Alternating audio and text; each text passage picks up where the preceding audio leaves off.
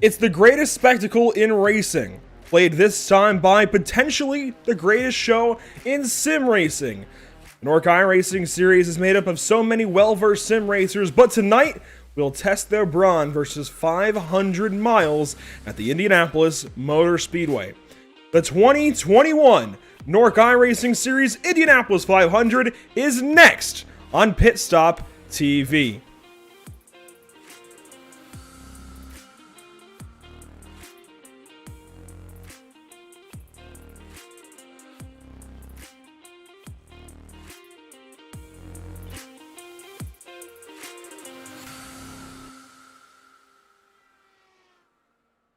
All right, boys, here we are here for the 2021 Daytona NORCtona 500. Can I get a good old NORCtona? Yeah! The field will now come up onto the main straightaway, and the first green flag of 2021 Season 1 for the Pacific Challenge GT3 Series is underway from Donington. It is Jack B. Ryan a bit further back, but Merrick Watchorn misses the corner, and Jack B. Ryan through to the race lead lap pass, and the last lap crash for Merrick Watchorn. Photo finish, possibly. Here comes Travis Brown behind Michael Cozy, Cozy up the block. Oh, here comes Brown. Travis Brown at the line. It's going to be Cozy winning the Starcom Invitational at Talladega. They're not carrying enough 3 wide. Oh, no! Mike saw him! Oh, he How saved it. about it? He said at the top of the, he didn't care about getting up to the front. He didn't care about leading this race.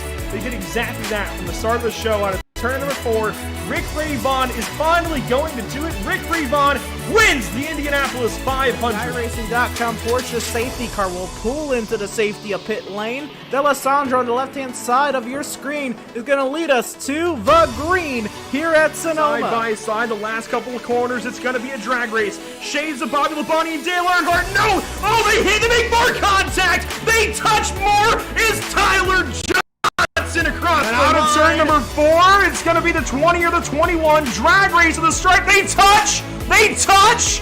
Is McGill! And they're 4 wide in the middle of 3 and 4. Chicago in the middle. Oh, contact, and there's cars all over the place. It's going to be a carnage fest on the front. Yellow flag down.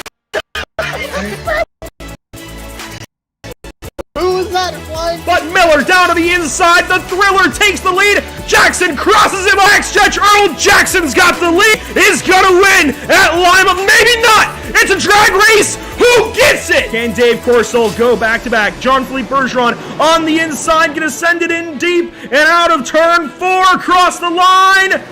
Too close to call.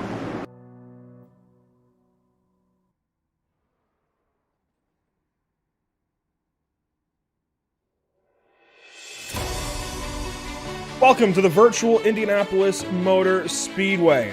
Eric Brennan and JP Costa alongside this evening. Trey Shuttlesworth helping behind the scenes. Thanks for tuning in this evening live to our many platforms. We're ready to take you flag to flag in the latest and certainly greatest edition of this epic sim race. NORC is of course known for wild, crazy stock car racing like we were witness to last week at Homestead, Miami, but we're changing gears, literally up to 5th and 6th in fact, to take to the yard of bricks in America's most extreme circuit racing machines. Eric, JP, thanks for joining me this evening to present this one from the best, one of the best racing venues on earth. It's the Indianapolis Motor Speedway. It needs no introduction, yet we're always tasked with giving it such. It is the mecca for open wheel racing. Thanks a lot, Andrew. And I got to admit, it's any race fan's favorite week or favorite race week, or in this case, I guess, couple of race weeks. Because if you like Formula One, they had Monaco last week. Obviously, we have the 600 stock car race in our backyards coming up this Sunday. But the Indianapolis 500, that has been running now for 105 years, or in fact, it'll be the 105th edition of that famed race. I feel like everybody gets the itch to try to do what they can to put themselves to the test and up to the task to be able to handle this massive facility visibility, as you see here from some of the overhead depictions that we have from our virtual layout of the Indianapolis Motor Speedway. I myself, somebody who hasn't had that much time on the sim over the last few years, gets the urge to kind of see what it's like to survive 500 miles on this racetrack that, of course, it's big, of course, it's fast, but it's tough, it's tricky, it's treacherous. And for the NORC guys, they've proven that they've been able to handle some of the most toughest and sketchy tracks that you could put together on a stock car form.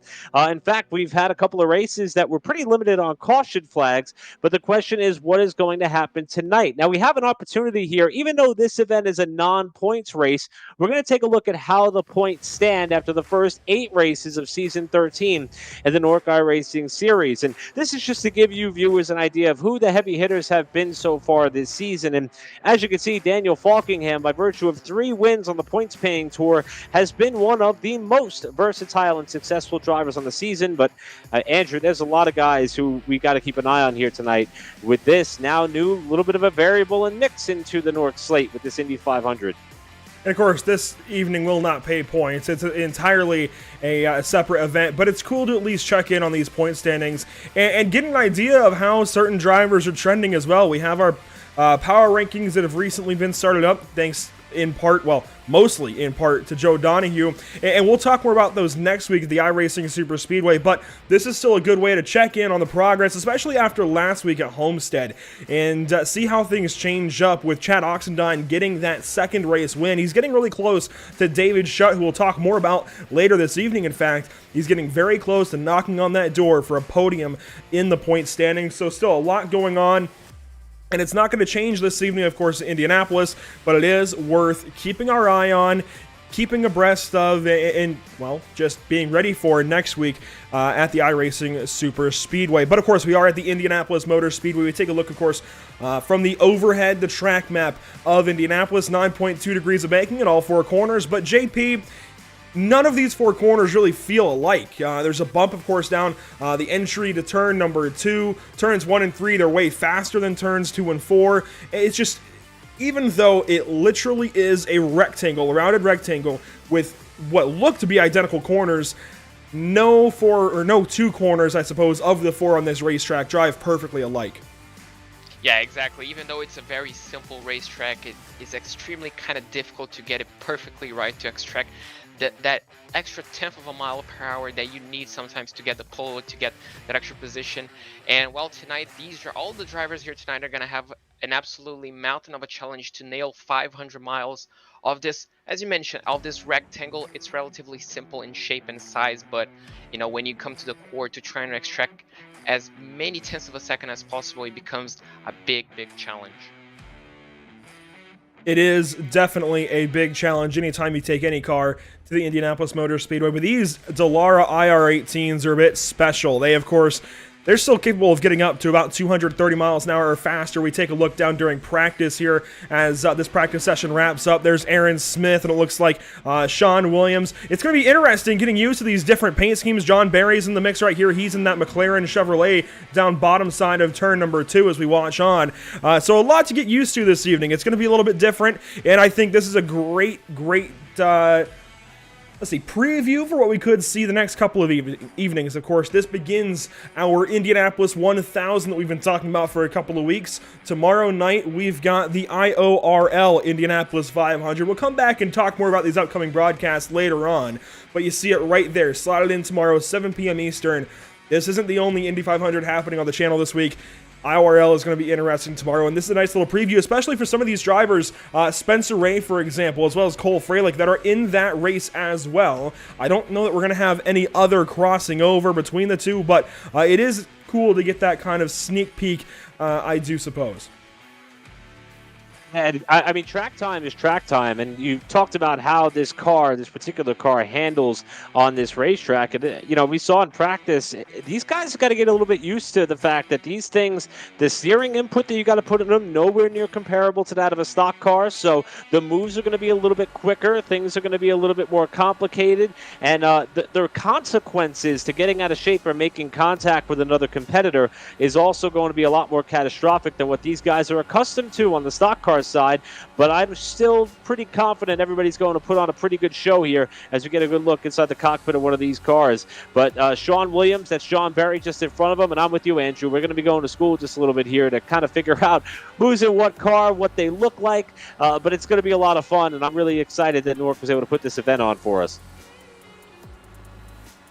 Yeah, it's certainly, again, a great preview, a good way to just have some fun, I think, on a Tuesday as well. Of course, these guys, they run the NASCAR Xfinity Series cars on Tuesdays in the normal NORC iRacing Series. So if you're brand new to the series, well, we're happy to have you here this evening on Pit Stop TV. Make sure to tune in on Tuesdays for more of these NORC iRacing Series events as we see a little bit of pit practice there from Sean Williams and Aaron Smith. And that's something that's actually very, very important. Good to see some drivers practicing that. We are a little bit light on entries. Let's just talk about it up front. We've got a few less entries than we might have expected this evening. You can see, looking at 16 so far. That might still go up here. 3 minutes left in practice and still 10 minutes of qualifying. But we are slightly lighter on car entries, JP, and that is going to change things up. We're looking at about half of what you'd see in the real Indianapolis 500 and what we'll see tomorrow night in the IORL Indianapolis 500. That is going to change strategy drastically. We expect a lot more green flag racing, but we might not actually get it. Yeah, exactly. When you reduce the amount of cars, you reduce the amount of possibilities of, I guess, a wreck between two drivers, but also these guys running so close to the leader that obviously increases, you know, the aggressiveness of the driver. Let's say you're running last, but you're in 16th place. So you're kind of closer to first place that, let's say, you were in 40th.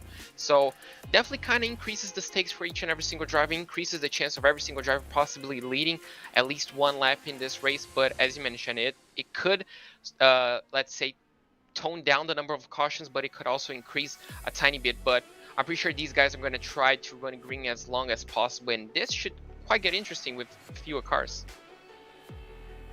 And again, we're still looking to get another couple of drivers in here. We'd expect around 20 or so, I think, as the time clicks off as we get closer to qualifying and therefore to the race. Let's talk about the rest of the schedule coming up. Eric and I, we already talked about some point standings.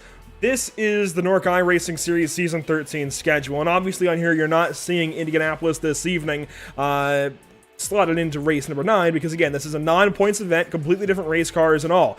But we have to talk about the rest of the season coming up. We're starting to get to crunch time. In fact, we are almost as close to the chase as we were, or as we are to the start of the season. We're at that point in this season. So, the top 8 races are completed. Daytona, Kansas, Michigan, North Wilkesboro, Kentucky, Road Atlanta, Dover, Homestead. They are done and dusted. iRacing Super Speedway next week. The 3-mile high-banked Super Speedway. That we have no notes on that one, Eric. No stats, no nothing. We're going to have to dig up some Daytona, Talladega stats. That's all we can go off of. It's a complete unknown. And I mean, for those of you who may be watching a bit about sim racing for a while, the iRacing Super Speedway was dubbed off of a track that was in the old NASCAR Racing 2003 series that was a fan favorite. We can't tell you what the name was because that was the original plan, but they dubbed it the iRacing Super Speedway, and it is wild. The level of banking that track has and the level of consequence involved with dipping the left sides on the apron creates some massive accidents, and the slipstream effect, especially in the Xfinity car that we're running in the Season 13 schedule.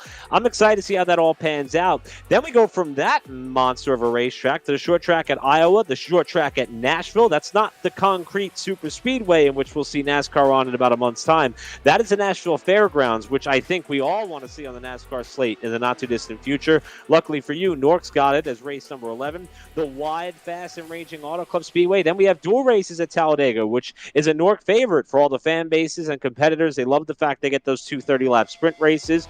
Another short track at Martinsville. And then we get another road course on the slate at Road America, Atlanta, Legacy, Daytona. I love the blend of this track because as we try to set that group for what's going to be that chase for the championship rounds 19 to 25, I think this is the most versatile test you could put some of these stock car drivers through on the sim to truly figure out and filter out who the best 12 are going to be. Yeah, we've had a lot of speedways so far this season. We've got a lot of short tracks coming up. That's what I noticed. That's what I like. Of course, the Super Speedway next week, 67 laps there, but then Iowa, Nashville, Martinsville. Those are 3 really rough and tumble short tracks. I can't wait to see how they go. Of course, you do have Auto Club in there. the super speedway races between iRacing and Talladega. But then you have the road course in Road America, as mentioned. So as you said, I'm just going to keep echoing what you said. A lot of variety. Can't wait to see how it all pins out. But we are moving into our qualifying session. Let's take a look at some of these drivers getting onto the speedway for the first time on their own, I suppose. Of course, they've had this practice session to get used to one another.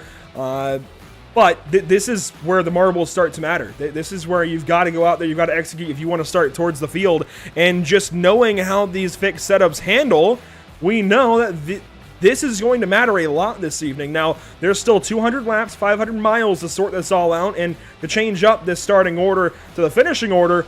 But qualifying is going to matter if you want to start up front and miss the first few incidents.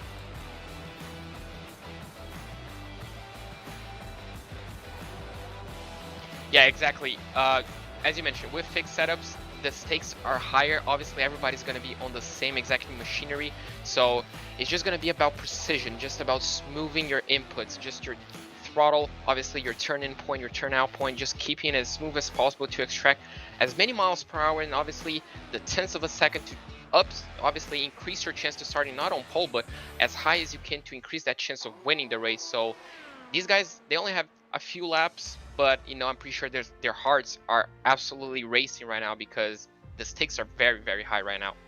First time in is Cody Miller in that 28 car. Cole Freilich quickly goes faster. We were taking a look momentarily at Justin Gable's number 13 machine. Here he is again. And it's worth looking at him because he is the sole pole sitter here in NORC iRacing Series Indianapolis 500 history.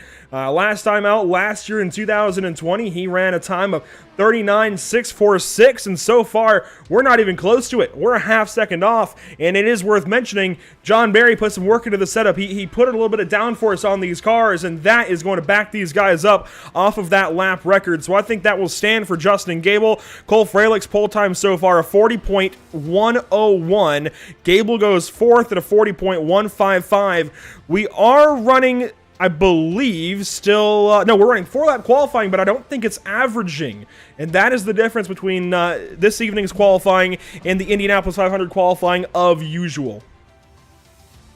And I will tell you right off the jump, based on some of the practice speeds that we saw and the way that qualifying is shaped up, one, look at the fact that the top 5 are covered by less than a tenth of a second. But number 2, Spencer Ray is somebody who already jumps out at me in a big way. He looked really good in the draft. As you mentioned, he's one of the drivers running in the IORL 500 tomorrow. This is somebody who has a lot of track time in these cars on this track. And I love the livery that he's running tonight. It takes me back to the car in which Justin Wilson won with Dale Coyne Racing back in Texas, and I think it was 2012. So this is someone who really loves running this car in the sim, and although he's not the fastest in qualifying right now, that honor goes to Cole Freilich.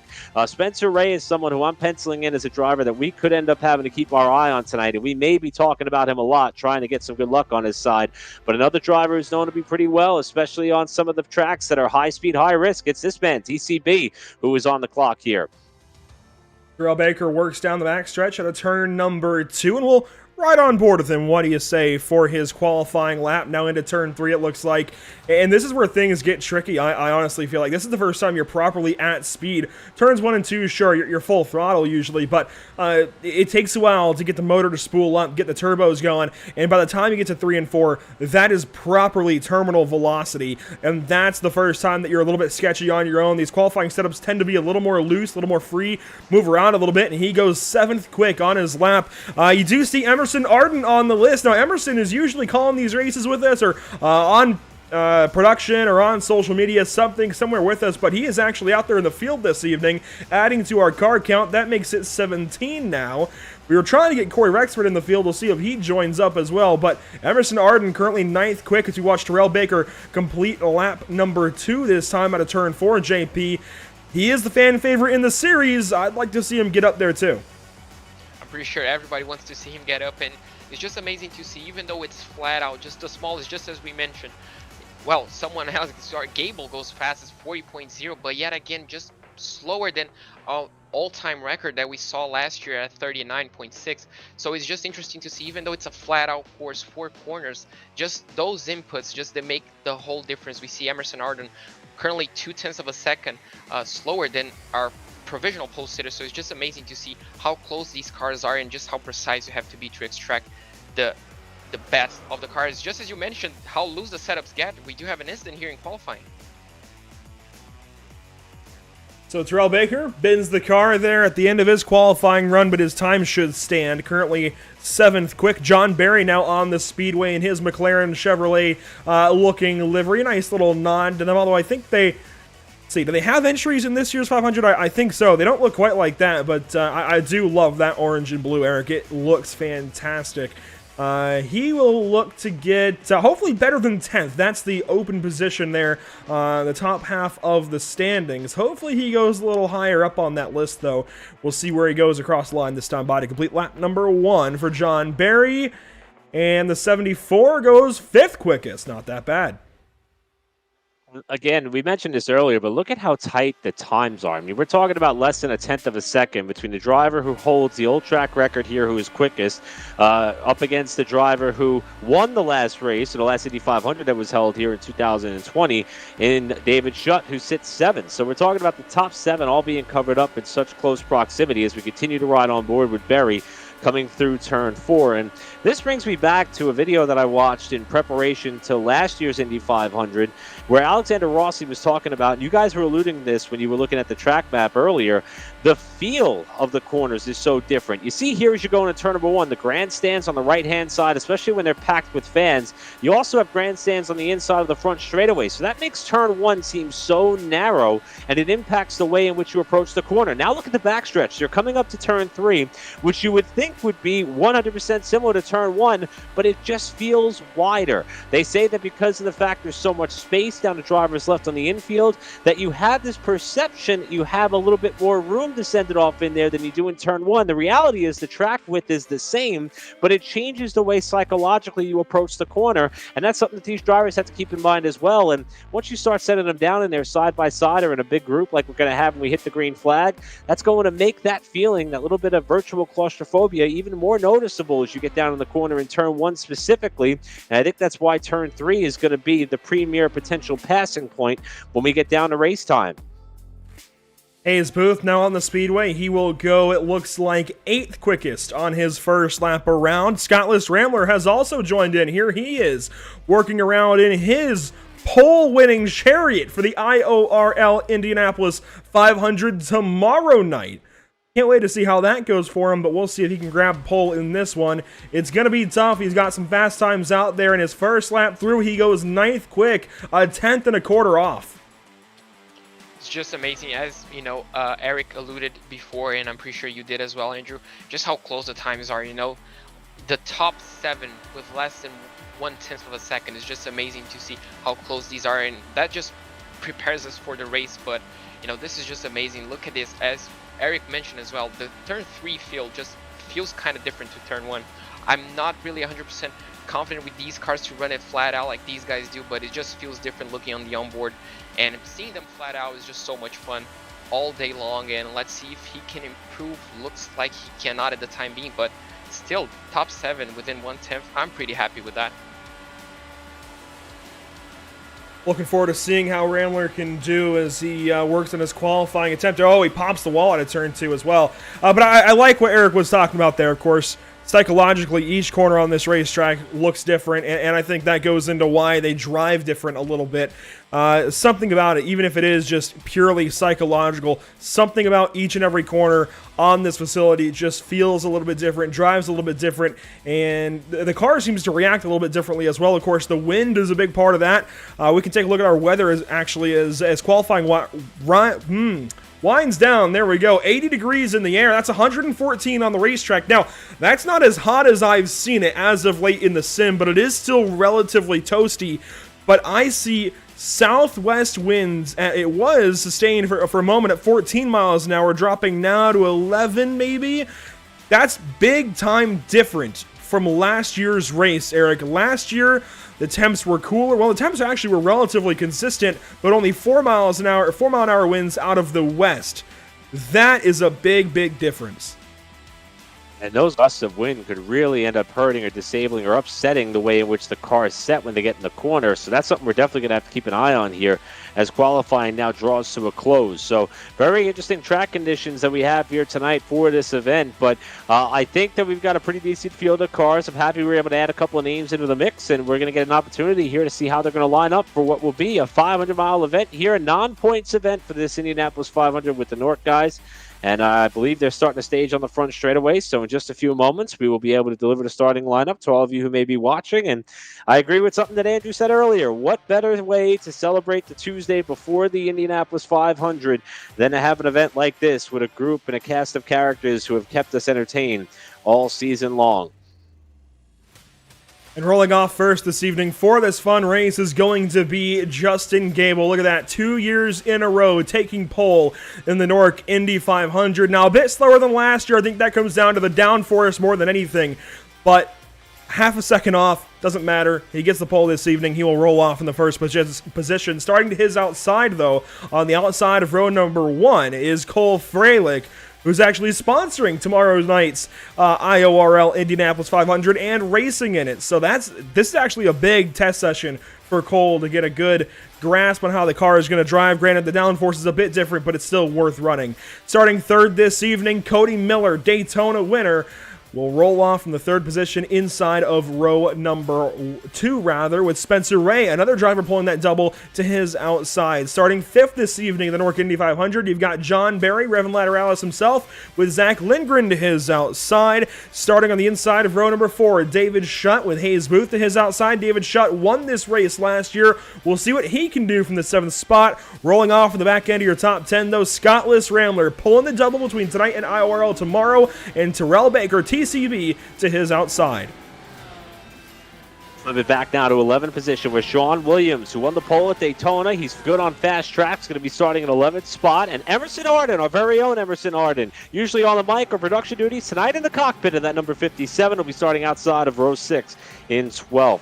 Take it back now to row 7. Inside, Daniel Falkingham, the points leader on the NORC slate. Again, this no-points race, so he's got nothing to lose by coming from 13th spot. He'll be fun to watch at car 20. Outside, Aaron Smith in the 70 in 14th position. 15th spot is where you'll find Tom Mercier in the 68. Outside, Sheldon Lockey in car 69 in 16th spot. And the last couple of cars that I believe we have in the grid here, Elijah Grazia in the 42. And 17th, 18th is going to be that of Scott Shire. Field now working their way on the back straightaway. 18 cars scheduled to go for 200 laps, 500 miles at the one of the most greatest spectacle of motorsports. JP, half a lap away from green. What do you expect to see here on this start? Just as you mentioned, I expect to see the greatest spectacle of racing. I don't think the amount of cars is going to make a difference, because this is just going to be so much fun seeing all these cars, this amount of horsepower just going flat out on this amazing speedway. It's just going to be a sight for sore eyes, and I cannot wait for these guys to go under green flag racing. Working through turns 3 and 4 for the final time before releasing these hungry hounds down to turn number 1 to see who can win the Indianapolis 500 of the NORC iRacing Series. Can't wait to get it all started. Thanks for tuning in this evening on Pit Stop TV. We're glad to have you along for the ride. Pace car going to take the hard left turn down pit lane. We'll turn things over to the one, the only Terrell Baker. TCB, get this race started. All right, boys, here we are here at the NORC Indy 500. Gonna get a good old milk drink.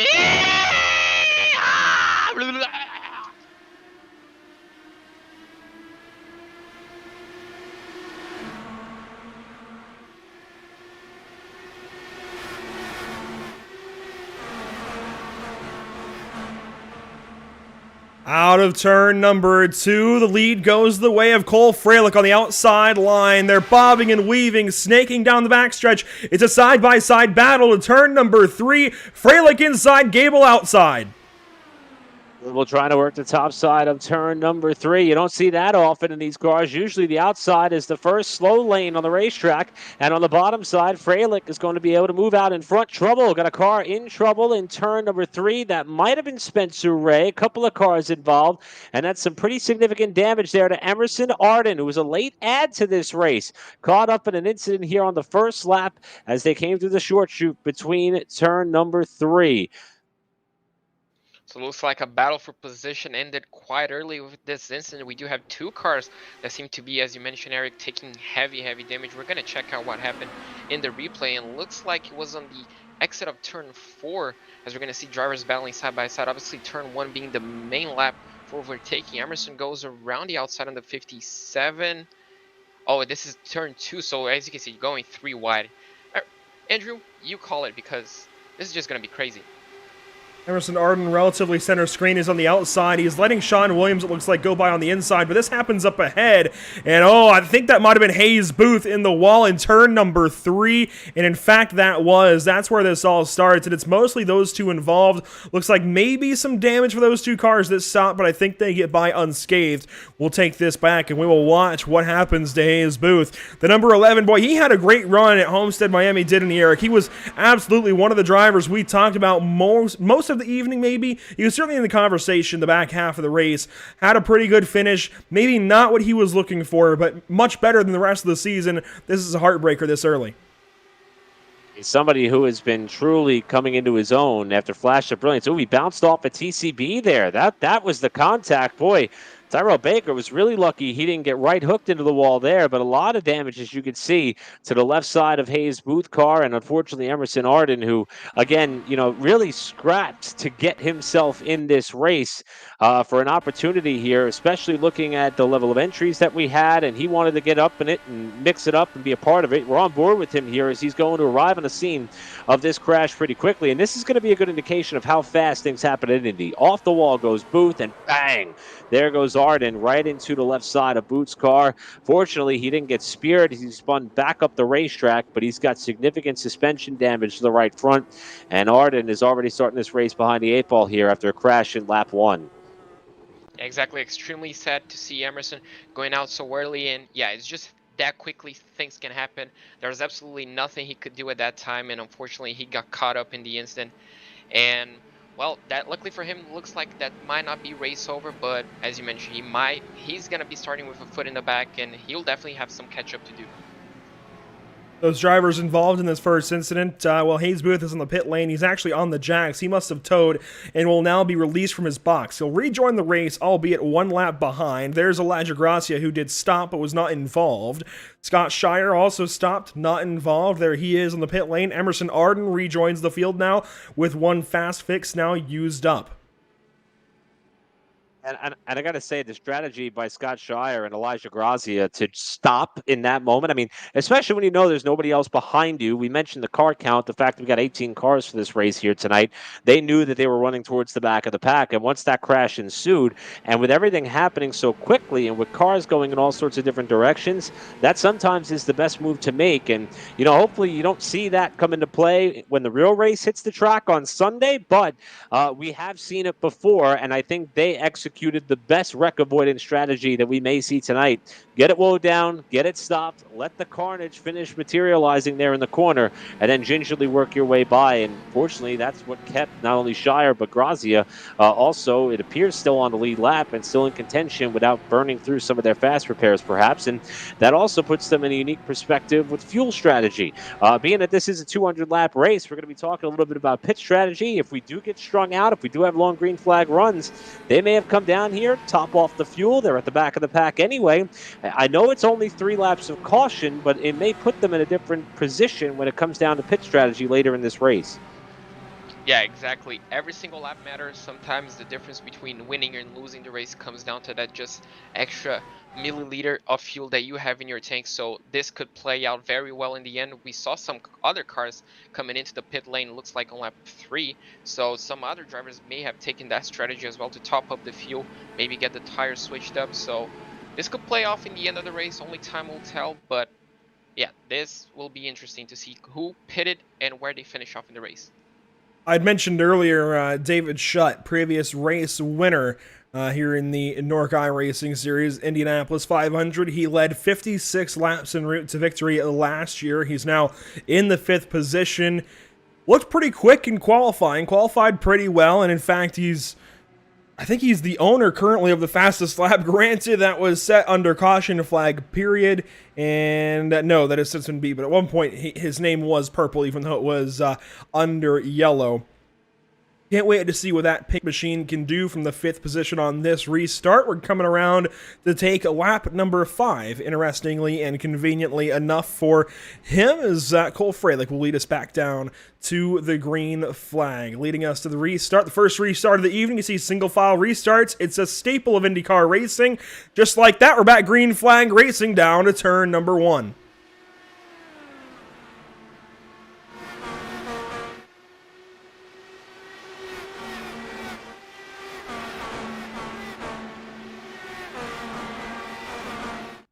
Out of turn 2, Freilich still with the race lead. Rather predictable there, but here comes Justin Gable. A big run down the backstretch. He looks to the inside, takes that spot, and he is your new race leader to turn 3. It's first time. Whoa, Freilich's got to be careful there. He got way up into the loose stuff that time, about a lane and a half off the outside groove. Was that of Freilich as Gable goes to the lead? That was the first opportunity, I think, though. We talked about these cars having a little bit more downforce. The slipstream is in full effect, and Freilich is going to take the lead back at the line. I believe he had the lead there by inches that time at the stripe, and the top 5 are trying to drive out to a league of their own, with Schuck turning the fastest lap there, 5th car in line, and we're starting to see how impactful that draft is as Gable will try to mount another charge on the backstretch. Exactly, the top 5 are on a league of their own, only the second lap of green flag racing, but look at the run that Gable is trying to line up as they exit turn 3 into turn 4.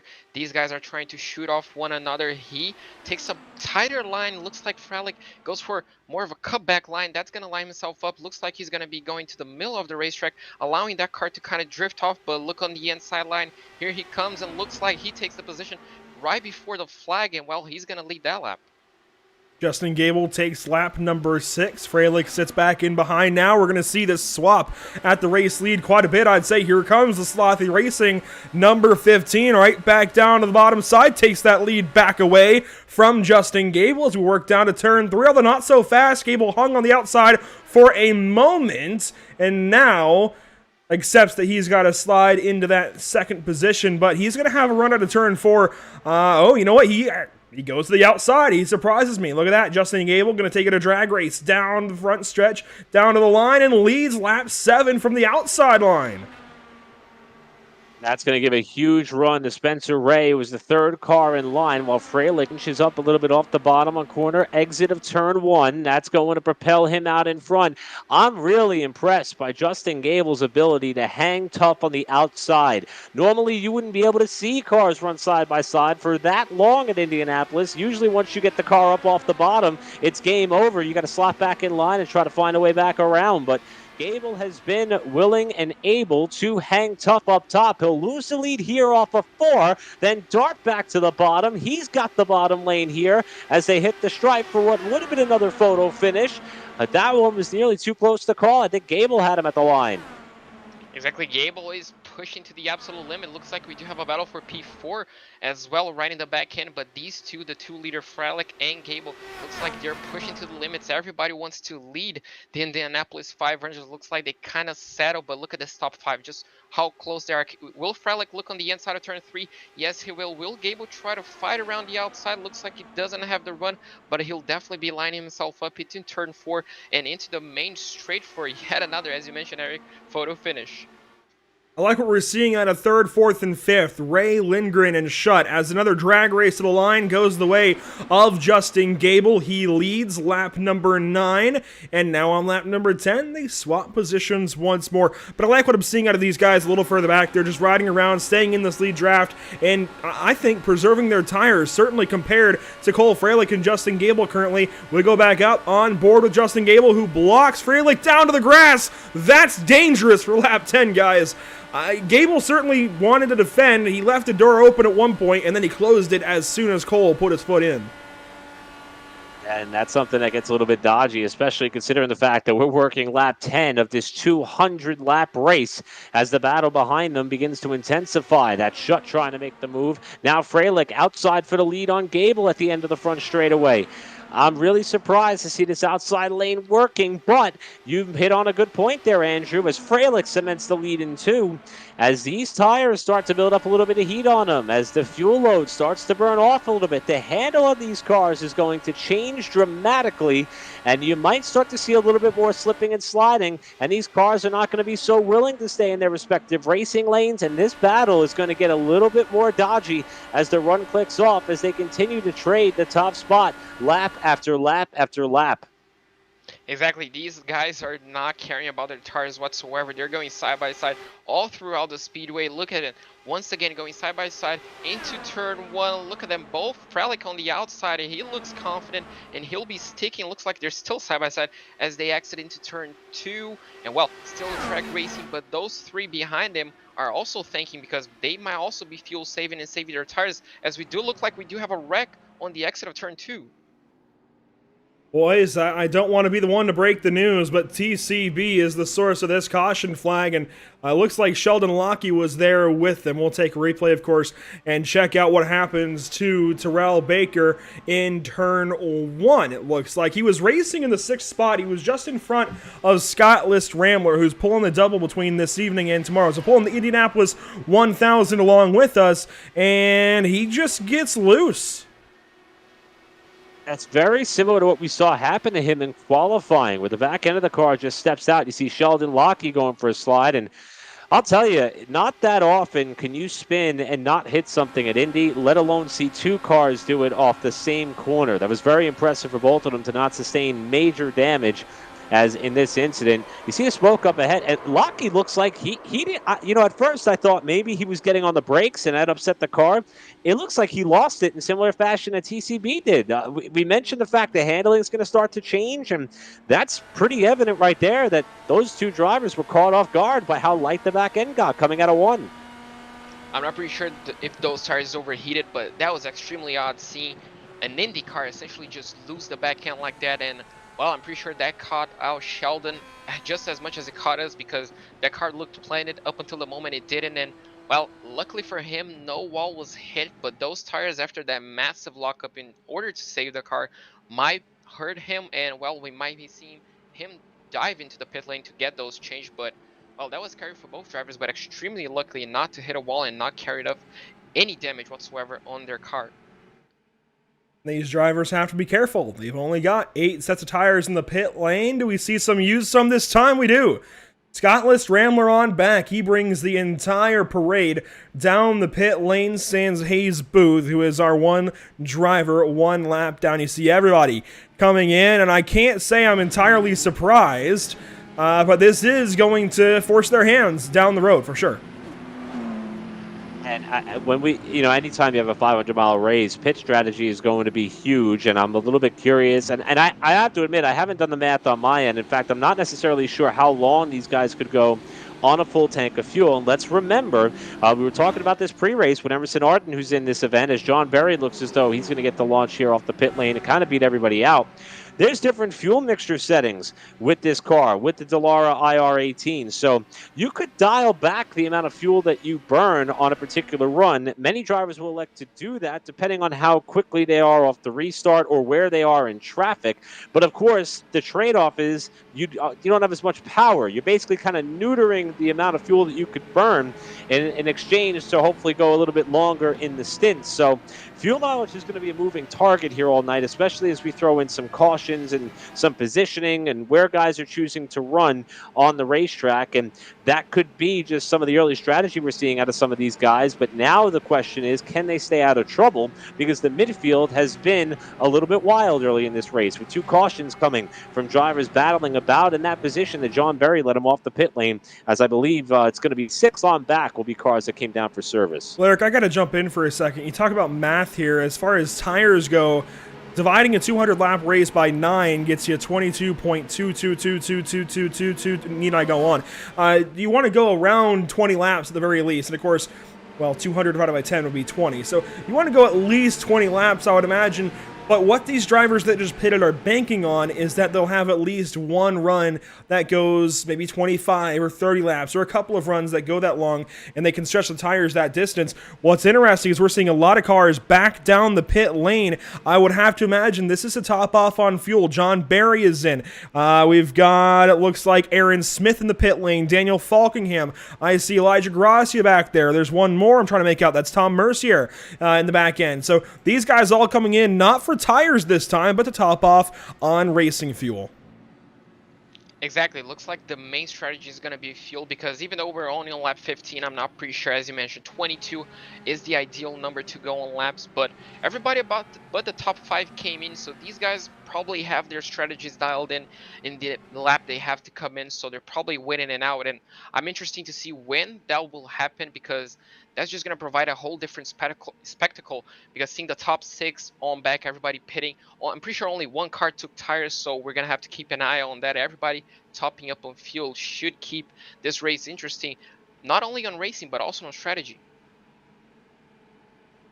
So lap 15 under caution. We'll come around and take our restart. 5 cars stay out on the speedway. They were our top 5 under that quick run to this yellow flag, and they've made their bed. They're going to lie in it now. We expect them to go around maybe 18 more laps thereabouts if we go green flag from this point. Somewhere between lap 30 and 35. It depends on how much fuel they're saving. Now, I heard our 2 leaders that were switching the lead on and off every single lap, I heard them dropping into 5th gear and then back up into 6th into turns 1 and 3. Would have heard that on the broadcast as well. When you're watching along, I don't think they're saving fuel. Now, 3rd, 4th, 5th, Spencer Ray, David Schutt, Zach Lindgren, maybe they are, and of course they probably put it up into map 8 under this yellow, but they have got to figure out their pit strategy from here on out. Lap 16 coming at you, much like the field we race back down to turn number 1 under green flag conditions.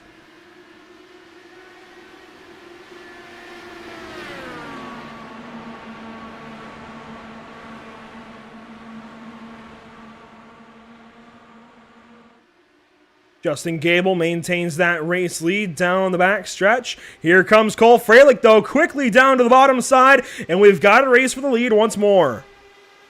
Didn't take long for these two to get side by side yet again. Red and black car on the bottom. Cole Freilich to the point. The blue car with the Red Bull stickers on the sides. That is the driver who has the fastest qualifying lap here on record for NORC in the Indy 500. And Justin Gable, who also started on pole today. These two led the field down for the green on the front row, just like that, with Gable inside, Freilich outside. And they run that way to turn 1 with Spencer Ray riding in the catbird seat, patiently waiting to see when these two are going to stop fighting so hard for the race lead so early in this race. I don't see that coming to an end as the battle continues off too.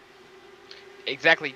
These two guys are definitely not thinking about long-term strategy. They all want to lead as many laps as possible. Freilich goes round the outside into turn 3. Can he hold it? They go all so close. They nearly touch wheels. Freilich is still going to be looking on the outside of turn 4 as Gable sticks in again on the inside. And that's yet another drag race, yet another photo lap essentially for these two, because these two are not slowing down whatsoever. Looks like we do have a battle for P3 as well. Looks like Ray's going down the inside of Schutt, and he gets the move done. DCB purple on lap 17 on those new tires. You see positions switching for 3rd and 4th. David Schutt up to 3rd. That moves Spencer Ray into 4th spot. Zach Lindgren in behind. But these top 2, we can't quite leave them just yet, because at some point the room's going to run out, right? At some point this has got to give. It can't go like this for 200 laps.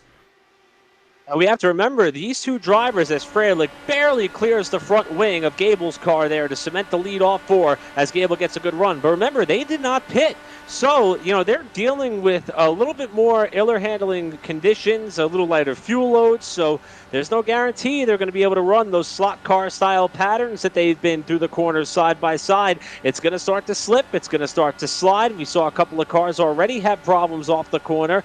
And it is not stopping these two, though, from duking it out for the top spot as we start to see some of the drivers who did stop for service, like that of a Scottless Rambler, make his way up into the picture here. He's the 6th car in line.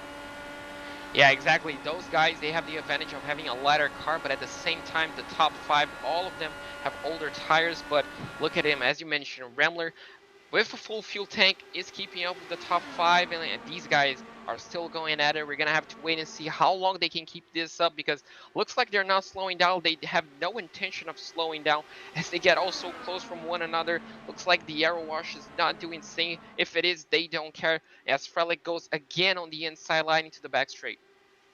We're finally 1/10 of the way into this one. At least we will be out of turn number 4 this time by Frelick and Gable. Still side by side for this race lead. They just keep mixing it around. But cue the Jaws music for Scottless Rambler and Emerson Arden as they continue to chip away at this top 5. You see the top 2 swap sides once more time. And Gable drag race leads lap number 20. Here comes David Shutt. Oh, he looked to the inside. He thought about going 3 wide. And the one thing that I know about David Shutt in an IndyCar is he is aggressive. That's why he led 56 laps en route to his win here 1 year ago in the NORC Indy 500. And right now, I wanted to harpen back to the point that you brought up earlier, Andrew, and the fact of we know that these leaders appear to be burning at a full mix. Oh, and another crash. We got a car in trouble on what looks to be the back straightaway. That's Sheldon Lockie, who has had a problem here. Not seen a lot of obvious damage to that car. This could be about the second time that he's gone around today without suffering a significant impact. But, boy, that's going to slow the field for the third time and burn out that fire that was burning at the front of the pack amongst those 3 cars. Let's see what happened to Sheldon. So it looks like Sheldon is all said and done into turn 1. The car looks absolutely plenty. Could see a replay of what happened in the last caution as the car just got loose by itself. Yes, it does looks like just a bit too much steering input, and that was enough to get the car spinning. Well, luckily for him, he just completely avoided the wall, and, well, just a quick 180, and he's back on the racetrack. Yeah, that's an interesting one to have twice in a row for Sheldon. I don't think he had any incidents prior to the previous, and I mean, he was racing a blinking Elijah Gracia. I wonder if maybe there was a little bit of contact to the rear of the car just from that blinking that maybe set him around, but it looks like he's got enough of a gap and is away from that 42 car. As we roll through turn number 2, he just gets loose. Now, these drivers, they do have some adjustments at their hands, at their fingertips, those being anti-roll bar adjustments, fuel map adjustments, and weight jacker adjustments. And what those do is change the handling of the race car mostly, if you're talking about roll bars and weight jackers. The weight jacker will move weight from the right rear of the race car over onto the left front, so it changes the cross weight effectively and will certainly loosen up or tighten the race car. The roll bars, they handle, obviously, how stiff or soft rather, the anti-roll bars are in the front and rear. Generally, you go higher on the front to help loosen the car, you go lower on the rear to help loosen the car, vice versa. The weight jacker, though, you want to put that thing through the roof if you're tight, and you want to drop anchor if you're loose. I think these drivers are realizing that they're going to have to come back off of those adjustments a little bit and lift. And I was talking to Emerson and Corey a little while earlier about that idea. And Corey, I think, was the one that mentioned this most loudly, that you really have to just lift, except that you're going to have to get off of the gas, and you can't adjust the car too aggressively, or you have that happen as soon as you hit clean air. You get so tight that you want to try and run full throttle as much as you can, but you're going to burn the right rear, and as soon as you have front downforce again, whoop, the car is spinning just like that. Yeah, that's a great analysis that we're able to tap into from Corey Rexford, Emerson Arden, even you guys who compete on the sim with that car. And if anybody went back and watched Indy 500 qualifying this past weekend, you would notice that even in those 4 laps, just 4 laps that those guys were doing to try to get their averages in to see A, if they would make the field, and B, where they would end up starting, they were utilizing a lot of the tools and components they have at their disposal inside the cockpit of their race cars. And with iRacing being so good at mirroring those conditions in the sim platform as well, that translates, and it does so even when you have a bit of an open setup opportunity and option here, like what these drivers have been handed here tonight. So that's why it's a lot more than just flat foot. The old school ideology about IndyCar racing, especially when they ran mostly on ovals, was that it's just flat out 100% of the time, best car that can draft its way to the front wins. Fortunately, we've got a car and a system and a formula now that truly does promote drivability and feel.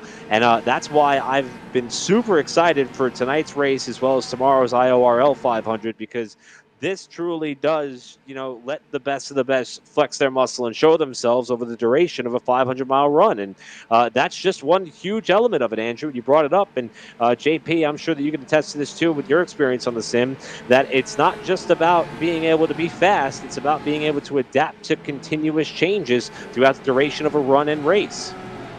Exactly. You do have, in the moment of a race, you do have to adapt and obviously know what to change in order to keep your car the way that you want. Obviously, some drivers want their car a bit more understeery, a bit more tight. Some other drivers like their cars a little bit more loose. So you just have to be on top of your game to keep changing that. Obviously, whenever you're lapping someone, whether you're in clean air, dirty air, all this sort of stuff, you do have to keep making continuous changes. And obviously, on a flat out circuit like this and on these cars, it's all those changes at the same time that you have to do. And once you hit clean air, once you hit that odd scenario that you're not used to, you do have to quickly adjust, otherwise you see what happens. The car just completely spins out on you without even a moment's notice and without nothing you can do. So it's just amazing to see how much detail these guys go into in trying to get as much time as possible. And well, sometimes it reflects on great racing, sometimes unfortunately it reflects on some small mistakes.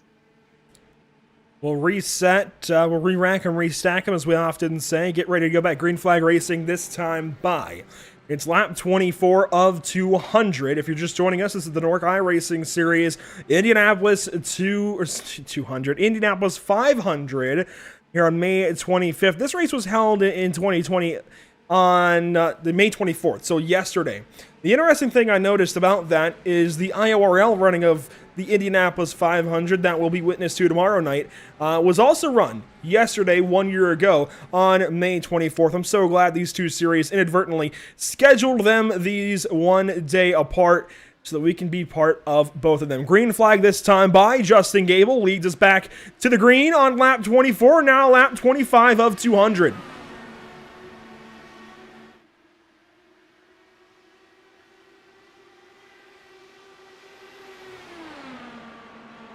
Already, your top three starting to walk away from the field. You saw Gable go low, Freilich go high. Here comes David Schutt. We are going 3 wide this time, boys. How's it going to work out? Schutt to the bottom side. He takes the race lead narrowly over Justin Gable. There was no room to be spared that time into the corner.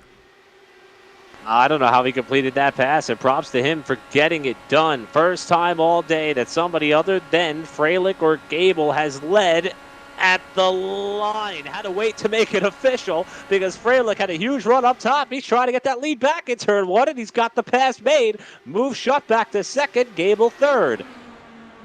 From a 2-car battle, it looks like we're going to have a 3-car battle right now. Looks like Gable is kind of getting a little bit tight on that car. Looks like those tires are giving in, but look at Schutt. His tires are definitely failing better than Freilich, and he's going to be going on the inside of turn 3. Freilich looks like he's leaving the door open, trying to get a bit of a clean air and try and get that run into 3 out of 4. It looks like at this moment in time he's going to be getting a good run. He's probably going to be looking on the inside. Ooh, at the last moment he switches back and he's going to have the run. But look at Gable. Can he make it 3 wide once again? Looks like he will. Straight in the middle. Will he back off? Yes, he will. So out of room is still Freilich, Schutt, and Gable. Cue the Jaws theme, boys. Scottless Ramblers cracked the top 5. Here he is, riding in behind Spencer Ray and just working his way up methodically. He was so close to winning the IRL installment of this race last year before Rick Ray Vaughn got that one away from him. Scottless Rambler had some other issues, I believe some internet issues throughout that race, mirroring pretty much a mechanical difficulty, but he is those fresh tires. Your top 4 have not pitted. 6th place hasn't pitted yet. That's Zach Lindgren. Another drag race to the line. That one won by Cole Freilich. Schutt hangs the inside, though, and puts the 15 on the defense. And through turn 2, Schutt's got the lead back. Well, all that we can hope is that this is a window of opportunity to see what we could expect to see tomorrow night in the IORL 500 and on Sunday's Indy 500, because this is phenomenal. Freilich now back down low on Schutt. Whoa! Gable thought about going 3 wide. You saw down low on Schutt. Whoa! Gable thought about going 3 wide. You saw the car slow there abruptly. He decided to back out of it there, as that could have been a massive accident in turn 3. That checked him up enough. Here comes Spencer Ray, who's 4th in line. Gable's going to defend the bottom all the way to the pit wall to try to prevent Ray from getting alongside. Ray's going to take the high road while Shutt goes down low for the lead on Freilich and takes it in 1. Shutt got an absolutely amazing run at the exit of turn 4. Got that move done on the start-finish line, but look at the slipstream. It's already making an effect, and Freilich is going to be looking on the inside off the back straight. He's going to get the move done. So far, so good. Look at Gable trying to get the run on Shutt, trying to go back to second place. Shutt is going to be going on a little bit of a wider cutback line to try and get that run, but he's going to be settling still on second. But look at his tires. His tires looks like they're much better, in much better condition than Freilich. He almost runs out of road essentially and almost into the back of Freilich, as once again they have a drag race. Look at Gable. He might make it 3 wide. No, he's just backing off. They don't care about saving tires. All they want to do is race side by side, and I'm not complaining. We're approaching that pit window, boys. Lap 30 of 200. They've only got maybe 5 to 10, somewhere in that range. Laps is hard to say with the caution flags, and I'm sure dialing back the fuel map on the straightaways. Gable up the inside, 3 wide for the race lead. The other 2 lift, and boy, that was smart to do so. Freilich slots himself into second and Shutt back into third. It's like the previous 5 laps never happened, and now Freilich back to the inside. We'll wash, rinse, repeat. And we saw Gable try to make that move stick a couple laps ago. He thought better of it. This time he knew he had enough of a run to go for it, but he's under fire from Freilich, who almost washes up and catches the left front tire of Gable's car off too. He's able to hang in there. Now the big run's going to be to David Shutt, who's the 3rd car in line, while the top 2 remain side by side. Here comes Shutt. Where is he going to go? He dives to the bottom 3 wide. And we're 3 wide for the lead in 3 yet again, and they make it with Shutt going to P1. Shutt learned his lesson from last lap, did exactly what Gable did, and it worked out for him, but look at how close they are. Once again, Gable's going to be looking on the inside, but the big run is going to be going to 3rd place. Freilich, he's probably going to make it 3 wide. Wow! Close to that concrete wall, and he's going to be getting that position in the inside. Gable has to kind of back off of it, let his foot loose, and well, they're still all so close. Looks like Shutt lost a bit of connection with those 2, but wow. That was brave, that was bold, and that was beautiful. I wish we could leave this battle for the race lead, but it's still such a close battle for the race lead as Gable's going to take it down to the bottom side once more. We can't cover the other 18 cars or whatever in the field. This top 3 has been going at it since lap number 1. Now Shutt, he kind of fell back in the earlier laps, but with the help of these caution flags and just sitting back, saving some tire, boy, this is a fantastic 3-cat battle. Gable, I think, had it that time. Shutt thought about the middle into 1. It's still side by side for the race lead, though. Spencer Ray sits 4th, Scottless Rambler 5th, Zach Lindgren 6th, and the rest of your top 10 on the left side of your screen. This is insane. We go back and look at the stat sheet and see how David Shutt led 56 laps en route to his victory here in 2020. I'm not sure that anybody's going to be able to lead that much laps in succession, because I'll tell you what, the lead change metrics have been off the charts. It's been between these 3 drivers, though, and they've been keeping them honest here. 11 lead changes so far. Oh, no! No, he does get stuff to the attenuator. You're kidding me. I was just going to mention that was so close to being what Helio Castroneves did a few years ago, taking inches off the wall, but unfortunately that all went wrong, and that's big damage to his front wing, and that's definitely going to be making him come back to pit road. But we're going to take a look at that replay as disaster struck for, I guess, 11 times a race leader.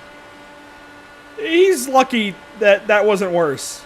He is so lucky this wasn't worse. Wow. I don't know how you get away with that. I really don't know how you get away with that one.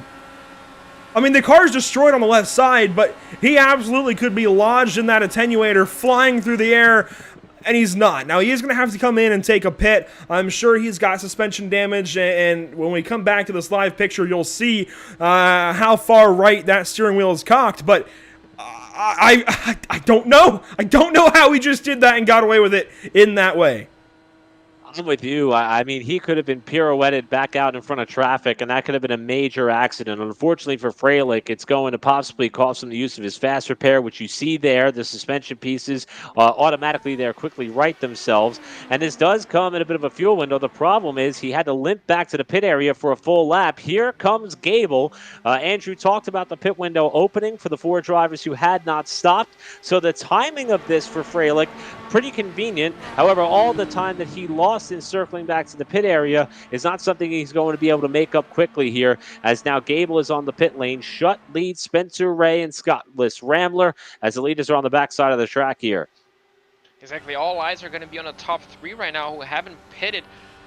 Definitely is going to be on Shut Eye because he definitely will be coming to the pits at the end of this lap, maybe trying to stretch out, because remember on the first few laps he was only on the slipstream, so he might have some extra fuel on that tank. And yes, all the top 3, they keep on going, so they have an extra fuel, and well, that could change a bit of the race, because you know, who knows what will happen in the next few laps. But looks like Ray right now will have the run on Shut as they exit turn 2 into turn 3. You saw Gable leaving the pit lane right there, right in front of race leader David Shutt. Now, you see Cole Freilich there as well. Let's quickly show the gap from Cole Freilich to Justin Gable, show how much he truly lost. It's looking about 4 seconds. That's actually not that bad. All things considered, that is a gap that he can make back up over the course of this race. What I'm concerned about for Cole Freilich is that view, the race leaders, but there we go. David Shutt comes down the pit lane. While Shutt elects to pit, Freilich is in danger here of going a lap down. He's going to be hoping for a quick caution. I mean, granted, he could get the free pass if he was to be the one and only car 1 lap down at some point in this race, but the strategy would come back to him. Caution! Full swing, and there's the caution. So Freilich is going to be able to stay on the lead lap, and the caution comes out while these 2 are on the pit lane, and oh no, it's Baker for the 2nd time tonight, this time with clear damage to the right front, and the nose cone knocked askew on that car. Definitely this time looks like Baker had some big damage, so I'm guessing that's going to be in contact with the concrete wall. And well, that's Freilich's luck, because in clear air, I'm pretty sure there was going to be an immense gap to pull back, but luckily for him, he's going to be on the back of the field in no time, and with a full tank and fresh tires, he could be a danger. Now we're going to be taking a look at the replay to see what happened to Baker. And once again, it looks like that car was just lost. I'm not pretty sure if he hit the inside curb, but he just kind of overcorrected at one point, and unfortunately that just shot his car right into the concrete barrier, and unfortunately brought out the yellow and big damage to his car. I think you're a TCB here. You've got to accept that you're spinning and just loop the car around. You just got to steer into the spin, I suppose, or steer out. I don't know. You've just got to let the car go around like you did at a turn 1 previously, because that is what you cannot allow to have happen. And that is going to cost TCB his fast repair, if he even still has it 30-some laps into this race. It's lap 39 of 200. He's rejoining the pacing field, which is good to see. He's able to keep that car on the racetrack in some shape or form. But, yeah, that's a problem. You can't quite race at 230 miles an hour with your right front looking like a floppy disk. Yeah, but I do think that after that first spin that we saw, I don't believe he sustained enough damage there to use a fast repair, because I'm not sure he hit anything, but I do remember he wrecked in qualifying, so I'm trying to assure in my head that I didn't confuse the two, but we'll know here quickly. Nevertheless, if he did use that fast repair, this is going to be a long-time repair on that number 25 car, if they can get the job done at all. But we'll know here momentarily, as this is probably going to play right into the hand of the 2 drivers who were battling for the lead when things got a little bit hairy, in the tune of Justin Gable as well as Cole Freilich, as well as the 2 cars that were on the pit lane. Everybody else is coming down for service. It appears that all but the 4 cars that stayed out the first time round are going to be on this strategy, at least at this point in the race, with Spencer Ray being the first one to lead them down to their stalls for service. This just gives me flashbacks from the first yellow, where we saw everybody coming down into pit lane but the top 4, and that's exactly what happens. Looks like Baker missed his pit window essentially by a few meters. As they get also close into the pit exit, but looks like everybody kept it clean, no damage. But that was some nice drifting action and avoiding action from some drivers. That was John Barry and Daniel Falkingham who got pretty close in the pit lane, and that could have been race ending for several drivers if that had been a big-time collision in the pits. That's something you never want to have happen. Boy, that could have gone awry, but that's a fantastic read by Eric Brennan. Justin Gable, Cole Freilich, David Schutt, and Zach Lindgren, they all stay out because they had just pitted, and Schutt and Lindgren had just pitted as that caution came out. So it all works out for those 4 drivers. Oddly enough, Cole Freilich, who just hit the pit attenuator, is back in second place, not even 10 laps later. I can't wait to hear from this driver. I'm going to hand him your way here, Eric. This should be interesting. Yeah, indeed. Cole Freilich, who is somebody who has been putting on quite the show, and we get to see it happen all over again. Cole, you guys have been duking it out for the lead, but you had the closest of close calls. I mean, I guess it wasn't a close call because you had to use the fast repair to get it fixed. What happened right here when you were battling for the lead, when you caught that pit road attenuator? This 13 car in front of me is an idiot. Nothing really nice I could say about that, but yeah. Just a little brush, nothing I can't handle, but yeah, we can go get the lead back from him, and hopefully he stays back there this time. We admire and appreciate the honesty. Now, the question is that you find yourself back up in P2. Are you guys going to continue battling for the lead like that for as long as you can, or are you going to try to ride it out a little bit here? Yeah, well, we got 2 options. We could gap the field, or we could race like idiots, and he's chose race like an idiot. So I guess that's probably what we're going to see about 50 more laps of until he probably wrecks. Well, we wish you the best, Cole. Thank you for making this race as entertaining as it has been. You've been a lot of fun to watch here, and we'll be watching you from P2 here on this restart. Good luck, buddy. All right, 10-4, guys.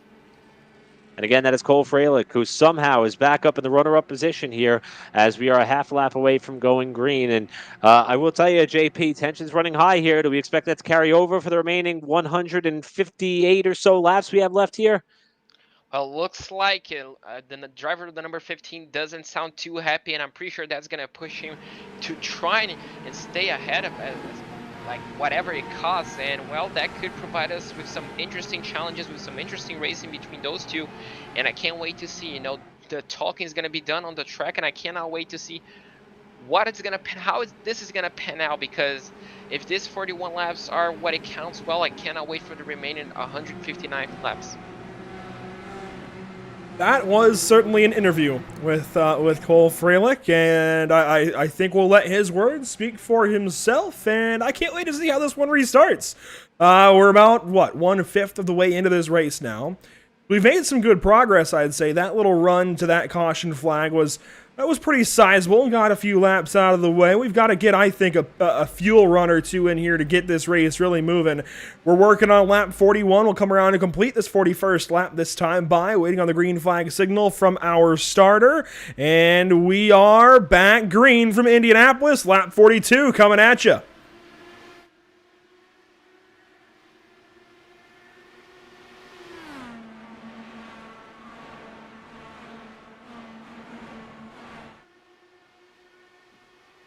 Single file, 1, 2, 3, 4, 5. Caution flag flies. Tom Mercier, Terrell Baker, Scott Shire. This is not good. And unfortunately, wow, that's a lot of damage there to Mercier, who is missing the whole front wing assembly on that car. Trying to drive it back. Looks like he's not going to have a choice. He may have to tow it back in here. Here's Shire, who doesn't appear too worse for the wear. The car that I'm worried about is that of TCB. Remember, he just used the fast repair after the last caution that was brought out by car 25. So we're on board with him here. We're going to see how much damage he sustained. Trying to work the outside here in turn 1. And as they come through the first corner, oh no! Oh man, that is so unfortunate. It looked as though it was Shire who lost it first, right off the restart. TCB went wide to avoid and slammed not only the outside wall, but the inside wall as well. Well, that's just one more time. I guess that's the 4th time we saw an IndyCar losing again. It looks like at the exit of turn 2. And well, that is, that's on turn 1. That's even worse. That's just so weird to see those cars drop. I'm not pretty sure if due to the setup, but that's just so unfortunate. For the first time, we do see a massive hit into the concrete barrier. And well, that was a massive hit. And unfortunately for Baker, there was nothing he could have done. He tried to avoid, but at those speeds, that is absolutely nothing you can do. And unfortunately, he again finds the concrete barrier, but this time with much bigger consequences. It was Tom Mercier that goes for the spin cycle in turn number 1. Let's ride on board and see how this all starts. At least for his spin. I mean, he just goes into turn 1. I wouldn't be surprised if he had made adjustments during that last green flag run to adjust for the tightness in dirty air and forgot to take them out going into turn 1. That's the only thing I can think of to immediately turn a car around like that. He must have had some kind of weight jacker, roll bar, something, some kind of adjustment in that race car to prompt that spin. An Indy car doesn't quite just spin out like that on brand new tires in turn 1 in Indianapolis. I've got to imagine he had some kind of adjustment in that car and forgot to take it out. Yeah, and now we just have to play the waiting game and see who's able to rejoin this race here and who still has fast repairs left, as we're not even a quarter of the way through this 200-lap event. Now, what we did see on that half lap of green racing action, if we even want to call it that, it was probably about a third that we got in. We did see a change for position in second spot with David Shutt moving up as Scott Shire remains on the pit lane in that unique Mobil 1 livery that he has on car 4. Looks like they're trying to repair whatever damage may be on that car for the time being. Also, I'm not sure that we're going to be able to see TCB back out as Shire rolls from the pit lane because, like we mentioned, they did do a quick repair on his car earlier, and Tom Mercier remains in the pit lane for now, possibly in danger of going a lap down after he was the first car to go around. And boy, we saw 2 cars spin off the exit of the corner earlier tonight and avoid contact with the retaining wall. Mercier killed the inside Armco that separates the short chute between turns 1 and 2, and that did a number on his race car for sure. And we'll see how long it takes to perhaps get that thing repaired and get him back out. Precisely. We saw the first 3 incidents with absolutely no casualties, let's say no damage to the drivers, and unfortunately the 4th one was the biggest one and definitely the one that carried out the most damage to each and every single driver involved. And unfortunately for him, that might be a long job in the pits, and well, he might be stationary for a few laps. Only time will tell at this moment, and hopefully he can quickly come back into the racetrack and come back racing. But yeah, that's just, for me, I'm still surprised, as Andrew mentioned, could be a different set of changes that he made on his steering wheel, and unfortunately got caught him out on the first lap of green flag racing. And well, hopefully that's a wake-up call for some other drivers to not forget to switch back the settings for the restart. So TCB done for the day in the 2021 NORC iRacing Series Indianapolis 500. As we get prepped to go back green flag racing, we're going to take one quick step aside. We'll be right back to you with green flag action from Indianapolis. There we go.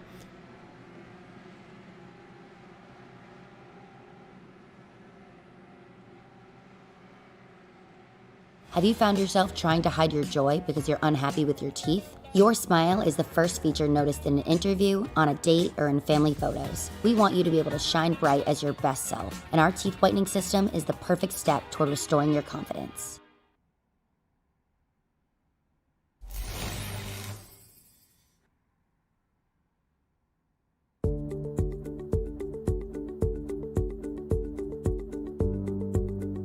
Sound art is a product that is a speaker and it's art. We combine it together and we call it sound art. What makes it so unique that any picture can be your speaker? Sound art gives you the high quality sound without the ugly speaker. This isn't a picture with a speaker, the picture is the speaker. Just imagine your wedding picture uploaded onto a canvas and now it's speaking 10,000 tunes. I mean, it's a very cool concept. What we like so much about it that you can take anything that means something very special to you, upload it on the canvas, have it hanging up in your room, your balcony, wherever you want to put it, and now it's a speaker. I mean, how cool is that? It's We welcome you back for a green flag restart. You see Justin Gable stay on the racetrack because the pace car takes to pit lane. Back green flag racing, lap 46 coming at you this time. We'll see if we can get a nice little green flag run in right here. Green flag back out in the NORC Indy 500.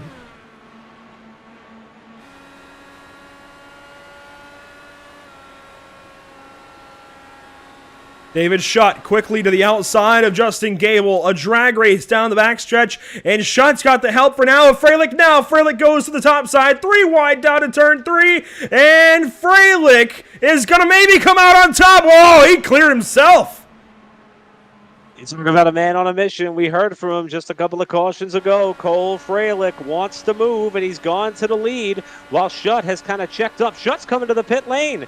David Schutt is coming down pit road here right after the restart. So I'm not sure if this is a planned move or perhaps this is a bit of a strategy play here. Let's go back kind of see what happened.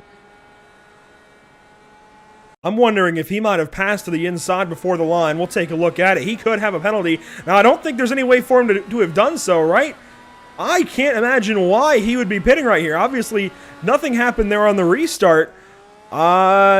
He doesn't even take service. He had some kind of penalty somewhere. It must have happened multiple restarts ago, and he just couldn't serve it until that moment out of turn 4. Something's gone wrong. He's gotten a penalty somewhere, a pass through for the 5 car. That's unfortunately gonna rob us from a 3-car battle that we're kind of used to seeing a few cautions ago, but we're gonna rejoin like we never left. Like nothing ever happened between Gable and Freilich. Look like these two are gonna go at it, but looks like we do have a new third player in the party. Lindgren is gonna definitely be wanting to join. He seems a bit too far away at the moment, but those two ahead, they are on a mission. Remember Freilich on the interview, he's definitely not happy with some of the driving that has been happening, but looks like right now he's putting all of that behind and increasing the gap between him and Gable slowly but surely. Out of turn number 4, Zach Lindgren just kind of stalking. I said earlier, cue the Jaws theme. Might want to have that one on repeat as he sits in the 3rd position. Into turns 1 and 2, you see Spencer Ray in the 4th position. And how about Sean Williams sitting back here in 5th? Finally, a dull moment at the front. We can look through some of the field and take a look at Sean Williams in that 5th position, the number 89. Let's see. He started in the 11th position, riding down the top 5. He's got to have something for these guys ahead. He likes to sit back, be patient, and just take a calculated crack at things. I think he could have a nice little car for the long run. And he's somebody who's had a really good season. He started things off coming in the first pole award of the year at Daytona. Again, granted the fact this is a non-points event, but the points are a good barometer as far as who's got momentum on their side.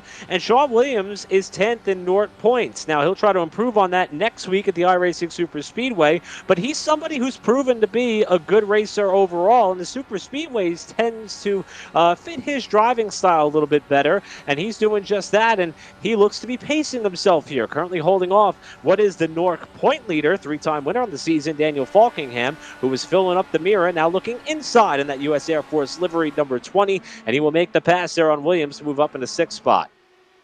Looks like Falkingham just made a move on the inside, but looks like the battle is still heating up. Looks like on the back, those guys are running a train. Look at that. Looks like a 6-7 car train as they're running. That slipstream is going to be helping wonders as we're probably going to be looking on the move down the inside. No, looks like only the top 2 were as aggressive as these guys are, but looks like these guys are thinking about the long term as we do see. Looks like a small kiss on the wall. I'm not pretty sure if that's going to carry over any damage. The number 11 right there, Hayes Booth, kissing the wall essentially, but looks like no damage is done as he's chasing down number 18 of Ramler as they head into turn 3. Ramler stays high into 3. Look at that run on the top side. He stayed high to get the clean air and just drove by John Barry like he was standing still. I've never seen that move in an IndyCar Indianapolis before, but if it works, it's not stupid, and it works that time for Scott List. Ramler just drove absolutely by that 74, and Hayes Booth sticks right in behind the gearbox of John Barry. I saw Hayes maybe tag the wall out of turn 1, the last lap through. It looks like the car is okay. He continues on with no problems, it looks like. He's in 10th. He looks to the inside of John Barry. Does he take it for turn 3?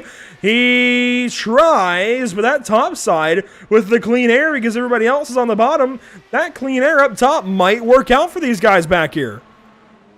And one of the things we have to keep in mind as we watch a pit stop wrap up here for, I believe, who is that? Cody Miller, perhaps, yes, coming off the pit lane? Yes, indeed it is. So Cody Miller is coming out of the pit lane for service. He is going to go a lap down as you watch the leaders come by here on the outside of turn 2. And boy, things got really close there with Emerson Arden and company off the corner. A Scottless Ramsler with a big slide. That's your evidence right there as to how loose these cars can get. That is one of the drivers we had penciled in to be a favorite tonight and tomorrow night. And you saw how happy the back end got as he came out of 2.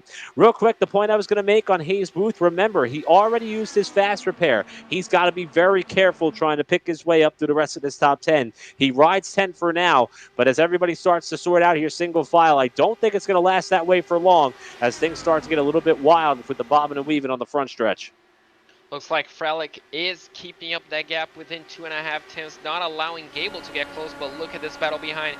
That looks like Bremler is going to be going on the outside of turn 2, as you mentioned, Andrew. Looks like the outside lane is working not only in turns 3 and 4, but also in turns 1 and 2, as he makes that move clean, and he's already getting a run, as we do have, looks like, is that Hayes? That's Hayes Booth. That car is destroyed. Yeah, unfortunately for him, the front end of that car is completely gone, so are we expecting to see yet another copy and paste incident that we're kind of used to seeing tonight? It's in turn 2. He's going to get tight and slap the wall. He had tagged it earlier on, and this, unfortunately for Hayes, isn't going to spring a yellow. Now, it looks like he might be able to continue on with relatively light damage, given the fact that he just nosed that car hard into the inside safer barrier. Only time will tell if he can get back in this race, but we rejoin him now in the pit lane, and you see, I mean, this car is rather destroyed. No nose cone, just, well, it's hanging on, I guess, by a thread, but that car is hurting. Oftentimes, any version of the Indianapolis 500 is a war. I mean, it's a battle of attrition. It's a battle of people who make mistakes. For Booth, he's going to stop in the pit box here. It looks as though that at least as of now, he is going to entertain the notion of trying to get that car repaired as the leaders flash by through turn number 1. Now down one combatant who was running up in the top 10. We already saw TCB retire by virtue of his crash earlier tonight. Tom Mercier remains in the running of this race. Make that 2 laps down. Booth is now 1 lap off the pace, may fall another one here if he can't get that car fixed in time. And Cody Miller, by virtue of that pit stop, he was running up in the mix with the lead lap drivers, while Scottless Rambler and Daniel Falkingham are having a go of it here for 5th, with Liz Rambler starting to make some noise here, back up in the top 5 and still charging. Rambler is absolutely loving that outside line. Once again, he passed Falkingham. Absolutely no trouble in the outside lane, so he's figuring that car out, he's figuring the track out, and well, I'm pretty sure he's going to be trying to do at least on the top 4 at this moment in time as he approaches Ray in this moment, but looks like he's getting closer and closer at times goes by. Looks like Hayes Booth feeds back on the racetrack, so he got that car fixed, but well, all eyes looks like right now are on the number 18 as he tries to get it close to the top 4 and maybe challenge them for possibly a podium or a race victory. It's good to see Hayes get back on the racetrack in some capacity. He's lost an extra lap, so he'll be racing on the same lap as Tom Mercier now, 2 laps down. You're watching your race leaders billow through turns 1 and 2. Cole Fralick leading the show on lap 58 now. The earlier antics have calmed down quite a bit, Eric. We're hitting that mid-race kind of stride. We talk about mid-season strides a lot. We're in a mid-race stride right now as you see some battling coming off of turn number 2. John Barry blocks down to the inside, brings Elijah Gracia with him to the inside of Emerson Arden. Now Arden in that second orange and black car. We're on board with him now here as we come out of turn number 3. And Arden is someone who also uses quick repair very early in this race after getting caught up in a crash with Hayes Booth early on. So he too knows he's walking on a thin tightrope as far as for the remainder of this event. If he wants to try to walk away here with a clean finish, he's got to keep it on the straight and narrow because he's already used his one available lifeline, and another incident could be catastrophic. Doing a great job, though, rounding out the top 10 for the time being. But as we can see, things have started to calm just a little bit as we're going to be getting closer to what could be another pit window opportunity. Still a lot of bobbing and weaving happening as far as drivers trying to stay in the draft with one another. But so far, the top 5 have checked out. Falkingham leading the next group. And in that mix is Cody Miller, who is 1 lap down. That's the car that's right behind Falkingham right now on the racetrack as leaders come back to the line. Look at Rambler in the number 18. He's already up in 4th place, so he got past Ray and he'll definitely be looking at the top 3. It looks like he has the pace, looks like he's the fastest car in the moment. He's still running that outside lane, but look at this. Look at, we do have 2 battles. Looks like 4 cars running side by side essentially on turns 3. Looks, no, that's turn 2. That's the back straight. Looks like number 14 got the move done. So the battles are non-stop. Looks like the battle for the lead has calmed down, but the battles further back are still very much on. John Barry goes quickly by Sean Williams, who now starts to fall. Now, John Barry, Sean Williams, they last pitted on the same lap. What's interesting, though, is Aaron Smith just drove by Emerson Arden like he was standing still, and Aaron has pitted a little bit more recently. In fact, to the tune of 4 laps more recently than Emerson Arden. He pitted along with Sheldon Lockie, Scott Shire on our most recent caution flag, or maybe the caution flag, I think it was the caution flag before, actually, because we had those 2 back-to-back. But Aaron Smith, on the newest tires in the field, starting to work his way up into 10th position. He's got Elijah Grassi to work on next, and Emerson Arden is starting to slide. So we're starting to see some differences in tires take over, and who knows, some of those pits may not have even been for tires. It looks like they're relatively consistent timing across the board, but we could have seen some of these guys on older tires as we see it, possibly just on older runs of fuel. Yeah, that's a really differing strategies are really going to start to pan out, and some may be running on a different fuel number. I mean, some may be electing to try to conserve as long as they can, thinking it may put them in a better position. Wow, I'll tell you, Scottless Rambler is flirting with disaster off turn 2 every single lap. Completely derailed my train of thought there by how sideways he got out of 2 yet again, and I'm also surprised with that high sweeping entry that he has through turn 1 and turn 3. In fact, he does it again there through turn 4. So perhaps Scottless Rambler has found something, but boy, is that car getting loose on him off the corner. And he's trying to draw even with Zach Lindgren, who holds 3rd, while the top 2 continue to play nice with one another after the early fireworks. And we're still kind of waiting and seeing how the rest of this stint is going to unfold, and when some of these front runners may have to come back down the pit lane, and how some of the drivers are facing their pit strategy here on the bottom portion of the top 10.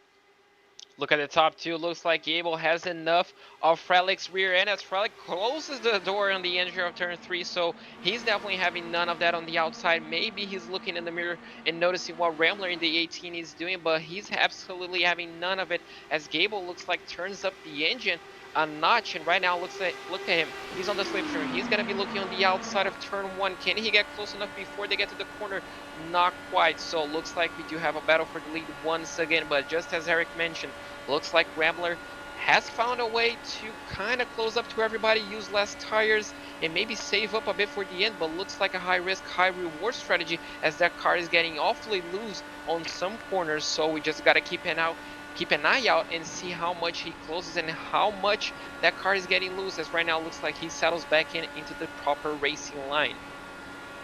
And Scott is on slightly newer tires. We're talking about a 9-lap difference up to leader Cole Freilich, 8 to Gable, 6 to Zach Lindgren, and you can see the top 2 starting to go at it again. Are they going to sort that out in turn 1?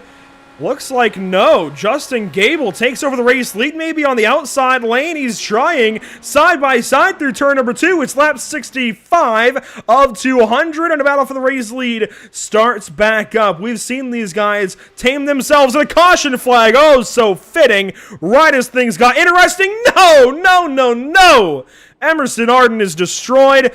Cars with him going to include Scott Shire, and it looks like Tom Mercier.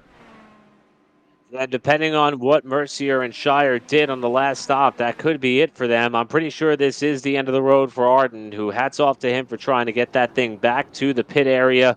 We mentioned Emerson jumped into this field late. As a matter of fact, got the nod that he could join this field and see what he has against some of these guys here, as he also is someone who loves the Indianapolis Motor Speedway and the Indianapolis 500. He also loves NORC, and he thought that by putting it all together would be a good chance for him to come out here and flex his muscle. However, the night is not gone the way in which he had planned. Just made it past the quarterway distance mark, was involved in an opening lap crash.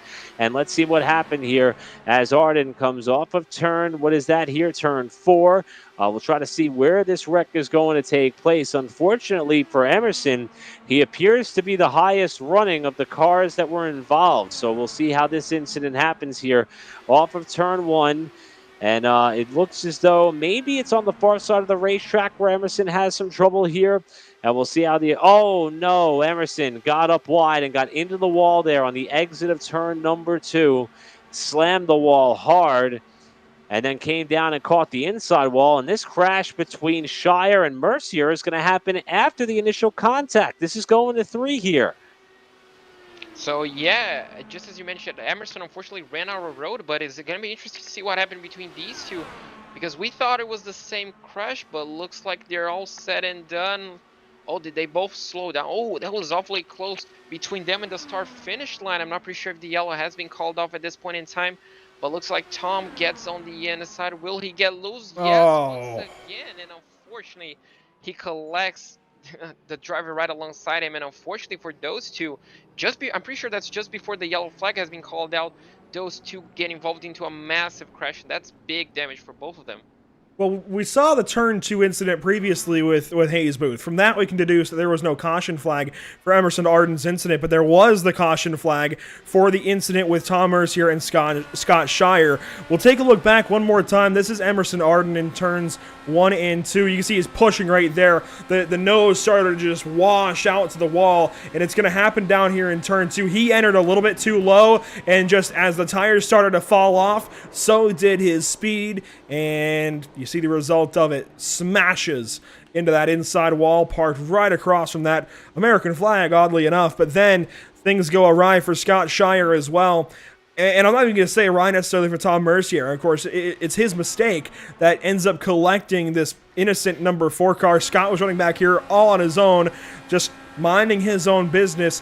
Tom Mercier is going to come up on the inside right here, down the front stretch and pass, and then just loses it in turn 1.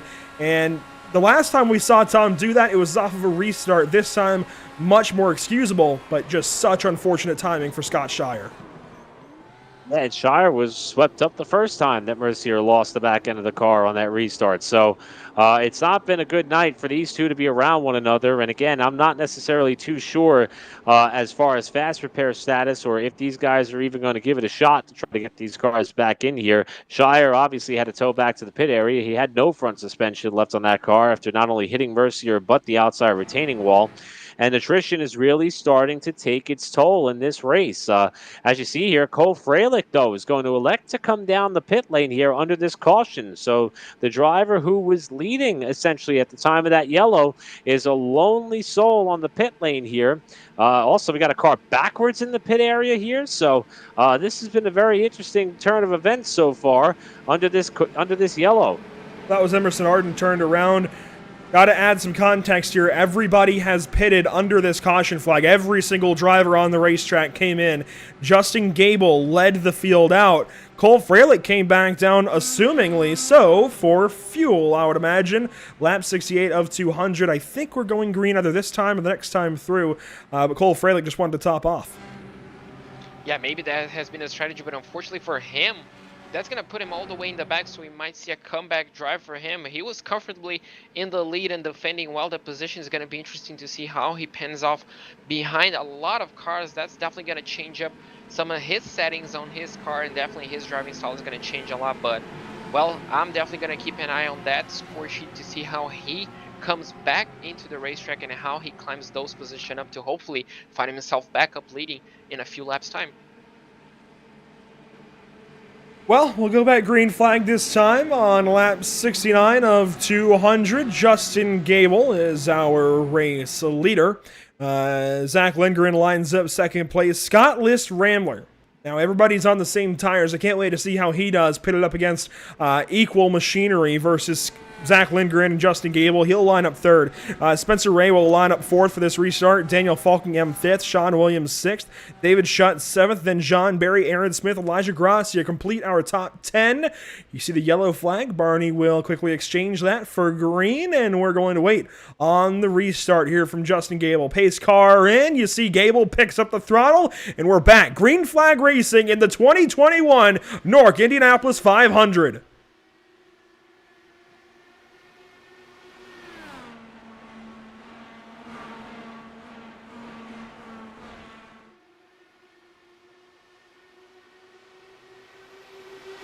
A very nice restart that time for Zach Lindgren. He drives right up to the gearbox. He'll go for the race lead down the backstretch. He's trying to take that lead away from Justin Gable. For the first time all night long, Zach Lindgren gets aggressive, possibly for the first time all season long in the NORC iRacing Series here in Season 13. He takes the race lead, but Gable going to draft back up. Does he take the race lead back? No, he sits in behind, and Zach Lindgren leads lap 69. Yeah, it looks like Gable had an opportunity there to try to pull the trigger and get up alongside of Lindgren for the top spot. Elected to lift momentarily. That's going to allow Scottless Rambler to close. That's going to allow Spencer Ray a chance to close as the field comes off at turn number 2. But Zach Lindgren, one of the new drivers to lead this race, as Andrew mentioned, it comes here as we're about 30 laps shy of halfway, so still a long way to go. But Lindgren has worked his way to the front. And we talk about drivers who have been riding a wave of momentum. Zach Lindgren is one of them on the NORC slate. He's been running very well the last few weeks, and you wonder what this NORC Indianapolis 500 win could do to him for the rest of his NORC season when the points start getting tabulated 1 week from tonight. And so far, he's doing a great job pacing the field as he continues to lead him down to turn 2.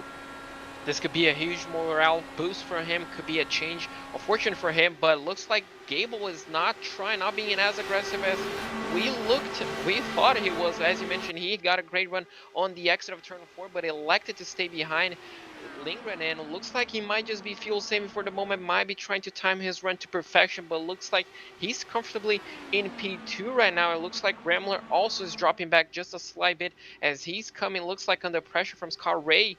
But yeah, so we're just gonna have to wait and see if Gable can get a run on Lindgren. He's getting close, but looks like not close enough, just running out of road and getting to the turbulent air behind our race leader. Now, as we get up into the 70s as far as lap count, Eric mentioned earlier on about lead changes and the metric that we have from last year's race. Now, they hit 77 lead changes last year, if you can believe it or not. So far, we're only at 17, but with the way these guys raced earlier on, Eric, I think we could expect to see them at least get close to 50.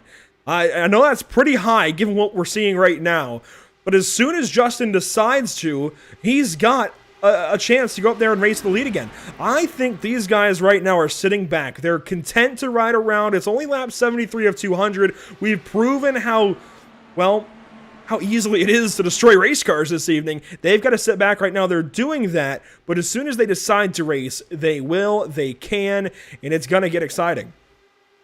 Yeah, this truly just feels like the calm before the storm for the most part. It just seems like guys are trying to hit their fuel number and respect one another on the racetrack, because that may or may not have been happening earlier on in the going in this race. And there's also a lot of good drivers that are kind of waiting in the wings and biding their time. I mean, pretty much the whole top 10 is in close proximity with one another. You got to go back to 11th to find Cole Freilich, who led a number of laps in this race already. But I'm with you. I think that once these drivers deem it to be go time, and that may not be the final 20 laps or so. That may be much sooner, because you also have to start to get to a point where you have to rehearse your winning move.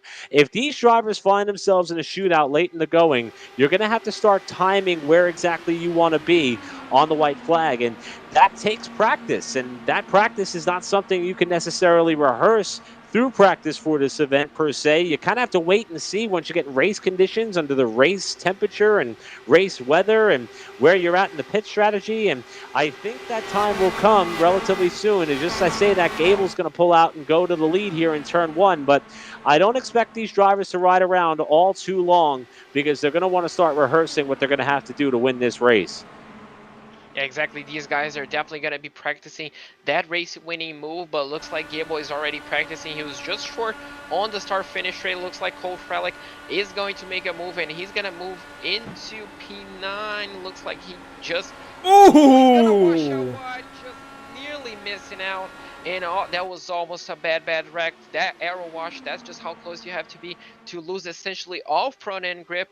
And that was extremely close, but looks like the 85 is not happy with that move, and he's going to be trying to get back on the lead. He's going to be looking on the outside, but just as he does that, Gable closes the door. So looks like we do have yet another battle for P1, but with two different drivers this time. Cole Freilich with a great example of arrow push in these IndyCar machines, and boy, And he almost took out the left rear of that 74 car of John Barry. Zach is sitting in behind Justin Gable. And again, this is where these drivers are starting to get content as Scottless Rambler is looking to run the Larson line here in Indianapolis. That's a line I never thought I would ever say, but you can see how much higher up the racetrack he's running, and it's working. And I think anybody that is running this race and tomorrow's IRL 500, or they're racing this evening or watching this evening, anything, they've got to take notes from that right there. Scottless Rambler is up the racetrack. He's using the front downforce that he gets from being in clean air up top to keep that car planted and run, well, in the throttle and just pick up speed. It's insane how it's working out for him, but it's working fantastically. Lindgren took the lead back that time in 1 and 2. Gable looked to the inside for 3, but thought better of it. And the race for the lead continues to intensify. I'll add on something that you were just talking about there, Andrew. You ever see, some of those stunt videos where they say, kids, don't try this at home? I'm borderline saying that to people about the line that Scottless Rambler has been running. I agree with you, though. People got to take note. It's fast. But boy, when we get to the end of the run, he is hanging on off the corner. But it's obviously paying dividends to him in some respect. He's worked his way to the front. He's made passes on the outside. He's lost ground to the leaders and been able to use that high lane to catch them yet again. And it must be that clean air that you were referencing on the front wing. As JP talked about earlier in the night, it might be a little bit easier on the tires as well because he's not holding it so tight on the bottom to keep pace with the drivers up front. He's certainly on to something, but he's also had a couple of moments that have been death-defying off the corner. And I'm curious if Liz Rambler could keep that up here, not only tonight, but tomorrow night as well. Well, he's definitely taking practice, but that's a high risk, high reward because that car looks like it could snap at any time. Is he looking on the outside of P2? Looks like not quite, but he's getting close. And we saw him doing this move, going on the outside and just passing like no one was there. Plenty of times here tonight, and well, don't be surprised if he does it again several times. He still has 2 cars in front of him, so he still has 2 targets on his heads-up display because I'm sure he wants to get into the P1 position. And once he does get on clean air, it's going to be interesting to see if he's still going to be running that top line or is he going to be going on the traditional racing line that we're kind of used to seeing here in Indianapolis. I'm noticing one driver starting to work his way through the field, much like Scottless Rambler earlier on. It's the guy who just passed this guy, actually. Aaron Smith just passed Daniel Falkingham out of turn number 4, and we're used to seeing Aaron adorned in that signature yellow. I forget exactly what the hex code is, but he's got it down to a science. He's not fully in yellow this evening. There is his number 70. He's got some red, white, and blue colors. I think some black on the side pods as well. But that VRS number 70 is quick, and it's starting to become more and more apparent. Now, he passed Emerson Arden back in that long run before Emerson's issues a little while later on, and did so very easily. Aaron's got speed. He's just got to wait for this race to come his way. And I think as we work and complete lap number 80, it's going further and further his way. And Aaron is somebody who was a very versatile racer. We talk about how good he was on the super speedways this year, was running very well at Daytona. We also see him run an asphalt modified tour where he does very well there as well and got one of his only wins on that BRP asphalt modified tour on a road course, have you. Also runs very well on the ovals. Now he's in his Indy car, and you're right. That's how we identify Aaron Smith. The big, bright yellows. Thank goodness, though, he helped us out with that yellow trim, not only on the mirrors, but also atop the windscreen and also the front and rear wings. So we're able to identify Aaron Smith pretty well, but he's also running that higher line that sometimes through the corners, and he doesn't appear too much in a hurry to try to get up there and mix it up in the top 5 just yet. So I think we should put him down as quietly, just like he did in Daytona opener this year with NORC, quietly emerging as one of the drivers to keep an eye on as the caution is out for a crash. Oh, looks like our previous race leader, looks like Fralick unfortunately got collected there, so we just got a glimpse of his name on his, essentially his cockpit, so we're just going to have to wait and see what happened to him, but not something we kind of expected to see. Unfortunately, I'm pretty sure he already taken his fast repair. Did he get loose again on the apex? No, not quite. He also didn't hit the outside wall. Look at the 42 making a run on the inside. Looks like on the run down into turn 1. Yes, it is. Is that 42 going to make a small mistake and collect? Oh, they essentially just, I'm not pretty sure whose fault. Oh, and as soon as he comes back on the track, it looks like the 69 had absolutely nowhere to go and completely shunted into his car. So Cole Fralick, who started this race off so well, and Keep in mind, he led us to the green flag. He took pole position in the NORC 500 way back in February. He's got a knack for these 500-mile races in the NORC iRacing series, but he's also had a knack lately for finding some way out of them early, and it's not necessarily anything he did wrong. Certainly this time, nothing he did wrong. But if you're Cole Freilich now, you've got to look back to hitting the attenuator. Could he have lifted and stayed behind Gable? I think so. And now, because of this incident, he has, well, and the incident with Gable, he's got no way back into this race. That car is destroyed. Elijah Gracia just got up into that 15 car and turns him around. Sheldon Lockie was that driver that came in a little bit later and got a piece of it. Let's watch this from first Elijah's on board and then Sheldon's. Yeah, that arrow wash is something that we've been talking about the last few laps, and here it is on full display. And also, it looked like Freilich was starting to come down a little bit, and oh man, Sheldon Lockie narrowly got through there, ripped the right front off the car. Significant damage for Lockie, who now had no way to try to stop that thing down in turn number 2. And just an unfortunate series of events here for a driver who's a favorite. And, you know, JP, I got to wonder, and you hate to go back and play the what-if game, but remember, Freilich elected to come down a second time to top off the fuel on that last caution. It put him back there against drivers he hadn't been racing with all throughout the night. And I know the night hasn't unfolded the way in which he wanted, but I'm wondering if that is one of the decisions that he may be second-guessing here tonight. Definitely could be. That's definitely something that's going to be on top of his head. At this moment, it looks like everybody now comes into pit road, and we might have a new provisional leader at this moment. But yeah, definitely, you know, he was used to running at the front. He was used to running in relatively clear air, and once you drop back, you get all that turbulent air. He just got a perfect run on the outside, and unfortunately, just a bit too much grip costed him. And well, unfortunately, that's going to see him out of the race. And yes, as you mentioned, that what-if game comes into play. But unfortunately for everybody, I guess, we see one last driver in contention for the race win. Cole Freilich, we heard from him earlier on. Certainly, I think I could say PO'd. I think that's a fair way to put it. Justin Gable, not happy with the way his race had gone and the way he had been raced by that 13 car. Now out of this one, Justin Gable sits in the 4th position. You have to wonder, I think I'm right there with you, Eric. You have to wonder what would have happened if he had kept racing. And I also feel like that move could have been to just, you know, we're going into that mid part of the race. You got to get through that mid-race hump, and you got to get to the back end. You got to start going down the mountain in order to win the race back down. I wonder if that was a move to try and take himself out of that high-pressure scenario with guys like Justin Gable, Scott List Rambler, Spencer Ray, and others. Unfortunately, oddly enough, the trying to stay out of all that mess gets him into a mess. Elijah Gracia tags the left rear of Cole Freilich, sends him around. That's a unique perspective on it. You know, you're up there, you're mixing it up with the guys for the lead all race long, gets you in trouble once, you live to fight another day, and then you're like, all right, I'm going to take myself out of this madness and maybe put myself in a better position late in the going. And it put him back in a position where, and honestly, you know, in Freilich's defense, he was kind of in a position where he was the car being passed. It looked as though he was trying to keep his momentum up a little bit, and the 42 just washed up and caught him. I mean, it was, you know, just an unfortunate way for things to wind down, and I hope that Freilich is in a position where he could shrug this off in time for tomorrow's race, because I think he's going to be a threat there as well in the IORL 500 that will take place. But boy, attrition, it's something that you have to keep in mind when you come to Indy and any form of motorsports and racing, and it's starting to rear an ugly head here in this NORC Indianapolis 500, as we've started to see now contenders from both sides of the field get kicked out due to crashes. Yeah, exactly. I'm pretty sure Freilich is going to be taking this as a practice run for tomorrow. Obviously, it's not the way I'm pretty sure he ended. He has 117 laps less than probably one of his few competitors for tomorrow.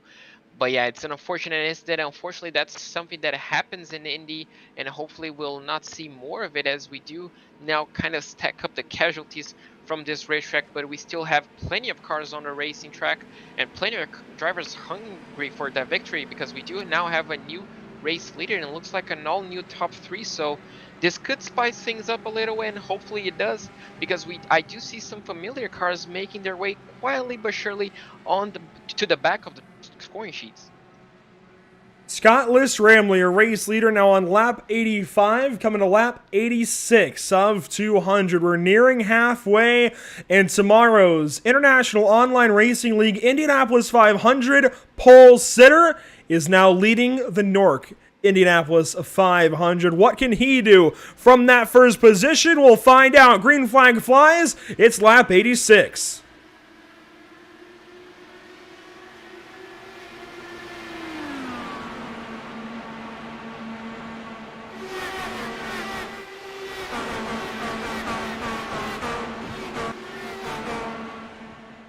Rocketing down the backstretch now. You see everybody single file for now. There's the move. Spencer Ray, he's in that race tomorrow as well. He dives to the inside. He takes the race lead to turn number 3.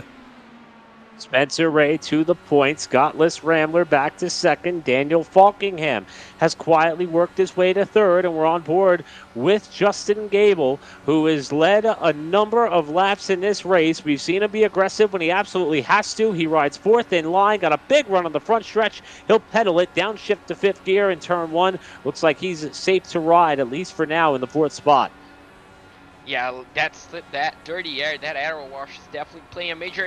Oh! It looks like he clipped the outside wall, and that might be big damage. Looks like his car on the outside, it looks clear, but that was a big hit at well over 200 miles an hour. And now he's going to be losing 2 places, looks like it, as he's going to be trying to hold around the outside. So it looks like no damage whatsoever, as he's still brave on the outside, as we do have 2 cars battling behind him. And well, that kind of nearly came into tears, but just didn't. Justin Cable's got to be careful after that one. You hit the wall once, it's very easy to hit it again. Aaron Smith goes straight by the yellow car of Zach Lindgren, and now he's on the gearbox of John Barry. He fights to the outside for a moment, can't do anything there, and Cody Miller passes Zach Lindgren. That yellow 85 is just falling further and further and further and further back. It was actually Williams that got by the 85 car. Look at these two, though. Barry on the outside, Aaron Smith follows in suit that time through their 6th and 7th. It's almost like Aaron Smith decided, I'm going to test this out here a little bit. Let me drive as aggressively as I absolutely have to do what I can to get closer to the front. And this time he's going to lift on John Barry just out in front of him. But that was after he made a beautiful overtake just a couple of laps ago to get around Lindgren. And now he tags the wall to Smith with the right side on the short chute. Looks like another driver clipped the wall. Luckily for him, looks like it's the same story as Gable. Not a lot of damage, but definitely that will... his heart will definitely keep a beat after that one. That's just the power of the dirty air. Sometimes you're perfectly fine, and sometimes you just understeer into the wall. But luckily for him, that seems to just be a slight kiss on the wall. So it looks like no big damage. As well, it looks like we do have a massive train battling for essentially P3 as the top 2 star. They slowly start to check out from the rest of the grid. Well, this is exactly what we should expect, I think, for tomorrow night. Spencer Ray, Scottless Rambler, they are up front. Now, of course, in that race tomorrow night, you've got to interject guys like Rick Ray Vaughn. I think you could even consider possibly Trey Patton, Trey Shuttlesworth, Corey Vexford, some favorites to get up there as well. But John Barry and Aaron Smith mix things up into turn 3. You've got to watch out for Spencer Ray and Scottless Rambler tomorrow night in the IRL Indianapolis 500. And here in the NORC Indianapolis 500, they're showing why you've got to watch out for them. Spencer Ray leads. This is lap 90 now complete.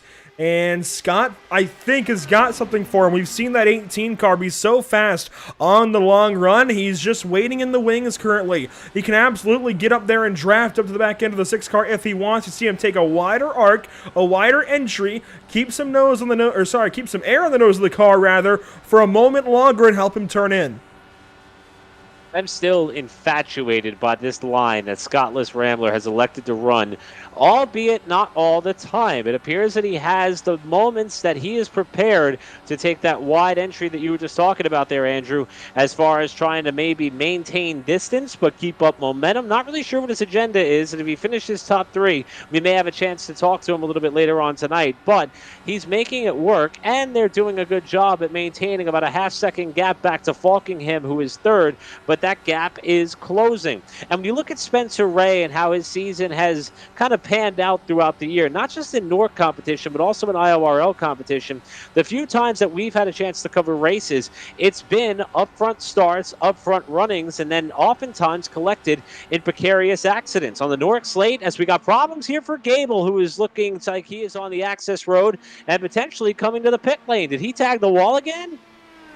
I'm not really sure what happens, but he's feeding back into the race. No, he's coming into the pit lane. So something happened with his car with the number 13, and we're not really sure what happened. This could be a result of that contact with the wall, but he's coming in slowly, and he's going to be losing a lot of time once our race leader looks like he's going to be feeding off into the last driver in the lead lap, and that's just unfortunate to see for the number 13. 32 laps led this evening, and that might stop here. Started first. He's been as high as first, obviously, with the race lead. Misses his box ever so slightly. And in the pit lane, I'd imagine this is likely for some repairs, if not a fast repair. Let's take a look back and see if there was anything that prompted this pit. I can't imagine. I didn't see him stop on the racetrack or anything. I know he was racing with a couple of these other drivers, but we'll go back, we'll find out. So this is Justin Gable, just in behind Daniel Falkingham. That's out of turn number 4. This is down the front stretch. You see those snake. David Schutzen behind, John Barry back there as well. The issue, I think, is going to come in turn number 2. So he fights to the inside of Daniel Falkingham for 1. Side by side, that's always close. Does he possibly just get tight in behind somebody? I mean, it's, I think, the most obvious reason, and yeah, he just got tight, slaps the outside wall, and that, I think, is a fair reason to prompt a pit, and Daniel Falkingham has just had a problem. We've got a caution flag live.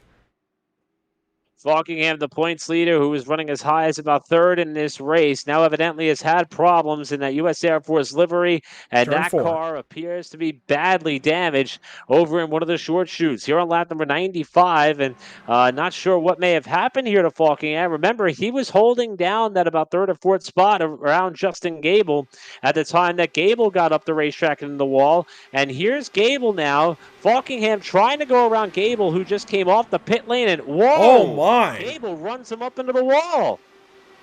That was extremely odd to see, and unfortunately for the U.S. Air Force livery, unfortunately, that was a big contact. I'm pretty sure that completely broke his steering, at least on one side of the car. We're going to take a look at another replay, probably to check out once again what happened, because we're not really used to seeing, as you're going to see on the, he just makes a move on the outside, as you can see. That Toro Rosso livery car is just coming into the access road. He's going to be feeding off just ahead of him.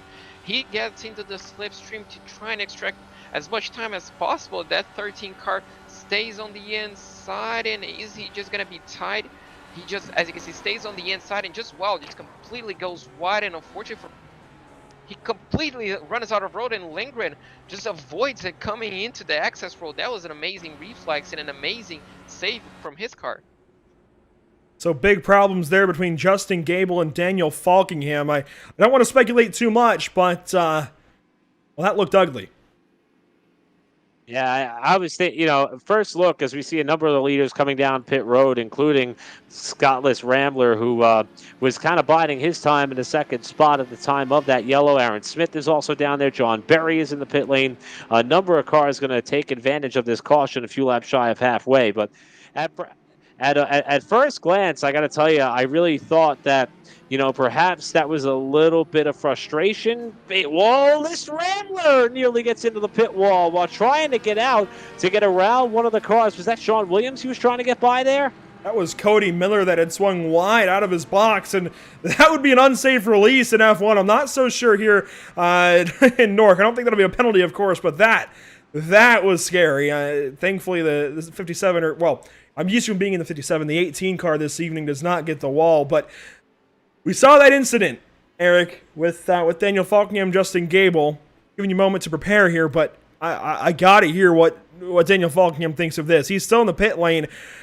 I don't know that car is going to get back rolling with, he takes a fast repair. I don't think that car would get rolling without a fast repair. He uses it there. Let's get his thoughts. We're going to get a chance to talk to the drivers who won 3 races on the NORC slate. Daniel, we saw the incident down in turn number 3. Looked like Abel was coming out of the pit lane. You two were awfully close a couple laps prior when he got up into the wall. What do you think happened down there in the 3rd corner? Gable not knowing what he's doing, which he pretty much doesn't know what he's doing most of the time anyway. So that's unfortunate. So we lost the fast pair. I guess he just forgot how to drive on cold tires and just threw us into the wall. I mean, I don't know what else to say, but yeah, unfortunate. And we unfortunately lost the lap and all that because I had to tow because my car got stuck down in turn 4 or whatever it was. So yeah, thankfully we still got half the race left to hopefully make this lap up, which, considering how this race has been going so far, I think shouldn't have a problem hopefully getting a lap back. You have been very patient tonight, and it's been noticeable, but also very fast. You mentioned you got half the race left to go. Do you think you still got a shot at this thing? I think we got a good shot as anybody who's still got a clean car and is still in the lead lap. So hopefully we can just ride this out because I don't think this will be the end of the yellow because we're all going to get all bunched back up again. So we'll see what happens here, but we're definitely not out of this thing yet. We just got to stay out of trouble and hopefully you can get a lucky dog. All right, Daniel, we appreciate you taking the time and chat with us, and hopefully we'll be talking a little bit later on tonight. Good luck, buddy. Yeah, appreciate it, bud. And again, that's Daniel Falkingham, who's just involved in that most recent caution, the driver who comes into the night. When we look at the NORC points-paying portion of the season, again, this race, a non-points event for the NORC Indianapolis 500. 3 wins on the season. He's been in command of the championship point lead for a very long time. And you got to look at him here. 23 markers over the reigning champion, Zoltan Herczeg, who is not in tonight's field. David Schutt, third. Chad Oxendine, the most recent winner, 2-time winner on the season, fourth. And John Berry in the top 5. And we expect this championship battle to continue to rage on once we get to the iRacing Super Speedway 1 week from tonight. But when you got that level of momentum on your side and you're running that well, there's a look at our schedule for the rest of the year. Race number 9, 1 week from tonight at the iRacing Super Speedway, then some short tracks, an intermediate, more Super Speedway action. This NORC slate is out of this world incredible, and so far Falkingham has been the guy to beat, and with a little more than half the distance in this race left to go, he thinks he's still got a shot to come back from this bit of adversity. As we get set for the restart, it sounds like he'll be getting back going 1 lap down, but he will have a chance at a bit of redemption here as Andrew, we're getting set to get this race back underway. You see the field come through turn number 4. Barney exchanges flags, and the pace car will head down to the safety of pit lane once more. Spencer Ray, now your race leader for the first time on a restart. Lap 97 quickly becomes lap 98, and we're back green from Indianapolis.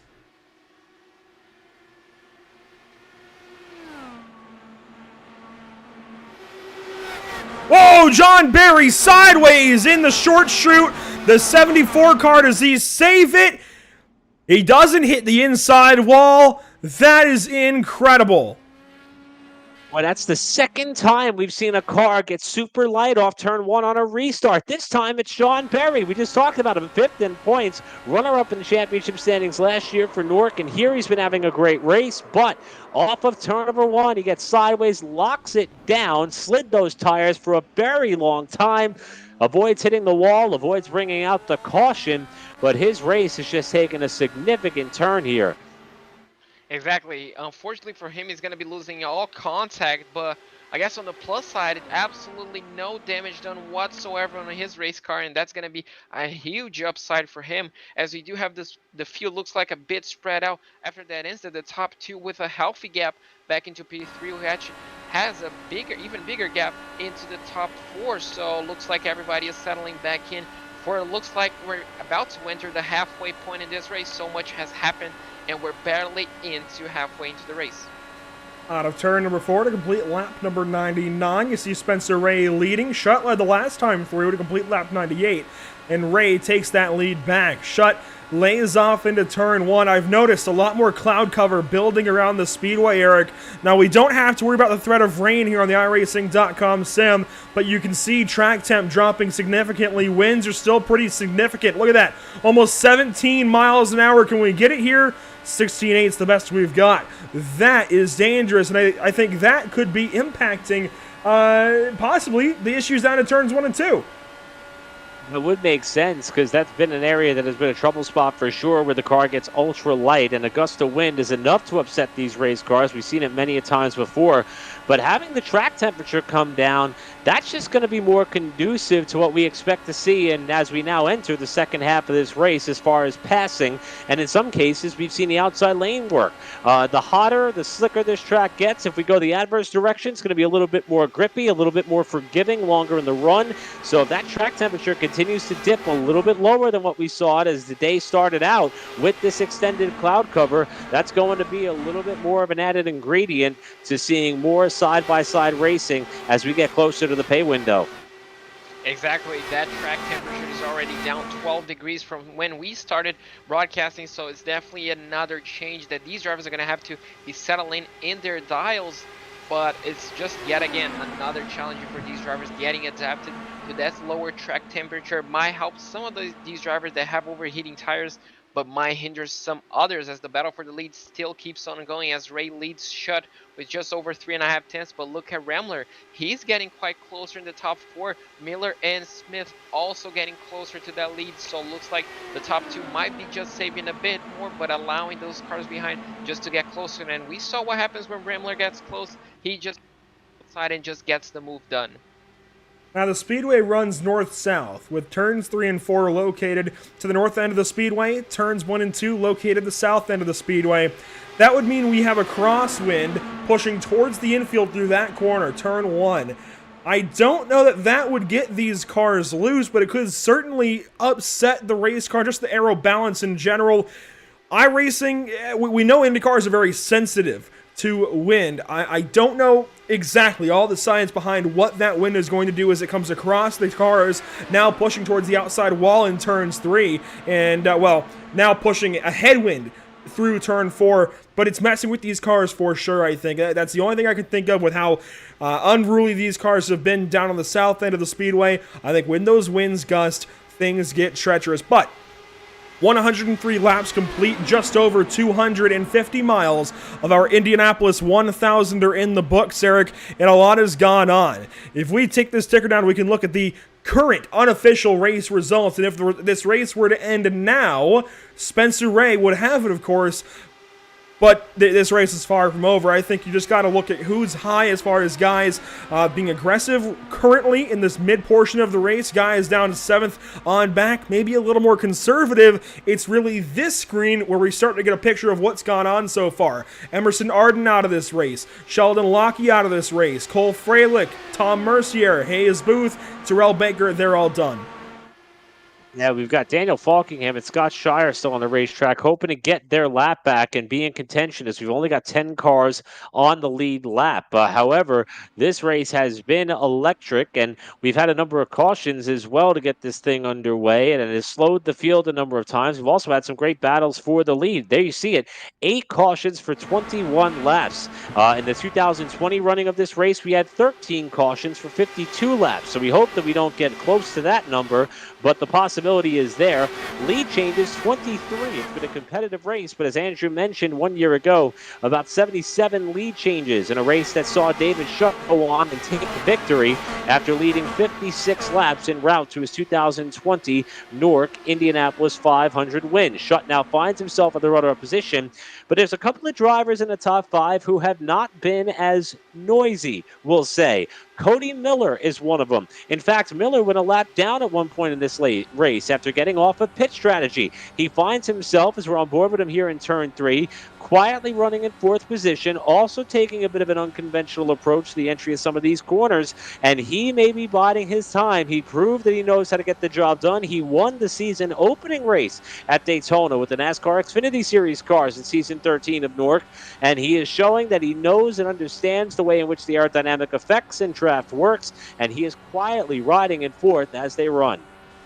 Cody Miller is just showing an excellent show of patience at this moment in time. He's just biding his time, saving his tires, and I'm pretty sure he's saving just a tiny bit of fuel that might help him out in the long run, as he's just observing the top 3 essentially battle for position, as Shutt looks like he just kind of gets close to our race leader Ray, but cannot get the move quite done, cannot get the run, and Rambler just behind him exactly the same. So it looks like the top 3 might be sticking for position right now. We're just gonna have to wait and see if Shutt can get a nice run. He looks Looks like he's closer. Will he dial down the engine? No, looks like he's going to be going the outside of turn 1. He just kind of backs off of it, and it saves a bit of fuel. So once again, rinse and repeat. Ray's going to be leading yet another lap, but that lay down from Schutt might give Rambler a shot as they head into the back straight.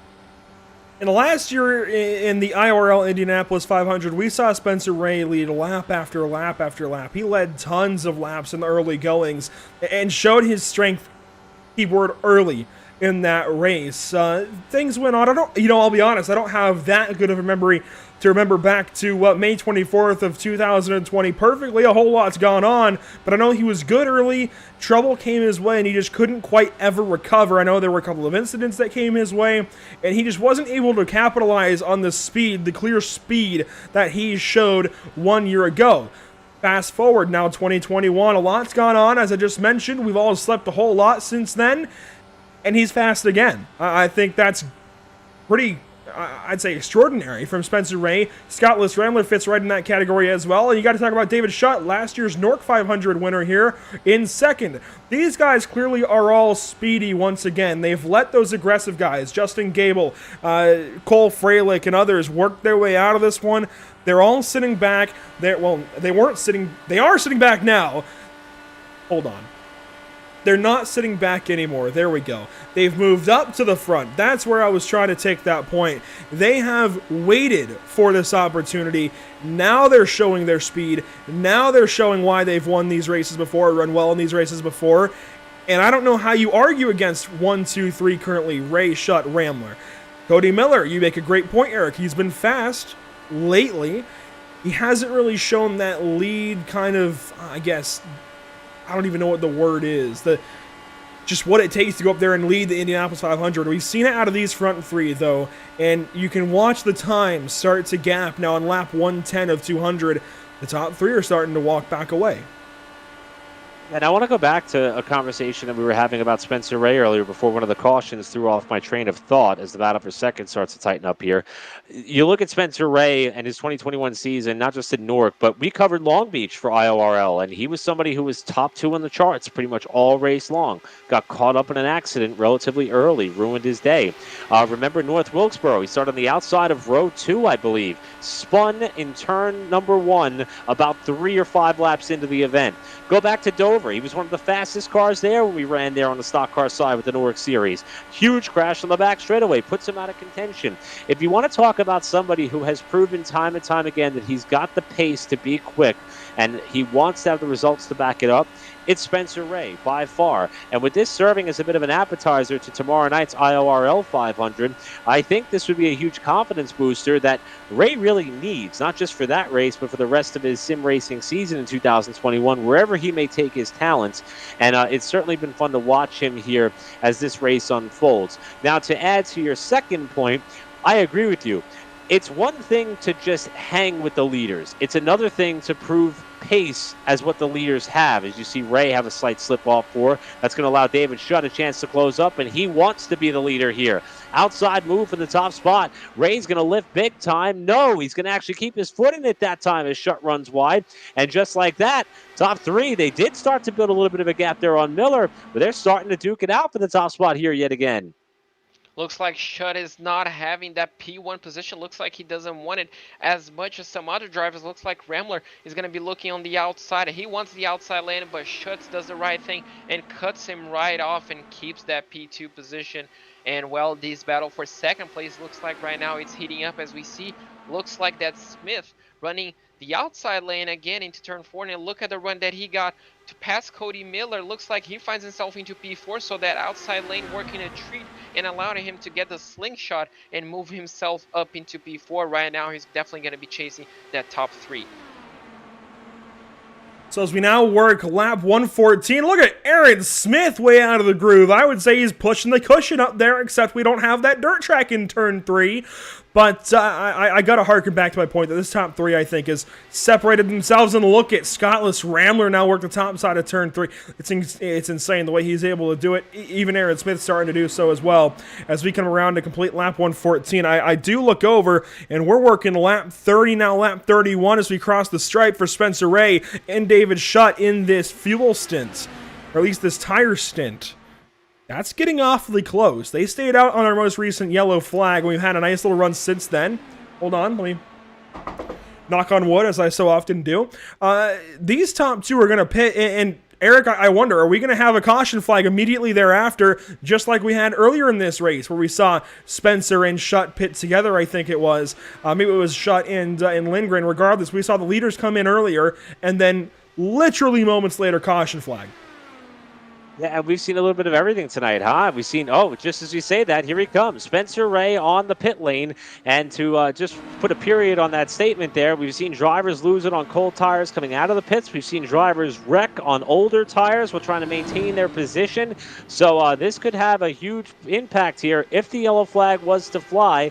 And Spencer Ray is hoping that if it does, that he gets out before the lead pack comes back around. But the driver who had the lead at the moment that he elected to come down here in that Sonny's Barbecue livery and Spencer Ray, looks as though he's going to be getting himself a new fresh set of tires. They'll top off the fuel and send him back out. One other element that I happen to notice here is that Daniel Falkingham, who was the first car one lap down, is now shown 3 laps down on the pylon. Not sure what happened there to put him back 2 more, but Scott Shire would be the recipient of getting the free pass if that yellow flag would happen to fly at this point in the race. So Falkingham's bad night got a little bit worse, but as he mentioned, the way that caution seemed to fly here, he's not out of it just yet as the top 3 accordion back together, which shut the leader. Looks like the top 3 might have saved a bit of fuel running in that slipstream, running that dirty air. Looks like Rambler got a bad run out of turn 2, and he might lose even 3rd place at this moment in time as Miller goes down the inside. Now the question is, can Rambler hold him off? And the answer is yes for the time being. So it looks like Rambler losing a bit of ground as Smith right now finds himself in P2, and the whole grid continues not to stop. So that main disadvantage of running in the lead is you're punching the hole through the air, you're running at 100% pace, and that's just gonna, your car is just gonna drink more fuel. And unfortunately for Ray, looks like he's not only 1 but 2, maybe 3 laps down on the strategy in comparison to these guys. Spencer led a lot of laps in that most recent run, and we see him pit earlier, I think, for 2 reasons. He could be working this race in reverse, and he could have this calculated out in case this race goes green from this point on. And that's an endurance racing technique where you work the race backwards as far as stint scheduling and when you come in for fuel and everything else. I learned that one from David Levine. Big shout out to him. But he could either be working this race in reverse, or we're seeing Shutt run longer because Shutt was in the draft of that 6 car for so long in that run to these impending pit stops. As wow, Rambler gets right up to the back end of Smith, and he was looking for a hole to the top side. There's no way that's going to happen. Smith shuts the door and stays in 2nd place, but I would expect Shutt in the next couple of laps regardless, and then we'll see everybody else come in probably 10 to 15 laps later.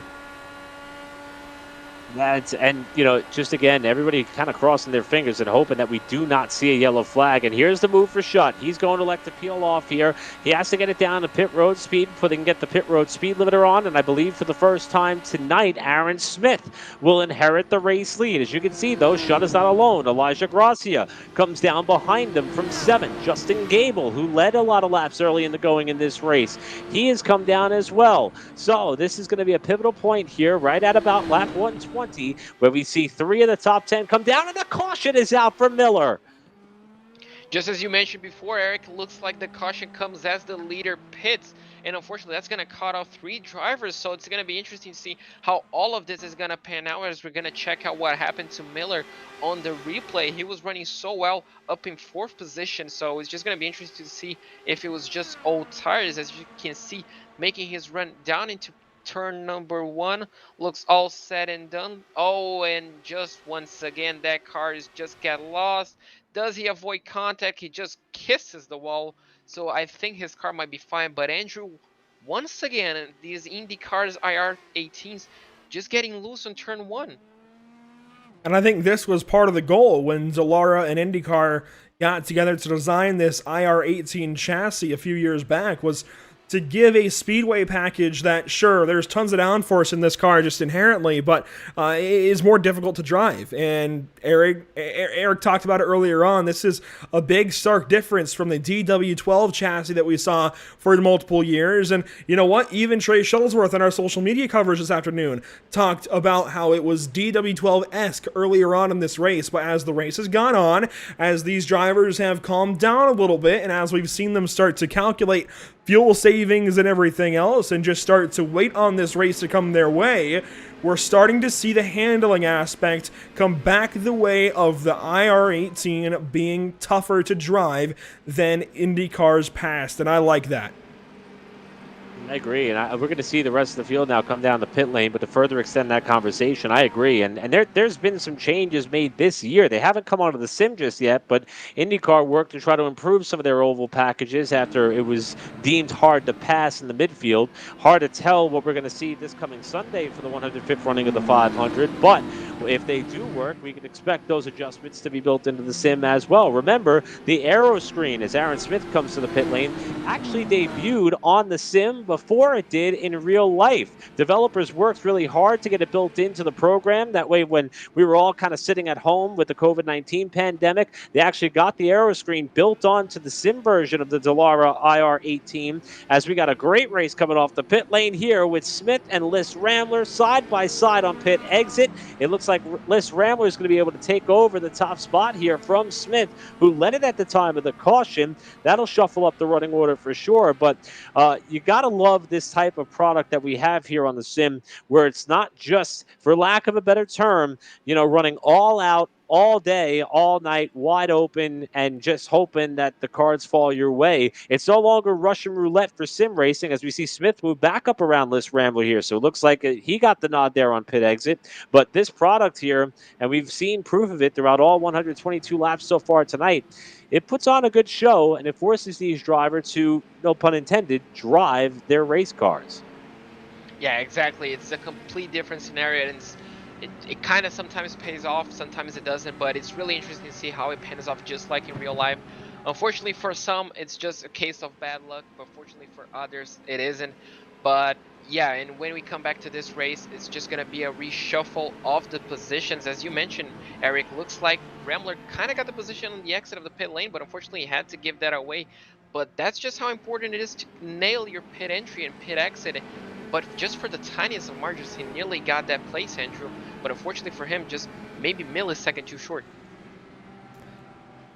Well, we'll see how it all shakes out on our latest restart. This will be about lap 124, it looks like, of 200. But under this caution flag, we'll take a quick moment to talk with a driver currently running in the 5th position, getting ready to restart in that number 89. Sean, first thing I notice is that is not a Taylor Swift livery. Nah, man, we got the Rich Energy Haas out for this one. Well, it's worked pretty good for you so far. You've been as high as 4th position. You started 11th, and you've worked your way up and been quiet today.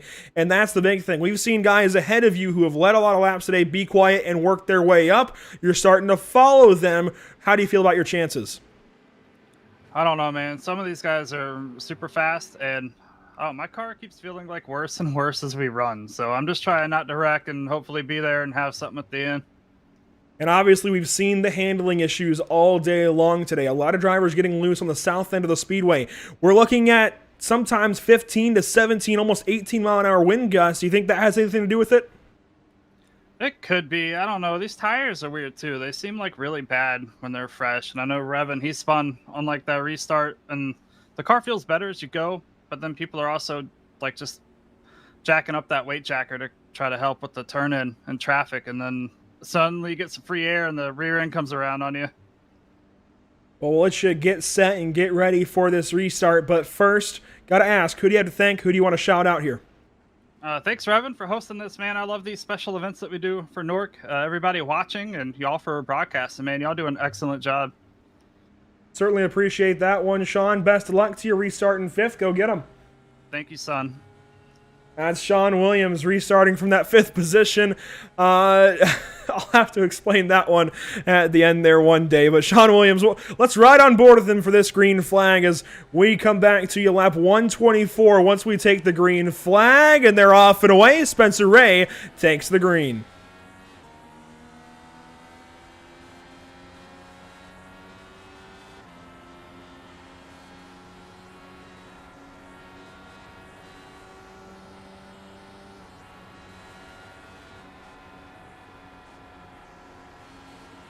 And out of turn number 2, you see the leader, Spencer Ray, take these guys down to the bottom of the backstretch. You got to follow that IndyCar snake, and you got to just try and chase the draft. They're just chasing the slipstream. You see Sean do it down the backstretch. Now, he has fallen quite a ways back of Scottless Rambler. He's still in that tow, but he's going to have to work pretty hard to work his way up there. Meanwhile, wow, Spencer Ray has got a new driver to contend with, Elijah Gracia, fighting for the race lead, and across the stripe, Elijah leads. Gracia with the advantage on the outside. Ray's going to beat him down in the corner, wash up a little bit on the exit. That's going to pull Aaron Smith and Scottless Rambler up into the mix as well, 3rd and 4th. Remember, Elijah Gracia, not a name that we've talked about all too much here tonight. He was involved in the crash with Cole Freilich earlier on, but the pit strategy and the timing of that car being on pit lane at the same time as Ray has now put him up in a P2. What does he have for the leaders as he looks high, looks low, now ducks back in line? Looks like Gracia is running a bit more aggressively than the drivers behind him. He definitely wants to lead some laps as he gets into the slipstream of Ray. He's going to be looking on the inside of turn 1. Can Ray hold him around the outside? Looks like he's just going to back off as these drivers head into less than 75 laps remaining. So these guys definitely want to keep it green and keep their car clean, as now Gracia leads half a lap at this moment in time. Hopefully he can lead the full lap, but as you mentioned, Eric, he's not a name that we talked a whole lot about, but look at him right now, leading off Ray and Smith in 2nd place, as Rambler looks like he has to defend from Willens and Barry right behind them. Elijah Drew Gracia, if you don't know him, he runs a league that we used to cover here on Pit Stop TV, SRCA, Sim Racers Club of America. And in that Thursday night league that I think runs year-long, what do they run? Well, they run Pro Mazdas. They run IndyCars. They have run IndyCars a lot. Now, I don't think their IndyCar series is currently active. Their Pro Mazdas definitely are. That's their signature series. But he's got tons and tons of experience racing around some of these drivers in these cars. Some of those drivers would be Spencer Ray, Aaron Smith, Scott Rambler, even guys like John Barry on occasion. I'd say you can put Daniel Falkingham certainly in that list. Sheldon Lockie, Cole Freilich, Tom Mercier. So many drivers that Elijah Gracia has tons of experience racing against in the IndyCar. It makes sense that he starts to work his way up. Now, drag race to the line. Gracia gets that one, I think. It may have gone to Rain. It looks like it, well, I don't know. That battle's going to continue on here with Ray now looking outside. Gracia down low. He went to Never Land. How did he keep it off the wall and still have enough momentum to follow Gracia down to the bottom of the racetrack? Boy, that would have been a huge crash if it wasn't for Spencer Ray and his amount of car control he had off the corner, and he's going to flirt with that 3rd groove again out of 3. That was extremely close, but that looks like cannot dent his confidence whatsoever, as he's still trying to find a way back into P1. So definitely Ray is more comfortable in that leading position as he now pulls into the inside and just across the line. Looks like he makes the move down into turn 1. Looks like Gracia will have to kind of feed up in the back of him. He's definitely close. Looks like Ray goes a bit defensive. That's going to allow Gracia to kind of get a run on the outside, but he kind of does get shuffled off. But look at him on the slipstream, just getting that tiny bit of clean air, essentially just punching a hole. He's going to be looking on the outside of turn 3. Looks like they're going to be going side by side, and that's going to continue into turn 4, and I'm pretty sure on the start finish straight, as looks like Gracia got the run on the outside and he might make it stick.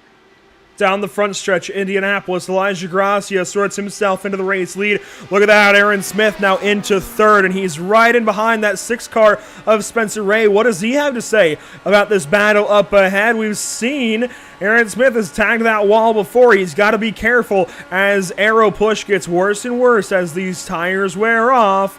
70 laps will remain this time by the start-finish line, and I got to wonder as well, what about pit stops? I don't think we're good to the end as of our most recent caution flag. Certainly, Elijah Gracia, Spencer Ray, who pitted a little bit earlier, they're not good to the end. What do these guys do? When do they come in? That pit window is going to open up soon to make this a two-stop race. I would say probably come in at about 10 laps. Seems like a good idea there, as John Berry had a look down low on Rambler with the top three still nose to tail on board with Berry here, and that's gonna play a huge role in this. And the one thing to consider, I'm surprised that Grazia is so set on trying to lead this field, because he is in fact burning a lot more fuel. Ray, though, doesn't seem to mind. He continues to poke the nose up out high as the defensive driving starts to multiply. Now here comes Rambler using that top side of the racetrack, blows by Aaron Smith for third. That is someone who has perfected the second lane. It's the driver you're on board with, Scott List Rambler, with a power move on the outside of Smith, while Spencer Ray goes low for the top spot at the line. Looks like double move for position as Ray goes down the inside and makes the move stick. Oh, Rambler got kind of loose on the mid corner and exit, and look at him again getting also loose, but just those small corrections keep his car pointing in the right direction and away from the wall. But due to that, he's going to be under pressure, as look at that McLaren livery just pulling down the inside and making a double move as Barry moves himself all the way from 5th to 3rd. But look at Rambler once again on the outside and just misses the wall, but he's on the outside again, and he's probably going to be getting the run. Can Barry hold him off his drag race? But look at Smith behind him. Boys, we've entered the point in time where these drivers want to go. We had a little while where things had calmed down. I think that's over. John Berry pulling some big-time moves. Now, he works on airplanes in real life now, but he was making some moves like he was in an airplane, in a fighter jet. Yeah, he's darting all around the Indianapolis Motor Speedway, left, right, up, down, hit right trigger, hit the right button, the joystick, whatever. He's working on some cheat codes back there in the 5th position now, but Justin Gable is all over the back end of that gearbox, and the 13 car is back in this conversation. Boys, we've got an epic ending to this NORC iRacing Series Indianapolis 500 on our hands, and it all begins now as Spencer Ray takes the lead back in turn 1.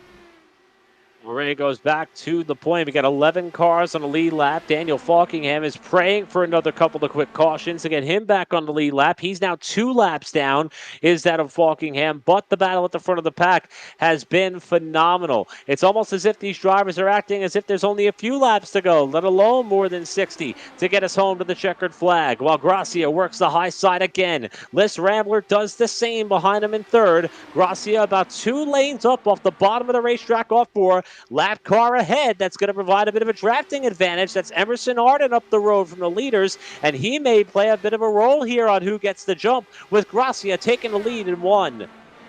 Gracia taking the lead, Ray settling into 2nd, Rambler getting also close to the 2 of them. As you can see, these view back from Emerson Arden. He's trying to run away from the top 3, but they're battling and they're getting the slipstream from one another. It's just a matter of time as Ray now looks down the inside of the back straight. He's going to be getting the position done from Gracia, as he cannot hold it back around the outside at this moment in time.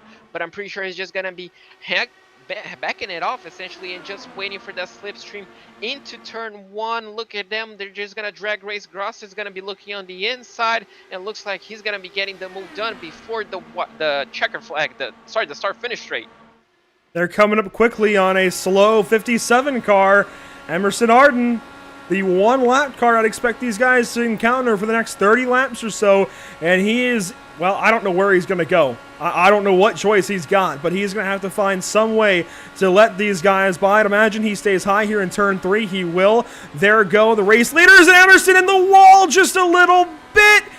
Keeps the race car moving, but that could have been disastrous. Now, I do want to say, I am beyond surprised that this race car is still in the races. Oh, Justin Gable nearly runs smack at the back end of Emerson Arden. Thankfully, we all keep moving, and Spencer Ray fights back down to the inside, takes that lead back from Elijah Gracia. It was a really sketchy moment there. Props for Emerson for sticking with it, though. 12 laps down, trying to learn everything he can on this racetrack, because there are so many events happening at the virtual Indianapolis Motor Speedway this week. But up front, it remains chaotic. Grazia down low, Ray up top, Grazia to the point. Rambler riding patiently in third. Smith riding patiently in fourth. Berry patiently in fifth. As they come back up onto the main straightaway, and the shuffle for the top spot will continue. The rehearsals to the run to the checkered flag, just like we saw Grazia do about a lap or two ago. Spencer Ray times the move off 4 perfectly. He had the lead at the stripe. Now he goes back to the top spot while Liz Rambler rides in third, wondering what he can do or if he even wants to get up there and mix it up with these two right now. Looks like the top two have already practiced their runs trying to get the checkered flag to finish off in P1. I'm pretty sure Rambler wants to do the same but cannot get it close as Gracia goes down the inside into turn 3, gets the move done. Ray's just going to be waiting off in the wings once again as they exit turn 4. He's going to be getting the slipstream. He's going to be getting that toe, and he's going to be shooting past Gracia. Looks like on the inside. Will he? No, he kind of settles back. Will he try to make a move though? Looks like right now he's just going to be settling back. Obviously, out of these three, Rambler, Smith, and Barry, looks like all three of them are saving a bit of fuel, so look forward to them whenever the pit cycle comes to stay up few laps longer and maybe take less fuel till the end. But while that doesn't happen, the battle for the lead still is on as Ray goes down the inside as they head into 3. Spencer Ray right back down to the bottom, takes that lead once more. We're working on that 77 lead changes. I don't know that we're going to hit 77. Let's check on it. We're at 35, where we're getting closer. You know, my expectation earlier of 50 might be a bit more realistic now. We're only 15 away as we complete lap 139, it looks like. We're coming around to 60 to go this next time by Eric. I got to reassess the situation, right? So, Elijah Gracia still, well, no, I shouldn't say still, but leads this race after a quick move on Spencer Ray. They're going to keep going back and forth. We know Scott Liss Rambler is fast. When does he make his move? Does he keep sitting back? I think that might be the option for me. Draws closer into 3 that time. 4th place currently going to John Barry in that McLaren Chevrolet running, well, it looked like the outside actually in turn 4. Then you got Aaron Smith in 5th. The guys we were talking about earlier on in this race leading this one though. Justin Gable 6th, David Schutt 7th, Zach Lindgren in 9th. Where have they gone, and when do they come back up here? I think Zach is a little ways back at this point. He's starting to get racy with Cody Miller. He's got that position back for now, but how long does it take those guys to get back into this lead group? Yeah, the tables have certainly turned here in the second half of this race with the cast of characters that now find themselves at the front of the field as you see another relatively late move there by Gracia to go back to the lead. But I'm not sure if some of these guys are just waiting for the pit strategy to reach a window that they're comfortable with to start duking it out like these guys have. I'm surprised that we've watched Gracia and Ray kind of do what we saw Cole Freilich as well as Justin Gable do at the start of this race. Just lap after lap after lap, kind of send it in on one another. And at some times or at some point, it got a little bit too rough and rowdy. So I hope we don't see that here with Ray and Gracia, but I think perhaps that maybe some of those heavy hitters that you mentioned, like a Gable, like a Schutt, like a Lindgren, or even Williams, who's in that mix as well, they may just be kind of pacing themselves and waiting until they get within a fuel window they're comfortable with, and maybe that's when they're going to go as we get closer to the final quarter of this race with the battle for the lead continuing to trade hands every lap. Yeah, looks like the top 7 are all in this lead battle group. Essentially, everybody in a simple line, essentially. But as soon as we draw back to Williams, you can see that gap is well over a second, 1.3 exactly. So if Williams and Lindgren want to get back into this lead pack and probably be 5 for the lead, they'll have to start working together in order to catch them all. But while that doesn't happen, the battle still rages on as Gracia now once again looks down the inside into turn 3. Ray once again settles back, trying to get a run between 3 and 4. Does not get quite there, but once again, he's just going to be lining himself up for that move in the start-finish straight. As you can see, goes down the inside, and while that happens, Rambler, Barry, Smith, Gable, and probably Schutt, all of them saving fuel as we do get a look back once again from that pack, that massive pack, as we do get the view from back of Falkingham's car. Daniel Falkingham is 1 lap removed from a pit stop. He just came in under green flag conditions, had to, based on, the fact that he hadn't pitted on the last caution to try and get a lap back. This is going to hurt his race quite a bit. He did not catch a caution when he needed, and that is going to likely put him one lap down here in a little while. We'll see how it all shakes out. But of course, these guys in the draft, they're moving quicker than Daniel Falkingham, so he's 2 laps down now. I'd expect that to go back up to 3 here soon. That's why I was showing that gap. But Spencer Ray right back down to the bottom side into turn number 1. We're nearing 50 laps to go, Eric. We haven't seen these guys pit yet to start to run this race in reverse. Do you think they expect another caution flag? I mean, the trends would tell us yes, because there's been a bit of yellow fever, and there's been a lot of guys flirting with the outside retaining wall. You see it there, 9 cautions already for 23 laps. The lead changes continue to trend up towards your hot number of 50, Andrew, and I think you're going to hit the nail on the head by the time we come down for the checkered flag. But I would be, honestly, if I was in these guys' shoes, I would be a little bit timid, because it seems as though that every time someone comes down the pit lane, we see the yellow. Look at the run that Gracia gets here to go back to the lead in turn 1. Or you could also try to do what Spencer Ray did the last time, and that's maybe time the yellow, but it's not like this is a road course where you can get tipped off that a yellow flag may be coming because a car is beached or they're looking at something on the racetrack. Here, it's usually by sheer luck, and it's worked out for a couple of cars. We've had it twice in the middle of green flag pit stops, at least to my memory, that the yellow flag has come out, but I'd be a little bit worried about perhaps getting trapped a lap down or so if I'm towards the back of the field. Here we go. Just as I say that, here comes Ray. He's going to be the first one to lead the charge as he was the last time. Pit stops underway here on lap 147. So don't expect to see Gracia coming out much later, because these two were trading punches, essentially running that clean air. And just as we mentioned, the commentator's curse might happen, as we might see a yellow flag coming out at any moment in time. But it's going to be interesting to see where the rest of the grid fails out, because on the lead it was essentially Gracia and Ray, but Ramler, Barry, Smith, Shutt, and Gable were all in a simple line, essentially just saving fuel, saving tires. So it's going to be interesting to see how long they can go. And, well, if they have to do 1 or 2 more pit stops, that might help them out in the long run, taking less fuel. But look at Ramler. Right now, he's trying to get that lead. He's trying to follow Gracia as anywhere he goes, and, well, not close enough as they head into 1. Well, these guys have the same situation as far as fuel ahead of them. They've got to pit the same amount of times unless a caution flag changes things up.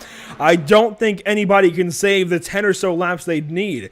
But if you're Elijah Gracia, if you're Scottless Rambler, John Barry, and others right now, what you want to do is you want to keep running laps in the draft.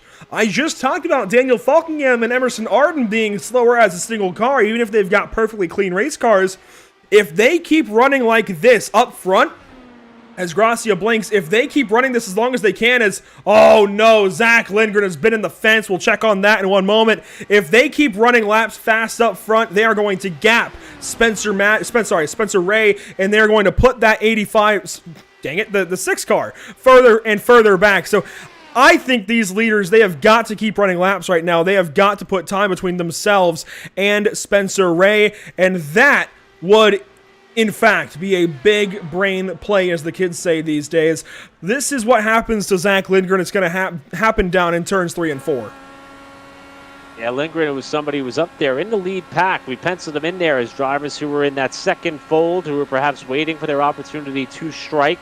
He's had a couple of close calls on the racetrack already tonight, and we'll see what happened to him here. Looks like he's running essentially by himself here, up behind either Cody Miller or Sean Williams, as those cars look pretty identical. Oh, he washed up wide. There's that aero wash we were talking about, guys. This time, though, he pounds the inside wall with the right side of that car. Fortunately, the car stopped spinning back up onto the banking to throw that caution flag in the midst of this pit cycle, but Lindgren limped it back to the pit area, and his chance perhaps at victory has come undone with 50 laps to go.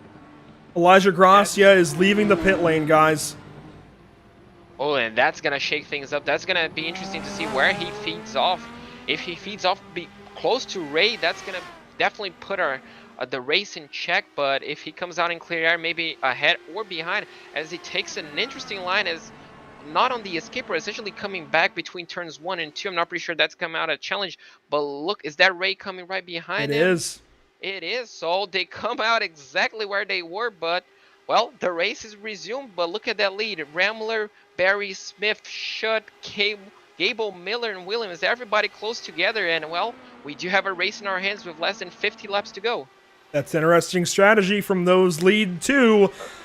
I'm surprised that Grassi didn't try and run longer. I'm also surprised they're racing back there as one car comes in. That is Sean Williams electing to come down the pit lane along with, it looks like, Justin Gable. So as Williams locks up a little bit on exit, here comes our pole sitter this afternoon.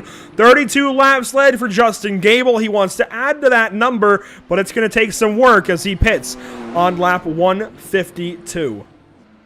Let's talk about another thing that JP Costa was just alluding to. Pit entry here is a little bit difficult. You come off turn 4, you got to get it wound down to the pit speed limiter process, and then coming off of the pit lane, you have to use the access road in turns 1 and 2, and that's not a conventional spot where many of these drivers would practice. As now we see John Berry coming into the pit lane. Believe it or not, though, that's a place where you can make up or lose considerable time. When you think about those access roads, you think about the catastrophic mistakes, as Cody Miller is in, Scott Shire is in. You think about the mistakes that will allow you to spin up in front of traffic and create just a horrendous set of circumstances, but that's not the kind of mistakes we're necessarily talking about. Just having a little bit of a moment or being too patient or too cautious on that apron of the racetrack getting back up to speed could cost you not only spots, but seconds. It's something these drivers are going to have to keep in mind, as some of them are making green flag pit stops for only the second or third time here today, maybe even the first time, based on how the yellows have fallen and how they've elected to pan out their pit strategy.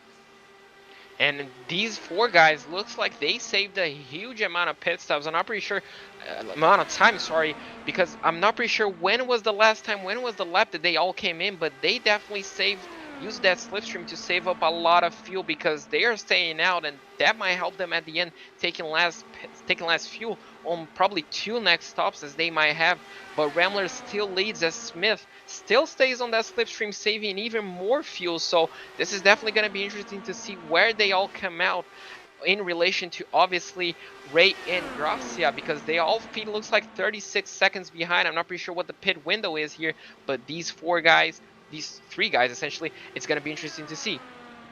It's 30 to 35 laps these guys are messing with, and they've now run 33 since their stop back on that most recent caution flag. So that also tells you how long we've run under this green flag condition like this. Now, one car is mixed in here that is on the lead, that has pitted, and this is Sean Williams. It looks like he's had a problem with his pit stop because he has exited much further behind the rest of the field. That, or he was just further back to begin with, but he's mixed in with our race leaders, Scottless Rambler, Aaron Smith. Expect them in by lap 160. I say that. Here comes Rambler. Rambler's going to come down. Also, here comes David Shutt just behind. That's going to move Aaron Smith to the lead.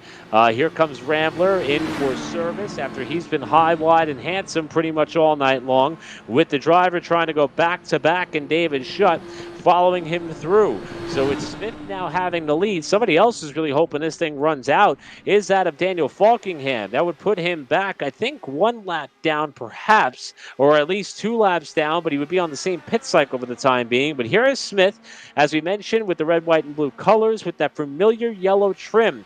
Caution! Rear wings, and a caution. It's Elijah Gracia and Spencer Ray.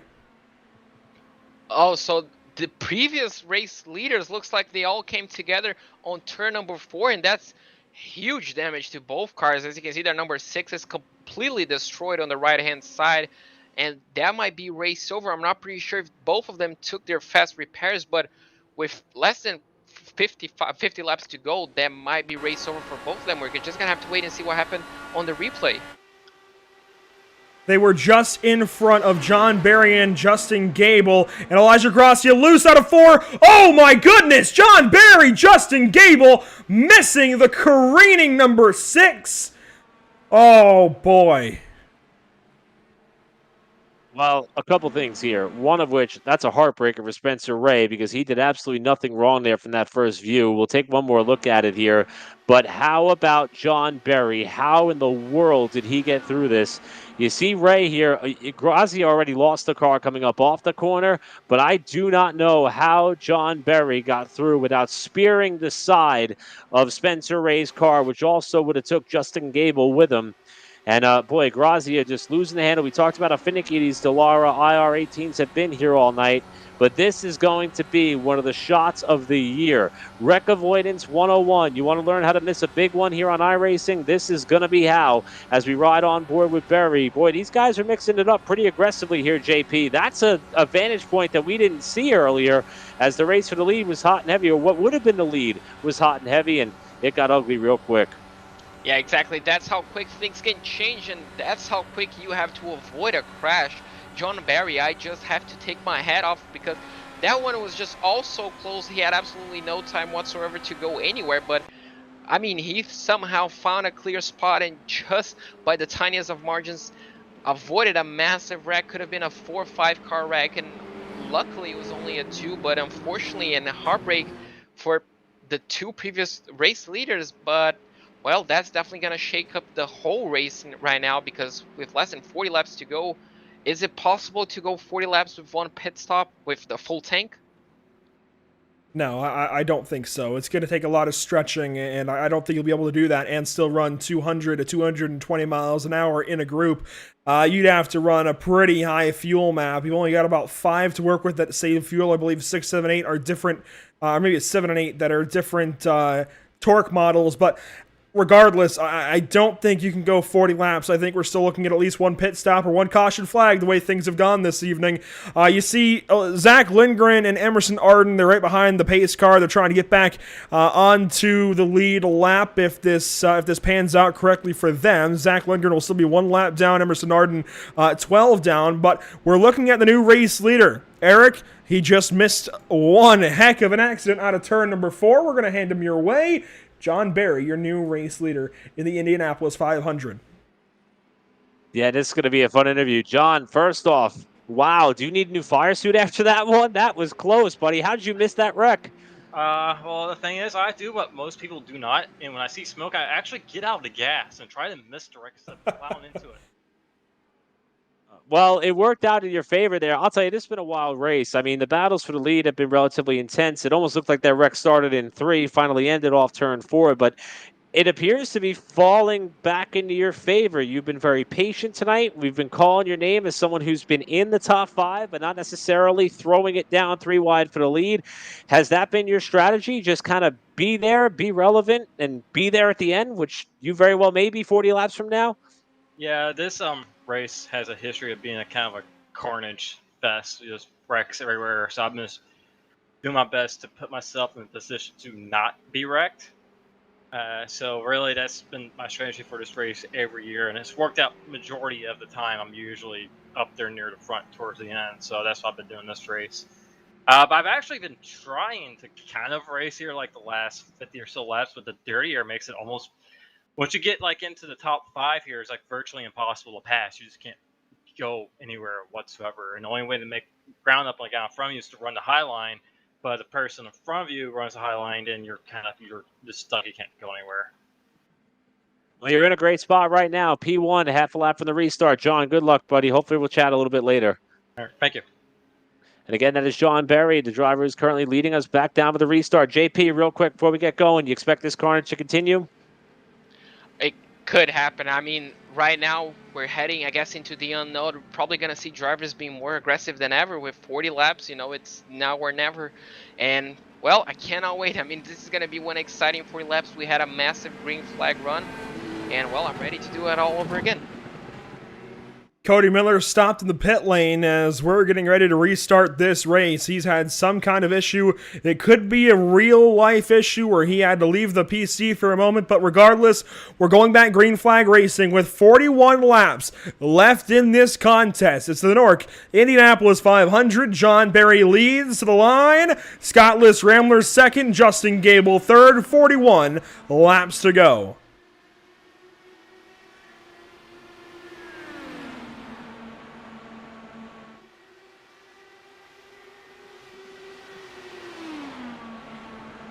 Two quick moves on the inside of turn number 2. Rambler takes the race lead. Shutt vies for third. Spencer Ray is still in this race. He's in 5th. Well, no, he's 1 lap down. He's 5th in line. He needs another caution flag. Barry back down to the inside of Rambler. We've got a race for the lead. 6 cars in the lead lap. Boy, what happens from here? Boy, David Shutt had a monster moment off a 3 that last time through. Here comes Liz Rambler back down to the inside at the line. It would have been Liz Rambler by inches over John Berry, who you just heard from. He said he's ready to start mixing it up with these guys. He took the lead away on the backstretch 1 lap ago. Couldn't hang on to the start-finish line. He's now behind Liz Rambler. He washes up the racetrack and almost catches the wall off too. Almost losing the car, almost, as you said, washing off wide, but smartly enough, just gets off the gas, regains the tire grip in the front end, and keeps his race car going. But just like that, your race can change in a moment, as he's still in P2. But right now, Rambler has a sizable gap, as we do have a slow car that might be I'm not sure who that is. Oh, as he just slows down at the last minute, Rambler kind of gets an avoiding action, and that's going to slow him down. But Barry goes down the inside. Smith sets the fastest lap of the race, but Barry retakes the lead. Out of turn number 2, new race leader, 74 car, caution flag. Oh boy. And Cody Miller's got problems. Now, it was Cody Miller who was slow in front of our race leaders down the front stretch, and he gave way to everybody. I wonder if in trying to give room, we've seen him have the same problem as Emerson Arden earlier on. We'll have to wait and see. This could also be a matter of the car getting loose again in turns 1 and 2. We've seen it happen so much. Now, I don't know why he's so far off pace. Something's gone wrong. Absolutely for Cody Miller. This is going to happen in turn number 2. And here comes Sean Williams. He just turns the car left and gets sideways. It's a miracle nobody hits him.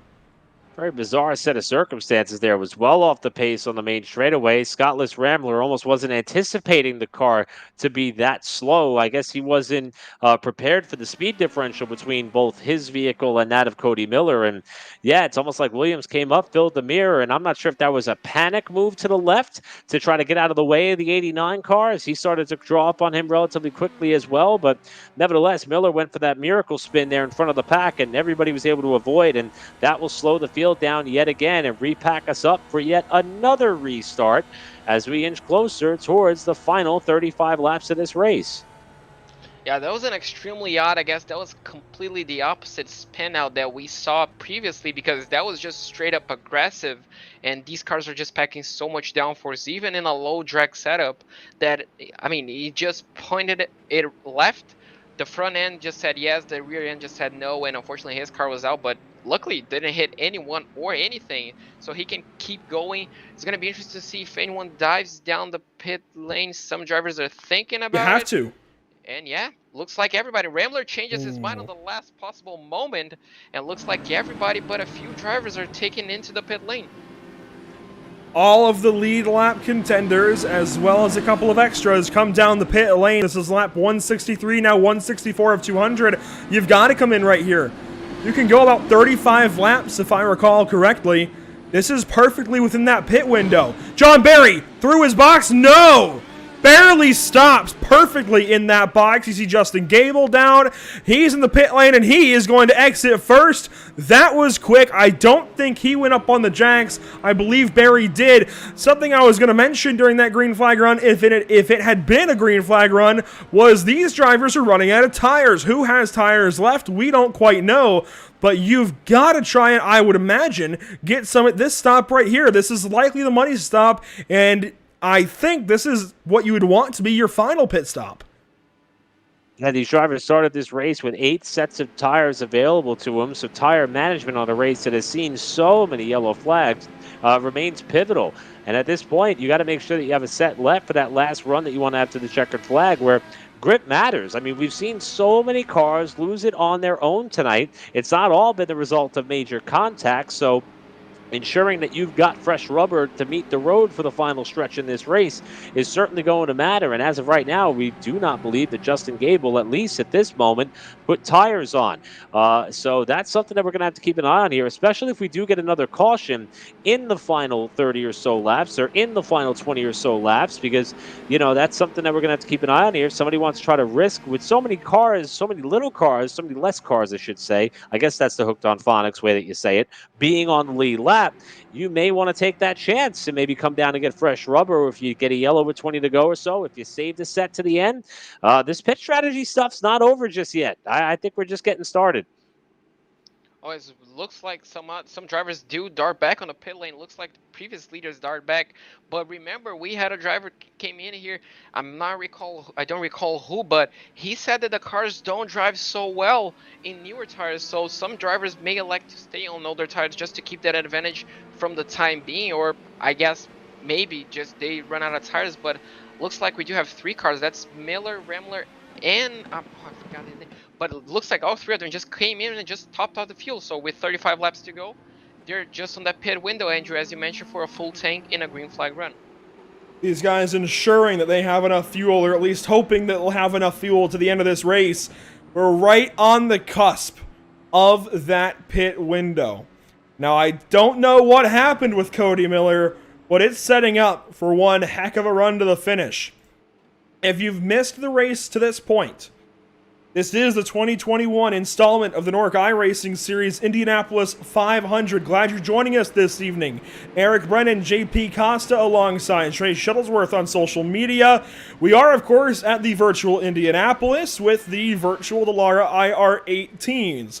We've seen a fantastic race so far in which Justin Gable started on pole. He'll now lead us back to this green flag in front of last year's race winner David Shutt in that number 5 car. We've seen wreck after wreck take out contender after contender. We've learned a lot about what these cars will do the rest of the way this evening. We've learned a lot as well about what we can expect tomorrow night in the IORL Indianapolis 500.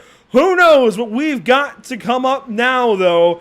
We're inside of 40 to go. We'll have 35 this time by the flag stand as the pace car will leave us down to the safety of pit lane.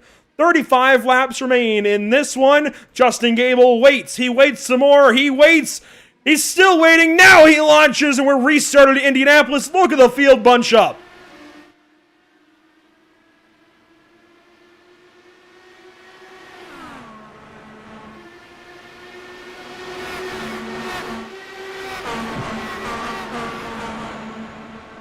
Out of turn number 2, you see David Shutt gave a great restart, a great fight, and won a round in the back. That is going to be Cody Miller on the inside of turn number 2. That car hard in the inside wall. He's destroyed. He is likely done for this one, but side by side for the race lead. Shutt around the outside. He won this race last year. Led 56 laps to do it. He's trying to do it again. Drag race down to the stripe. Aaron Smith sits 3rd, and Shutt leads that time by. Shutt's going to be able to propel further out forward while John Barry scoots up into 3rd position. Shutt still running the high lane. Scottless Rambler trapped 6th in line behind a sideways Sean Williams. Battle for the lead now off 2. Here comes Gable alongside. Down low on Shutt. The pink car is that of David Shutt, the previous winner. Big run by John Barry. Where's he going to go with it? He stays in 3rd while Gable's down low for the lead. He stays in 3rd, but he's looking on the inside line. Unfortunately, Shutt closes that line. But look at the run down into turn 4. He's going to be looking down low. Can he get enough of a run? He's going to get the slipstream from Gable. Can he make it 3 wide? He just shoots back on the outside lane. Looks like he's going to be taking the lead as they drag race down the line. And he goes from 3rd to 1st in one straight line as Shutt drops back to 3rd and Gable to 2nd.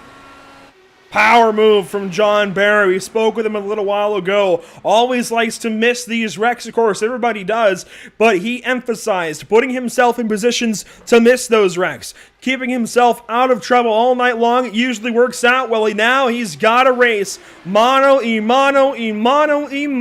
the entire field. We've got 10 cars back on this lead lap. Several drivers who have kept themselves in this one despite, well, many setbacks. Zach Lindgren, he's had a problem earlier in this race.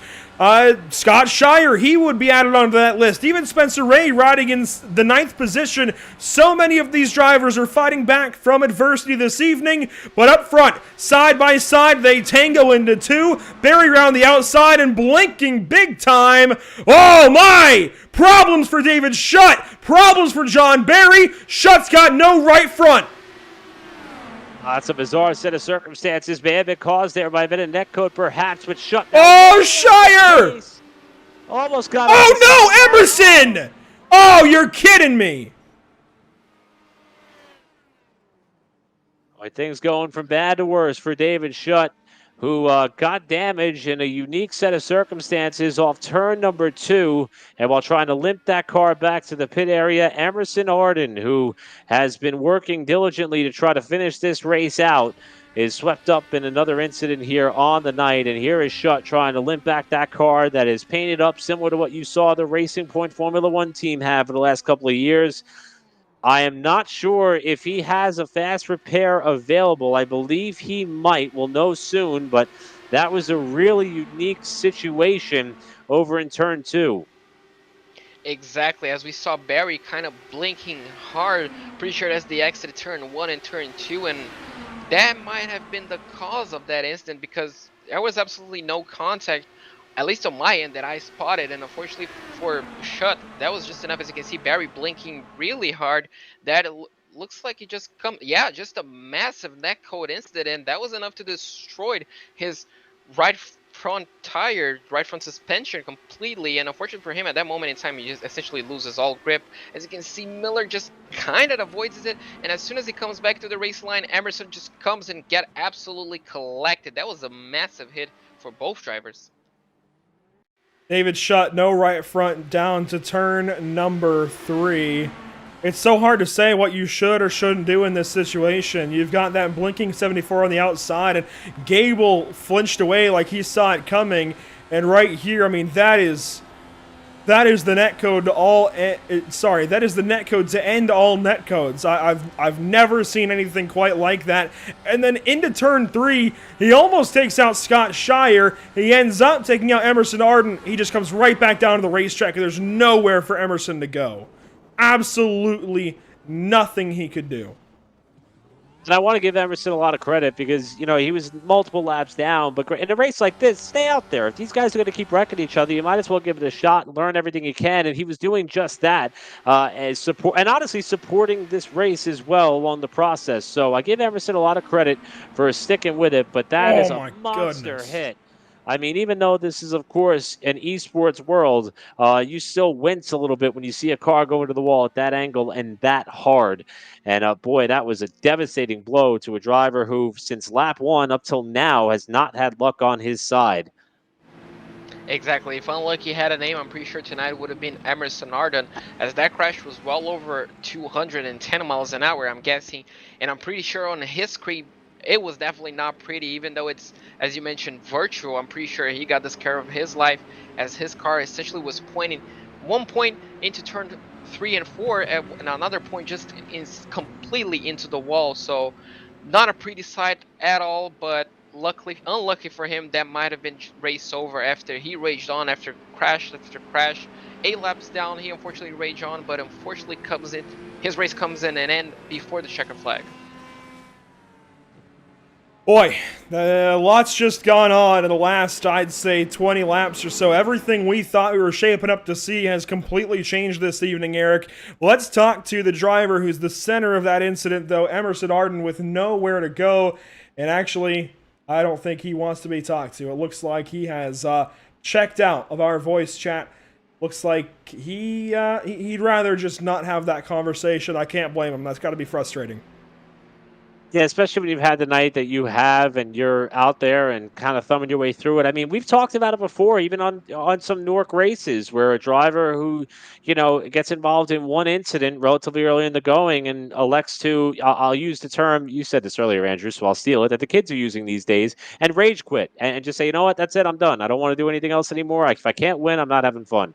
And Emerson is somebody who went the old school way about it tonight and stayed with it. And unfortunately, he ended up paying the price in the worst of ways with about 35 laps to go, a little bit less. So it's very unfortunate, but we may not be done tearing him up yet. So we'll see.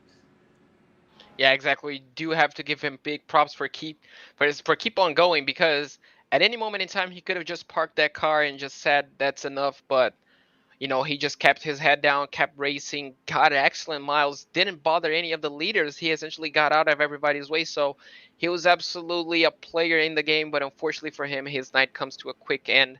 And well, just shy of the finish after all those incidents coming up in less than 30 laps to go. That's gotta hurt.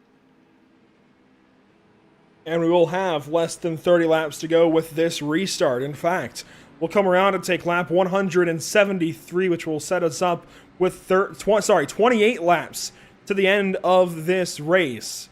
Again, if you're new to this one, if you're just joining us a little bit later on here on the tail end of this is a 2021 running of the NORC Indianapolis 500. A lot's gone on. I would recommend watching through to the finish here or going back and watching the entire race through. Either way, thank you so much for joining us. This has been a dandy, and it's going to be even dandier. Is that how that works? Regardless, 28 laps to go, this time by the start-finish line. The dwindling field takes the green flag, and Barry will lead down to 1.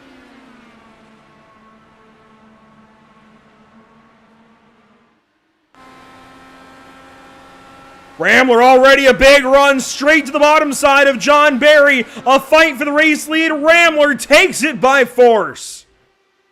Now what could Barry do? Maybe not much. Here comes Smith down low to the inside of Barry, who drafts up to Rambler. He looks low as they approach turn 3 to try to get the race lead back in the corner. And it's Rambler who's pinned up top. Barry trying to slide up off 3. And this fight for the lead is going to continue up onto the home stretch while Barry goes back to the point.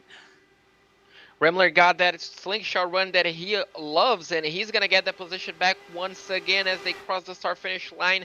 He's going to be looking on the outside of turn 1. Is he going to stick the car in? Yes, he will. They are side by side, almost making contact. Rambler on the outside, Barry on the inside. Can he hold that position? Looks like he might be getting a better run as Smith kind of kisses the wall with his back tire, nearly crashing out, and that's going to allow Ray to get a run and go down the inside. We have first, second, third, and fourth going side by side into 3.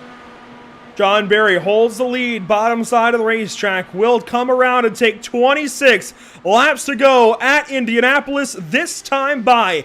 Laps running out, fuel not a concern, tires maybe, as Rambler leads across the stripe.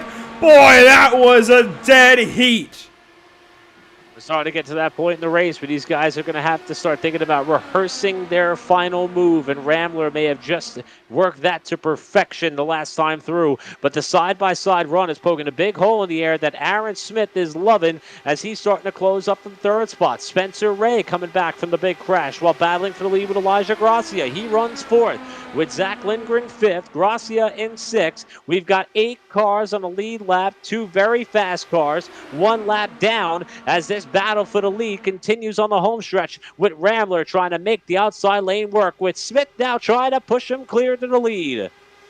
Rambler working that outside lane a treat. Looks like Smith almost thought about going 3 wide but was not close enough, as once again Rambler seems to love that outside line and is just comfortable hugging it, essentially just keep on going at it. He's going to be looking once again on the outside as a drag race around the back straight. Smith decides to go on the slipstream from Barry as he sticks on the inside. They once again are going to be trading position, drag racing across the back straight, and once again through turns 3 into the small straight, turn 4. All of them close together. Looks like Rambler right now just decides to back off, essentially getting the slingshot run, and once again looking on the outside as they drag racing to the start-finish line. 1/8 of the race remains, and now we're even taking away at that. Under 25 to go, that time by. Still a battle for the race lead between John Barry and Scott List Rambler. We've seen fantastic lead battles all night long. This just the latest installment here in the NORC iRacing Series Indianapolis 500. We're going to come around. We'll take 23 laps to go. Eric, I'm not sure how long these tires can last side by side, though. We haven't quite tested a side-by-side battle for 20, 30 laps. And we've got a few extra laps on this before the most recent restart. How long can they keep this up? Oh, I don't know. I think this is about the longest I expected them to keep it up the way they've been racing, but I'm very surprised at Scott List Rambler. Boy, Barry came up off the bottom a little bit there. I'm surprised about Scott List Rambler's desire to remain outside of Barry. I thought on a couple of occasions he would elect to fall in line, try to use the draft, because eventually that hole is going to fill up on the inside lane if he's not able to make this pass stick, which he really hasn't been able to do just yet. And just as you started talking about tire wear, I feel like the longer we get into this run, we're starting to see John Barry's car slide up off the bottom, get a little bit closer to Rambler. That's going to increase the likelihood of contact, and that could bring us towards a little bit of a catastrophic ending to this battle for the lead if that keeps up. I'm pretty sure Smith wants these two guys' tires to run as quickly as possible so he can take the lead, but looks like that might not be the case so soon, as Rimler still sticks on the outside, gets the slipstream, drag races Barry on the back straight. That's just copy and paste from last lap. That's just rinse and repeat, and they're gonna keep on going as Rimler again tries to get a run on the outside lane. They're just going side by side. They're not giving up, either of them. Both of them want to lead the race. They want to have the track position, as Rambler once again gets a good run, and once again Smith elects to take down the inside line and follow Barry. Gable down the pit lane. It's going to take a miracle to get him back into this as we take 21 laps to go. The laps ticking away here at Indy. Quite honestly, I don't know who I put my money on. The 74, his tire's starting to go away, John Barry, but he's suddenly come on. He's kept his car clean all night long, and he's won a ton of NORC races in the past, but has he done it in an Indy car? We don't know. We'll find out here soon if he can do it. Scottless Rambler, he's an IndyCar ace. He's starting on the pole for tomorrow night's IORL Indianapolis 500, the inside of his teammate, Rick Ravon. We know how good he is in an IndyCar. Can one of the best be mastered by the rest? We'll find out. 20 to go. And we've all been mesmerized by Scottless Rambler's ability to run this high line. Almost contact behind them, as we saw Spencer Ray and Zach Lindgren almost come together. But somehow it's as if Scottless Rambler was rehearsing this. A 20-lap shootout to the checkered flag, being married to that outside lane lap after lap after lap, trying to make it work, or at the very least making it work back to the start-finish line. So Rambler finds himself in familiar territory. High, way high. This time ducking back in line to get a toe on the back rear wing of Berry. He'll dart out wide here as they come back to the start-finish line, and the battle for the lead continues to intensify. For the past 6-7 laps, I have just been noticing Rambler is pretty much perfecting that strategy of just getting the shootout essentially out of turn 4 to lead and cross the start-finish line ahead of Barry. He's just holding the outside line, allowing Barry to kind of take the lead at the beginning of the start-finish straight, but as they come through the start-finish line, he's just ahead by the tiniest of margins, and he has been doing that for the past 6-7 laps, so he's definitely one to look out for. But look at this, right now he just settles back. That looks like Schutt trying to get his laps back, as Rambler once again goes down the outside. Schutt looks like he just settles back, and that's just gonna keep on going as Barry seems to be struggling a bit with his connection. What a defense tactic. This is working for the moment for John Barry to hold the race lead. Scott Rambler, he can't go up there and quite pass him. He can't get alongside, and he needs help if he's going to make that pass, complete that pass now. Barry's back solid. What a defense tactic. I don't know that he's got a lag switch. I certainly doubt it, but it worked. And like I said earlier with Emerson Arden, if it works, it ain't stupid. I got to say, if you're David Schutt, this has got to be like deja vu all over again. Props to him for getting Schutt's one lap down. Battle. Yeah, Schutt's trying to get his lap back the old-fashioned way. As here comes Rambler trying to make the move outside again. But for Schutt, this is how he lost the lead earlier with Barry's car kind of twitching in and out of contention and competition. And he's trying to get that lap back the conventional way by getting up and around the leaders. He's certainly not afraid to mix it up. He's driven from the back of the pack, third car in line, watching the two in front of him battle for the lead. Here's Aaron Smith. He actually runs in third, fourth in line on the racetrack, while the top two nearly touch tires again off turn 3. I'm pretty sure Aaron Smith is not going to be too happy with Schutt, because he's definitely getting in the way of him trying to get close to the top two at this moment in time, as they once again drag race. Looks like Schutt is going to be going on the outside. He's going to be taking it 3 wide into turn 1, ladies and gentlemen, and he's going to make that move stick. Looks like it. He's going to be pinching down Rambler to the middle, and it looks like Rambler is having absolutely none of it. But all of them come unscathed as they ran 3 wide into turns 1 and 2. I don't think I've ever seen that before, as look at Smith trying to make it 4 wide. John Barry backs out, almost tags the back end of Aaron Smith. This gives the race to Scottless Rambler. David Schutt trying to get a lap back may have just completely ruined this lead battle. Scottless Rambler is one of the best in an IndyCar on the iRacing.com sim. It's going to be tough to race him heads up. Schutt on the inside, Rambler on the outside. Schutt is 1 lap down. Rambler, the race leader in 1. and he holds it. Zach Lindgren, he's up to 4th. Rambler around the top side again. Smith can't get there.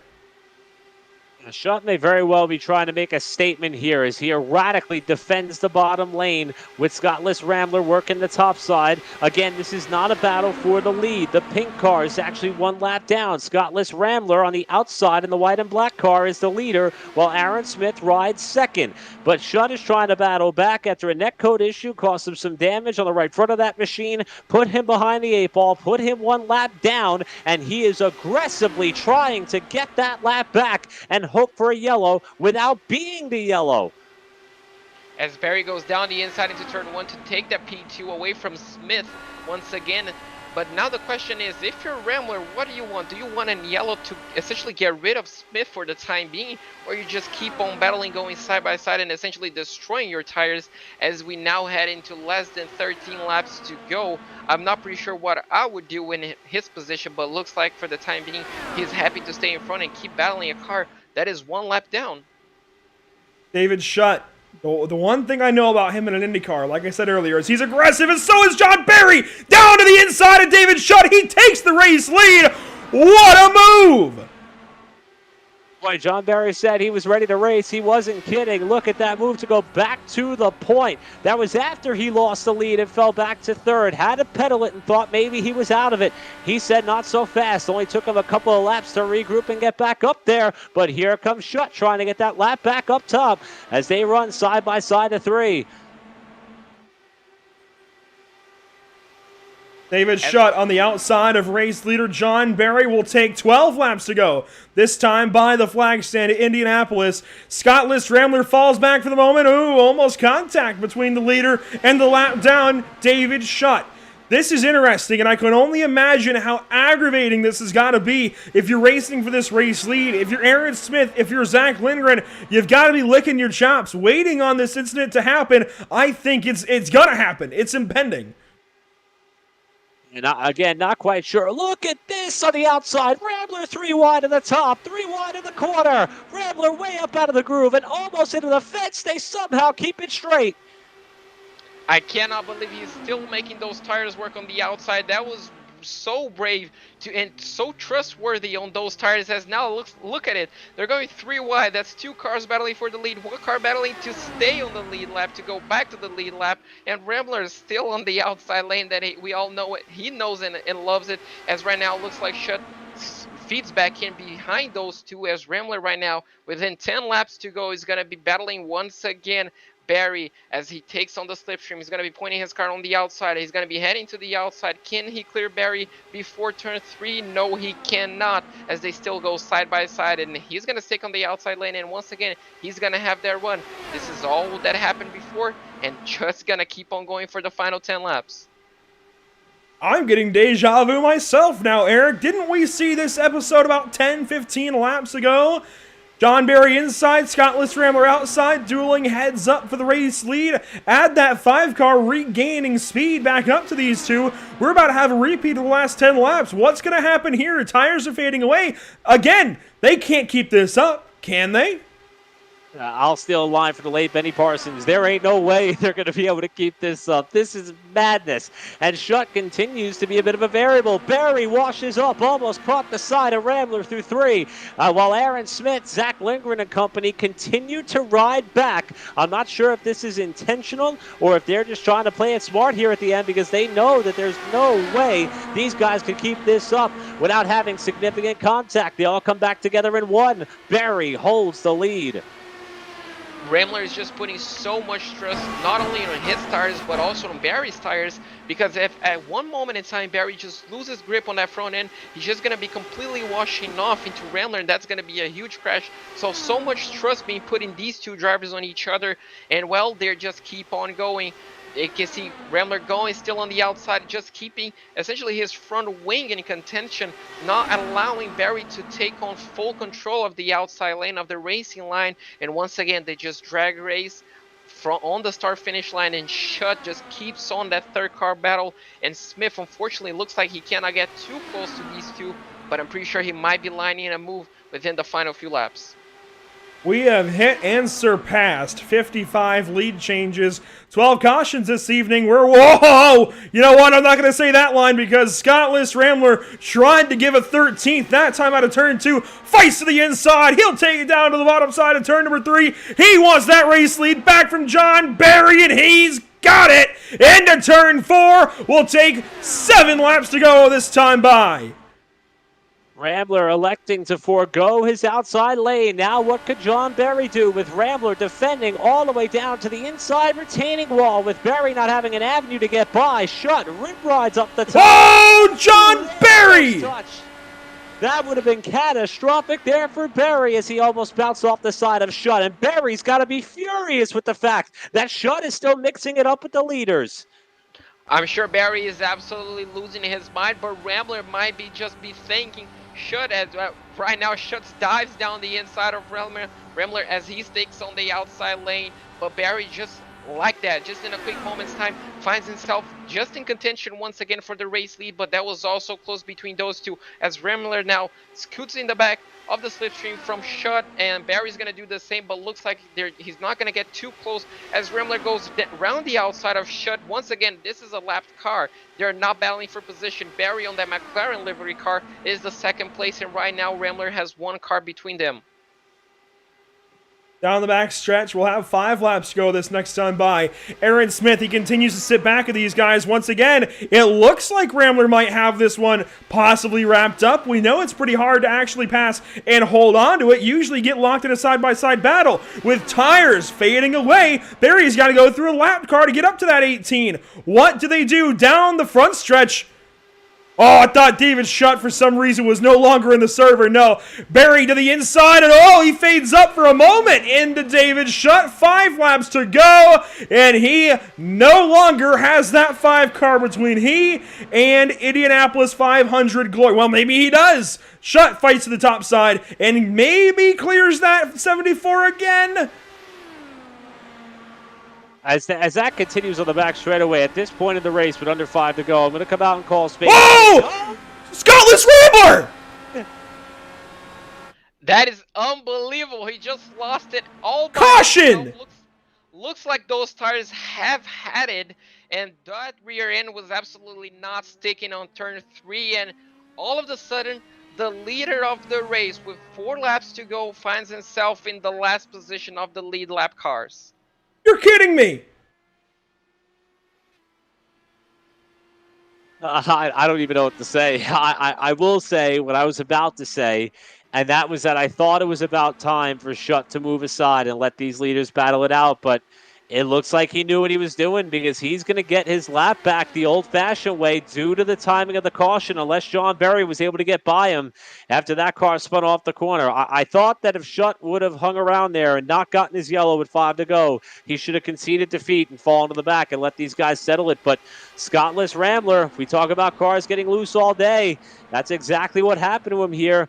And what this does is this allows Shutt to get back on the lead lap the conventional way. So if he elects to stay out and drivers pit for whatever reason, if they have any tires left, if he would have took the free pass, he would have had to start tail end of the lead lap, I believe, or tail end of the longest line, I believe. So this allows him to now be in that lead lap running order and gain positions under the caution if pit strategy should erupt with so few cars on the lead lap. But how about this? We've seen a lot of different drivers lose it. I don't think we thought that Scottless Rambler would have been one of the guys to lose it on his own here tonight, let alone with it being about 4.5 laps away from the win.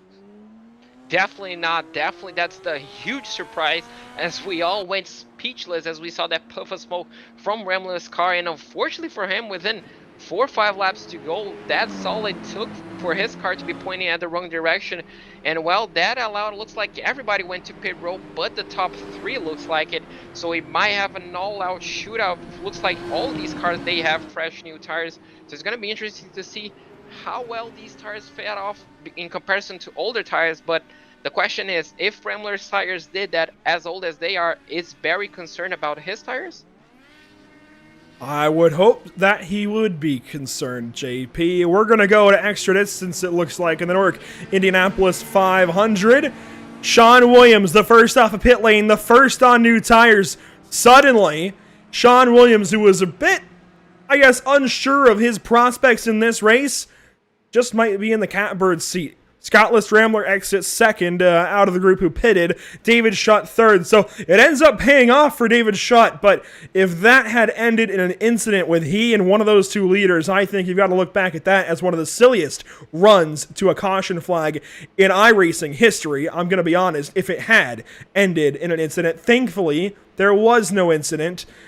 And David Schutt does get the payout of racing those guys. However, we're coming around to 2 laps to go. We aren't restarting this time. I'm going to be honest, I don't know that green-white checkers are built into this race. We're going to find out very quickly if we do get one, this time down the front stretch.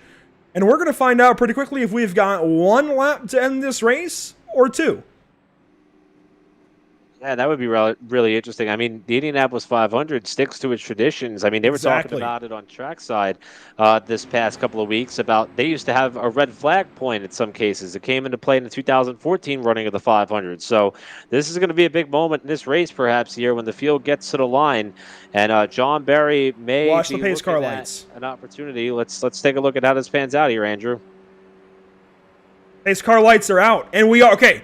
Look at that. The ticker goes up to 201. We do have extra distance in this race. JP, everything has changed. Exactly. Right now, unfortunately for Barry, I'm pretty sure he was hoping that that would not happen, but, well, we do have 2 extra laps. Everything can happen. Within 1 lap, we could have seen a lead change, but right now with 2, that's essentially double the distance that he had left on that race car, and, well, now I'm excited. I'm excited to see what these drivers can do. It's all open right now. Everybody's definitely holding on to their seats, and we could see a brand new leader of the race, a brand new winner. Only time will tell. Eric, you're a betting man. Where do you put your chips? I like David Schutt. I mean, I got to say, I admire his ability to drive up through the pack. I like the position he's in right now. We'll see if he's able to get up there and mix it up and take this lead and win away. Also, I'll tip off Emerson Arden. He passed along the message. Apparently, it's unlimited green-white checker, so this may not be the only one we get set to re-rack the field and do. Let's see what happens here as the field's in 3. The top 3 old tires. Everybody else, they've got new Firestones. I have no clue what's about to happen. John Berry is your race leader. He'll come to the green flag on 28 lap old tires, all but maybe 3 or 4 of those under green flag conditions. He's got Aaron Smith in behind, then Zach Lindgren. That's the only cushion that he's got between he and everybody else on those new Firestone rubbers. Coming down to the green flag, potentially the final one of the day. We're going to extra distance in the NORC Indianapolis 500. 500 plus, I guess you can call it now. Green flag flies. They snake down the front stretch. Everybody else has their work cut out for them.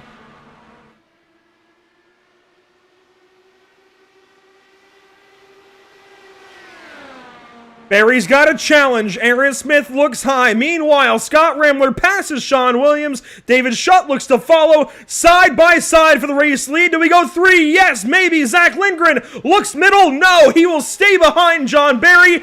Turn 3 with 1 lap to go the next time by. Question is, do they make it to the white flag? Aaron Smith, who has been biding his time all race long, riding in the catbird seat as Berry defends down low. Smith up top, Rambler charging, 1 lap to go. Look at Rambler on the outside lane. We saw what he can do, and I'm pretty sure, well, he's confident on that outside lane. He got an excellent run. He almost makes it 3 wide into turn 2. He does make it 3 wide, and he's going to be going side by side. Oh, Aaron Smith! Oh, as we do have a big crash, Smith goes off, and well, it's all back between Barry and Rambler once again. Rambler's going to have the advantage of the outside line, and well, will we see a photo finish? I would imagine this is Rambler's race to lose at this point. New tires, he's second in line, he's got a draft, but don't forget David Schutt. It's the final run of the NORC Indy 500. Oh, John Berry! David Schutt's going to go back-to-back. David Schutt wins the 2021 NORC Indianapolis 500 in last lap calamity. I will go cash my winning ticket because Shutt did exactly what I thought he would. However, I don't know if he would have had that chance if Barry and company did not have contact when Scottless Rambler tried to make the move off the final corner. Oh my, what a way to end this race. David Shutt may go back and listen to our call on this one. I perhaps thought that it was a little bit too much. I thought it was a little bit too much with him trying to get that lap back there towards the end of that one, but it turned out to be one of the two winning moves in this race. The other, of course, being his ability to dodge the carnage off the final corner. What a finish. I am genuinely speechless. I was jumping off of my chair as that crash happened. I cannot believe what I just saw, and what a finish we had. I guess not the ideal finish from everybody, but I mean, I'm pretty sure David Shutt is not complaining at all. With 5 laps to go, this guy was a lap down fighting with the leaders, and just like that, his race turned on its head, and well, look at him, the race winner, Indianapolis 500 plus winner. I'll eat those words. I said that if he had collected the race leaders in an incident, it would be the silliest run to a caution flag in iRacing history. I'll eat those words. That was the smartest run when it's all said and done for David Shutt in potentially iRacing Indianapolis 500 history. I can't believe it. He fought those race leaders, and you know what? He could have helped prompt that spin for Scottless Rambler. He wore those tires out by racing him, and we found out after the fact Scottless Rambler thought that was for position. He didn't know David Shutt was a lap down. He wore those tires out on the 18 car. I'm sure played a good part in spinning that 18 out just by tire wear, gets the lap back, gets back in this race. I've never seen anything like it. Never. And again, like I almost feel like I owe David Shutt an apology because I was going to say that. Absolutely. I do. Yeah, I'll admit it. You know, I thought that him being up there with less than 5 to go was a silly move on his part, and it turns out this guy knew exactly what he was doing. And coming into tonight, I mean, this is a non-points paying race, but there's a lot of prestige to win this race, let alone back-to-back years like Shutt just did. But he's had a great NORC season, but yet to visit victory lane. Now, this win's not going to count in the championship standings, but it's certainly going to count as far as a badge of honor that he could put on him, especially with the way he got it. Let's watch this last lap, JP. This was madness. This was absolutely crazy. Rambler forcing the move 3 wide. Smith loses it completely. It runs out of road. Old tires, absolutely nowhere to go. Slams into the outside and inside wall. And that's his race over in the last lap. And then Rambler gets a perfect run, lines himself up perfectly with Barry. That's what we saw in the 180 laps and 190. So it was just carbon copy. I'm pretty sure he already pasted that move perfectly, but as he moved on the outside to get that run, Barry just kind of closes the door a bit too aggressively, and well, I mean, what can I say? He just threaded the needle. Absolutely came perfectly in the middle of that crash, and that's all it took for him to come into victory lane from 3rd, and with 5 laps to go, he was a lap down. I mean, that's just textbook. Let's watch that final restart back, shall we? I'm still just in complete awe as to what's just happened at the virtual Indianapolis Motor Speedway. This is John Barry off of the restart, and of course he's got old tires along with Aaron Smith and Zach Lindgren. Everything happens in behind, of course, with David Shutt and Sean Williams. They were battling back here with Scottless Rambler. Rambler got away for the moment. This is down the backstretch now, fresh off of the restart. John Barry, he's tangoing with Aaron Smith, and Zach thought about going 3 wide right there, and then we could just ride on board with Rambler as he takes it to the outside of Zach Lindgren. No contest here once he gets the run down the straightaway. Quickly works by this 85 car, and there it is, the move to the top, the line that he wants. You see side by side for the race lead. That was white flag. And into 1 and 2, Eric, I thought for sure he was going to take this 3 wide, and he does. I thought he had this move done in turn 2, but he pushed up right there. He couldn't quite stick it, and that sets up for the finish that we had. Yeah, and then here, I think you called it perfectly. I think that he was in the best position because he had timed this move every time that these two got together and were battling for the lead. He knew that this was the place to be because he could beat John Barry back to the line. He gets in line here, follows in the slipstream, gets a great run off the corner, and that fade Boy, I don't know if he was expecting for Scottless Rambler to be closer to the outside retaining wall, but he tried to fade over and kind of hip check that momentum, and it ended up crashing a bolt. Spencer Ray comes right in your living room there at the tail end of that one. And of course, Scott Shire, you know, able to salvage what was left of his day. He gets caught up in that crash too, just shy of the finish line. But what a finish. I mean, this is unbelievable. Exactly. I mean, literally unbelievable is the word to describe. As you can see, just, I mean, I'm not gonna call that he had it. I don't know. We may have seen a three-way photo finish. There's absolutely no way of knowing, but he definitely had the run. Now the question is, what if he had the momentum to keep that going? As you can see, just a massive crash. We're lucky that this is virtual racing, because I'm not pretty sure how hard someone can take a crash on like that. But I mean, that's gotta be one of the most incredible race finishes I've ever seen. I'm not pretty sure for the right reasons, but definitely one of the most spectacular finishes I've seen in a long time. We're right on board with Sean Williams here as he comes through this. I don't even know what this crash was, but it just opens the gates, opens the Red Sea for David Shutt. You see him go through the middle, then I don't know how Sean Williams missed that. I don't know how he missed that, but David Shutt comes through clutch in that one, and we'll take everything back that we said earlier on. Incredible run for David. He takes race victory in the 2021 NORC Indianapolis 500. We'll head to our post-race break. Don't go anywhere. More coverage on the way from Indy.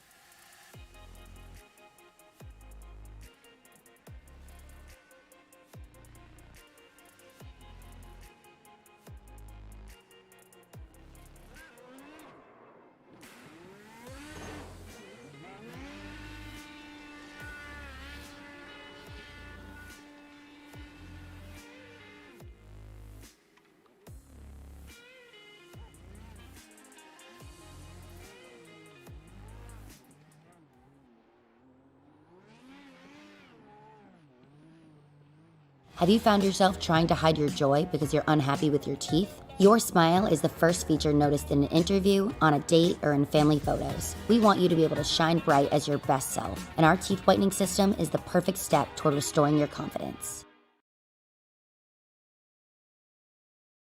SoundArt introduces an entirely new way to listen to music in your home. By combining the best of two products, a revolutionary high-fidelity, low-profile Bluetooth wireless speaker with beautiful artwork. Select from a library of artwork or upload your own photos to personalize your experience.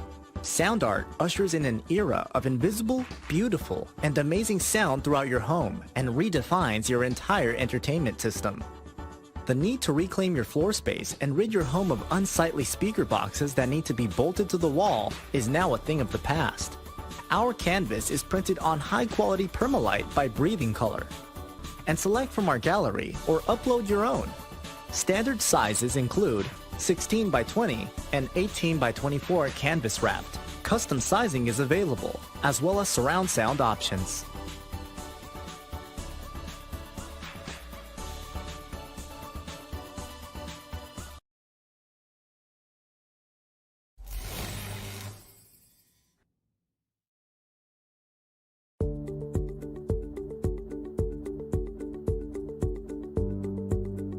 SoundArt is a product that is a speaker and it's art. We combine it together and we call it SoundArt.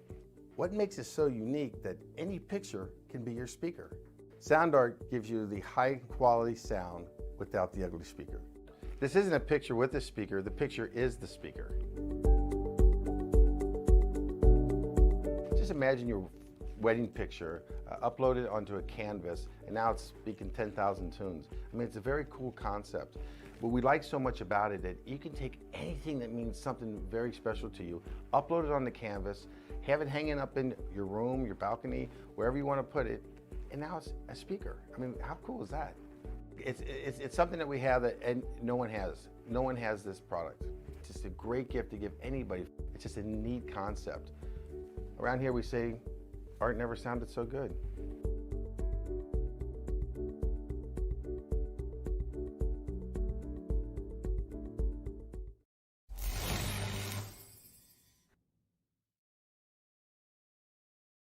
After months of quarantine, we're all interested in how we can become our best self. The team at Permanent Makeup and Cryo is here to help you get the flawless makeup look every day without the extra effort or time.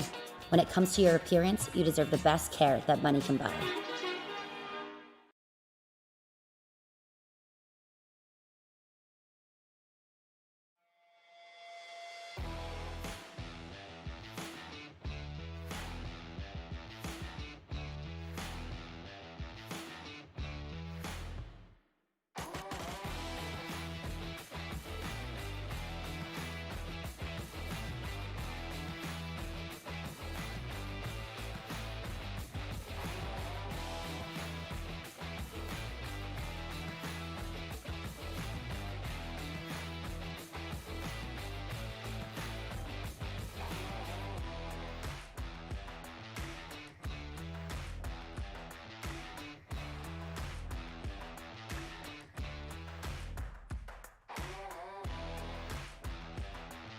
Welcome back to the virtual Indianapolis Motor Speedway. We'll get a hold of David Schutt, your back-to-back NORC Indianapolis 500 race winner, towards the tail end of things. We will get him after we talk to these three guys. A little bit of difficulty. If you guys are in the NORC stream, you'll see that conversation going on. So we'll get a hold of race winner David Schutt. Stand by on that. But for now, we will turn our attention to second place finishing, and I don't know how this happened, considering he pounded the wall and crashed pretty hard earlier on in this race. But Zach Lindgren gets through the final couple of pieces of melee, and Zach, how did the seas part like that? I wish I could tell you, buddy. I have absolutely no clue. I thought for sure I was going to be in it. I'm not going to lie, I was hoping Schutt was going to be in it. And then when Schutt got through, I was hoping I wasn't going to be in it. And it just seemed to happen. So I don't know. Well, you end up making it through in that final incident. You led 14 laps earlier on. Let's go way back. I know it's been a few hours.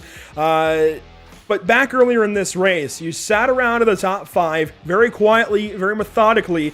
You got some laps led eventually, but then what happened as the race went on? We heard about the handling of the track, the car changing. You pound the wall on a long green run. How'd you get back in? Yeah, the car was just stupid tight as the run went on. I could not figure out turn 2 to save my life. That was the one part of the track where I was losing all the time, and I'd have to use all other corners to try to gain up that time back. So, yeah, the car was just stupid tight as the run went on, and that's what bit me coming out of 3 right there. I thought I had a little bit more room than what I actually did, and I just went up and slapped the wall. Slid back, obviously went a lap down. I got lucky on the caution and with Aaron getting an EOL because he ran out of fuel, so I was able to jump in front of the leader on that and then get in the wave around, which brought me back to 1 lap down.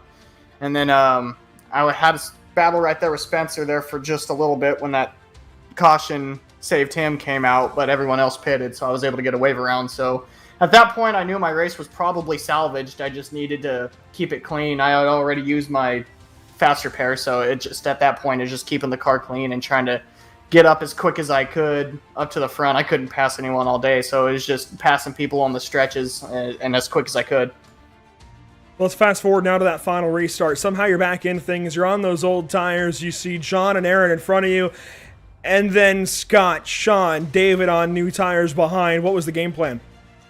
Honestly, I didn't think anyone was going to pit. I thought we'd all made our bed. Everyone was complaining about track position, so I honestly didn't think anyone was going to pit. I saw Sean and everyone else down there. I thought they were faking, so I stayed up. And then when they went in, I knew I was kind of kicking myself because I knew I was in a really tough pickle because both John and Aaron were quick. And everyone else behind me is going to be on new tires quick, so I knew I was stuck right in the middle. But no, man, we were lucky enough to get passed by both Scott and David and kind of keep our position right then and there. So I was kind of kicking myself as that strategy call was happening. I should have gone in, but at the same time, I wasn't good on new tires at all. So I think that was probably the best play for me personally. well, it ends up working out in those last couple of laps. I don't know how the Red Sea parted for you, but you came through, you finished second place, and that's pretty big here in the NORC Indianapolis 500. It's your first season running with these guys. You're turning heads on the NASCAR side, apparently now in an IndyCar. Sour earlier on, sweet now here at the end. Who do you have to thank? Who do you have to shout out? Just give a huge shout out to everyone who put this on. This wouldn't be possible without everyone who works hard on it. You guys up here on the booth doing what you do, dedicating your time to the league, everyone that came out to run, everyone that came out to watch. Elite Motorsports for keeping me in the car on the NASCAR side, for putting me in a car, keeping me in it, and always being my biggest supporters. Don't really have a lot of sponsors for IndyCar, so I guess just Sour Patch Kids. That's really all I got. Hey, fair enough. It works out for you this evening. Again, second place, incredible given what you were handed this evening. You started sixth and somehow you battle through.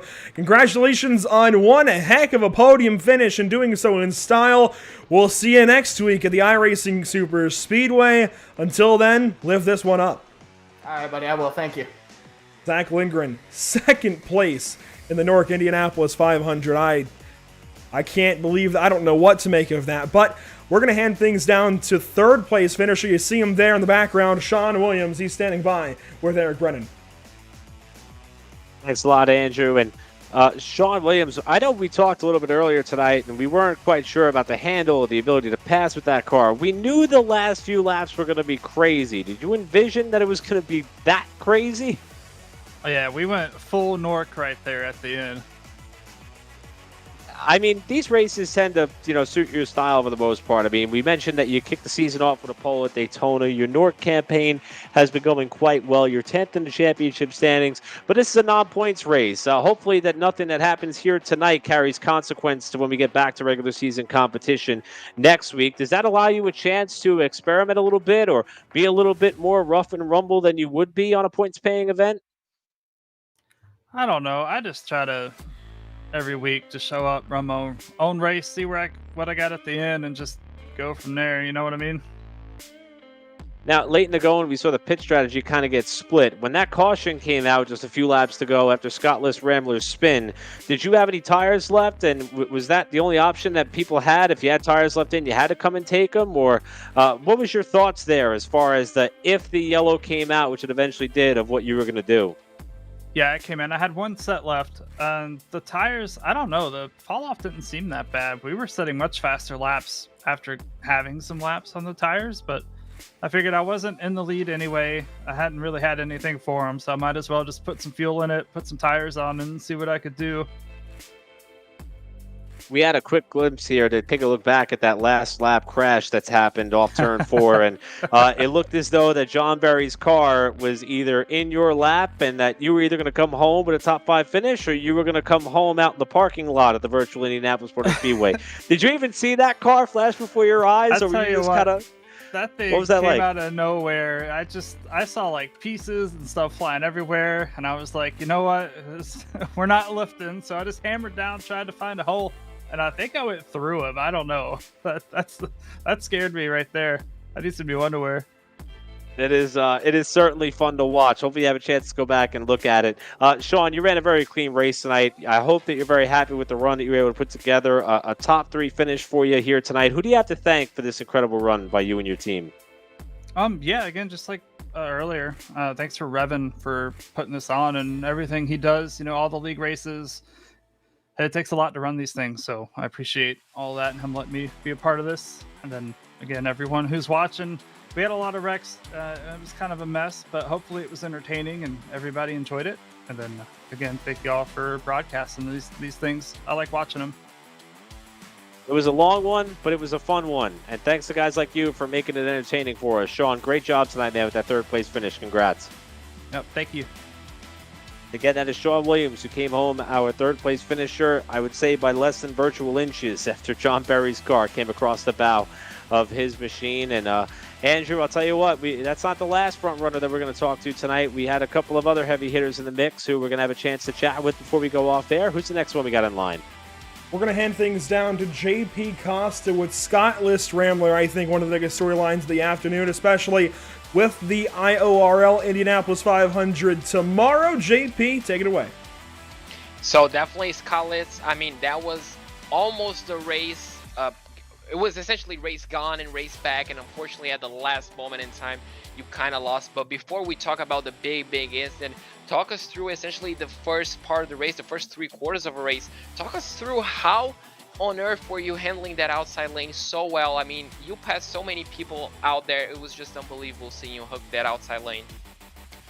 Yeah, for the first part of the race, I decided I was gonna essentially just stick to the draft and just try to get a handle on the car, because I didn't get a chance to practice. The first laps that I put down were in qualifying, so I just wanted to get familiar with the car, figure out the limits that I could go to with it, and see how the setup was going to affect things, because there was a lot more downforce on this setup than I've run in some of the other setups over the course of the last few weeks.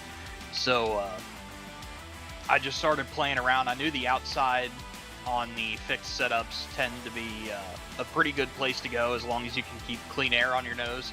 So I started playing around with that, and I figured out that I was carrying a crap ton more speed around the outside with a little bit of clean air than a lot of the guys were trying to follow in line. So I was just using that to keep inside the draft, save fuel, try to give myself as much of an advantage when it came to pit strategy as I could, and just waited for it to come down at the end.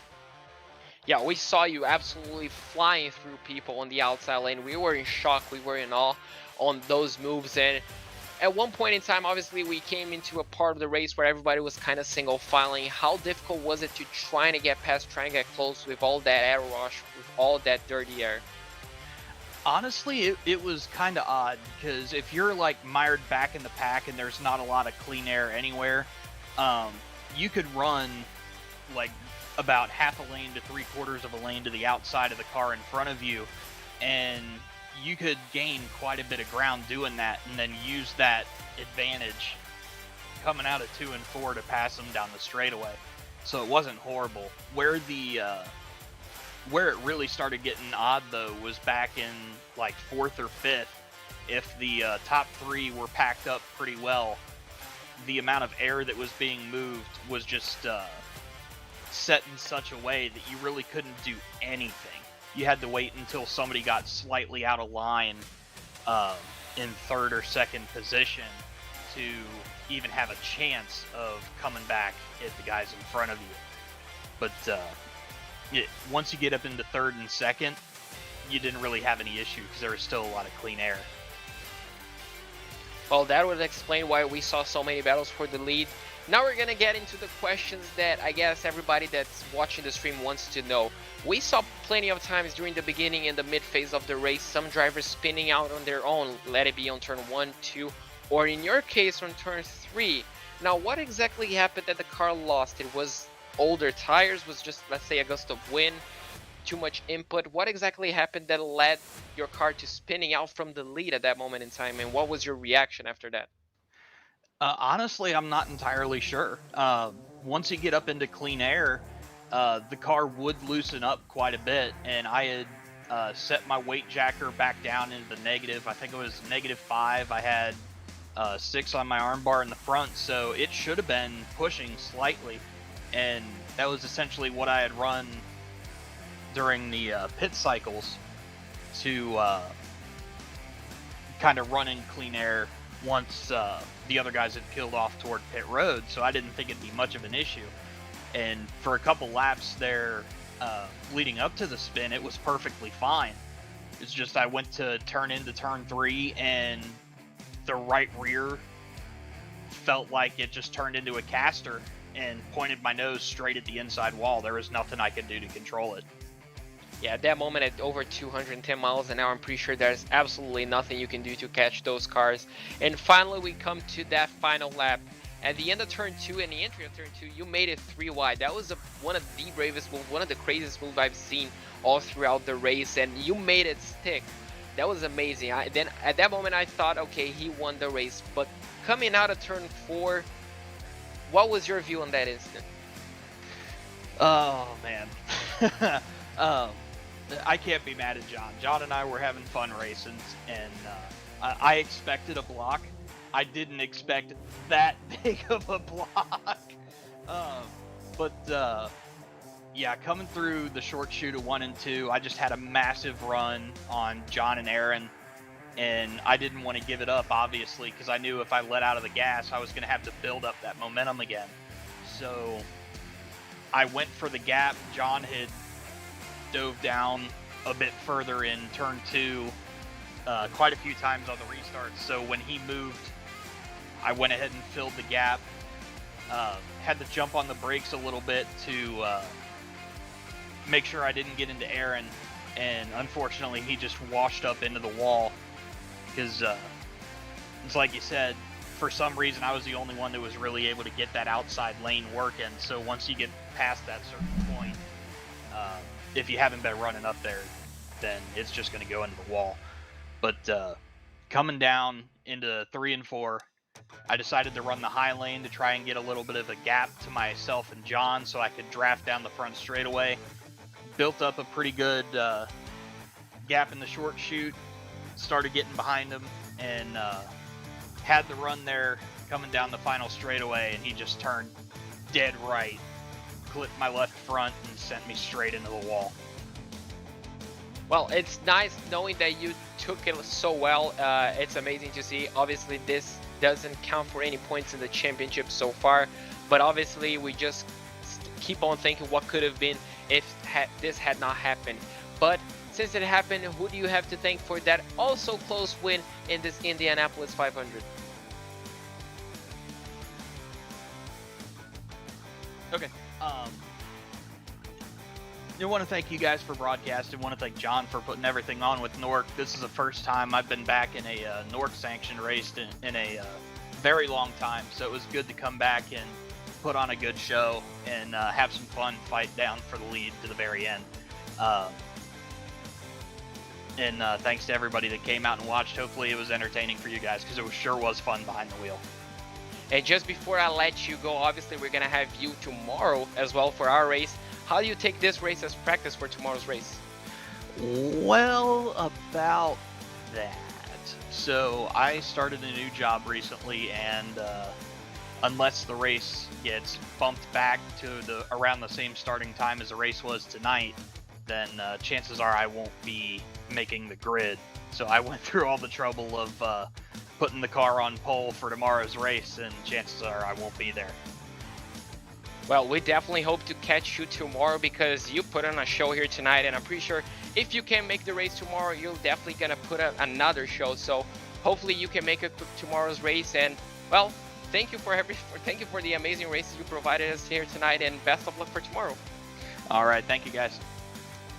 Well, Andrew, that was Cutlass Rambler. Unfortunately, came just also close to winning tonight's race, but hopefully we can have him tomorrow for another great race, hopefully. And with that, we got to talk to our race winner this evening. Now, he's been waiting so patiently over in Discord, and we're going to change things up. If you don't know, NORC exclusively uses TeamSpeak. But what we're going to do is we are going to bring David Shutt into our Discord real quick. So give me one moment. We're going to organize this. We're going to get David into Discord. Now, David, I'm going to be honest. I owe you an apology. Our guys over on TeamSpeak, I think Eric even mentioned we owe you an apology. We were pretty critical of that run for so many laps where you were running those guys like dogs, and you were battling tooth and nail with drivers on a different lap than you. But in the end, that made the difference. Yeah, I know some people, I guess, are critical of the way I drive, but it's just the way that I've always done it. Gotta go hard, especially, I mean, kind of a weird server issue, I think, when my car randomly broke. It wasn't just me, so that was kind of unfortunate. Got us a lap down, but you just gotta go for it, and hopefully there was a caution, and there was. So got pretty lucky with that one. It worked out pretty nicely, and Now, I said towards the top of the show, certainly earlier on, probably 3 hours ago at this point, there's one thing I know about David Shutt in an IndyCar, and it's that you're very aggressive. And you're aggressive in the NASCAR series as well. It doesn't matter what you're driving. You are one of the more aggressive drivers, and that's not a bad thing. It simply means you're willing to hang it all out on the line, and this evening it works out for you. Could you potentially attribute Scott List Randler's problems to your aggressiveness racing those guys, and could that be why we saw that spin? It could have been. I mean, I was a little sketchy when you were out by yourself, especially when you're battling and all of a sudden you find yourself in clean air. You got to make sure you make the right adjustments, because the car will do something that you don't expect, and once it gets loose, it's really hard to save this car. It's not like a stock car where you can kind of wheel it around. It's a really fine line between loose enough where you're going fast and too loose that you're just wrecking. So yeah, that could have definitely played a factor. So you win this evening, go back-to-back here in the NORC iRacing Series Indianapolis 500. But speaking of the iRacing Series with the normal stock cars on Tuesday nights, this is the first time we've gotten to talk to you all season. How do you feel over there? Now, you're winless. You're the only driver in the top 4, though, yet to win. So clearly you've got something figured out, even if you can't get to first place quite yet. Do you see that win coming, and how do you feel for the championship overall? I hope I can get a win. That's something I've always struggled with. My goal is every race is to finish top 5, no matter what. And for some reason, just not good out front by myself without anybody to kind of base myself off of. It's always something I've struggled with. So hopefully we'll find a track and combo that works for me. In terms of the championship, I don't believe it's final race takes all win kind of deal. So yeah, I think I just need to hopefully get some lucky wins and build a points gap, but we'll give it our best shot.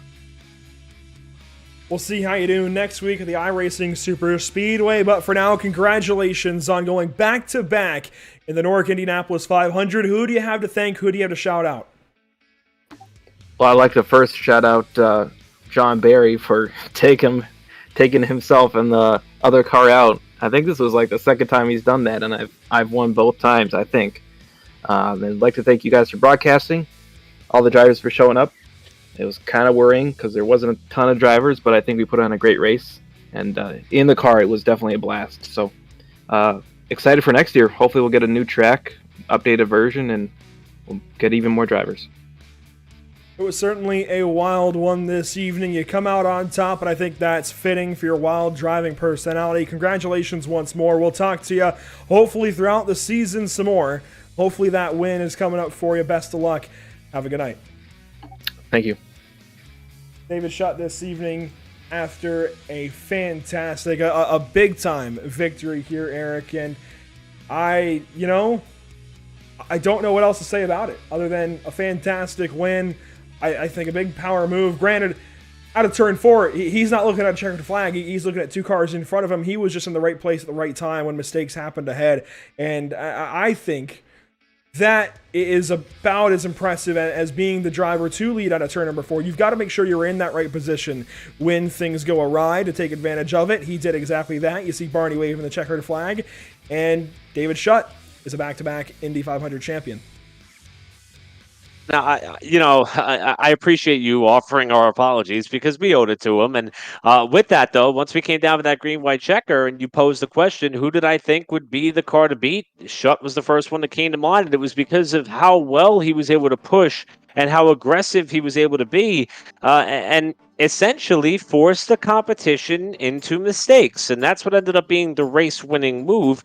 And I also think that's a little bit of that racing karma coming back to him as well. And I'm happy that he was able to kind of laugh off the incident with he and John Berry off of 2. That was just a true server issue, netcode, whatever you want to call it. It was bad luck. That's spade to spade. It was bad luck for 2 very fast cars. Unfortunately, he got the worst of it.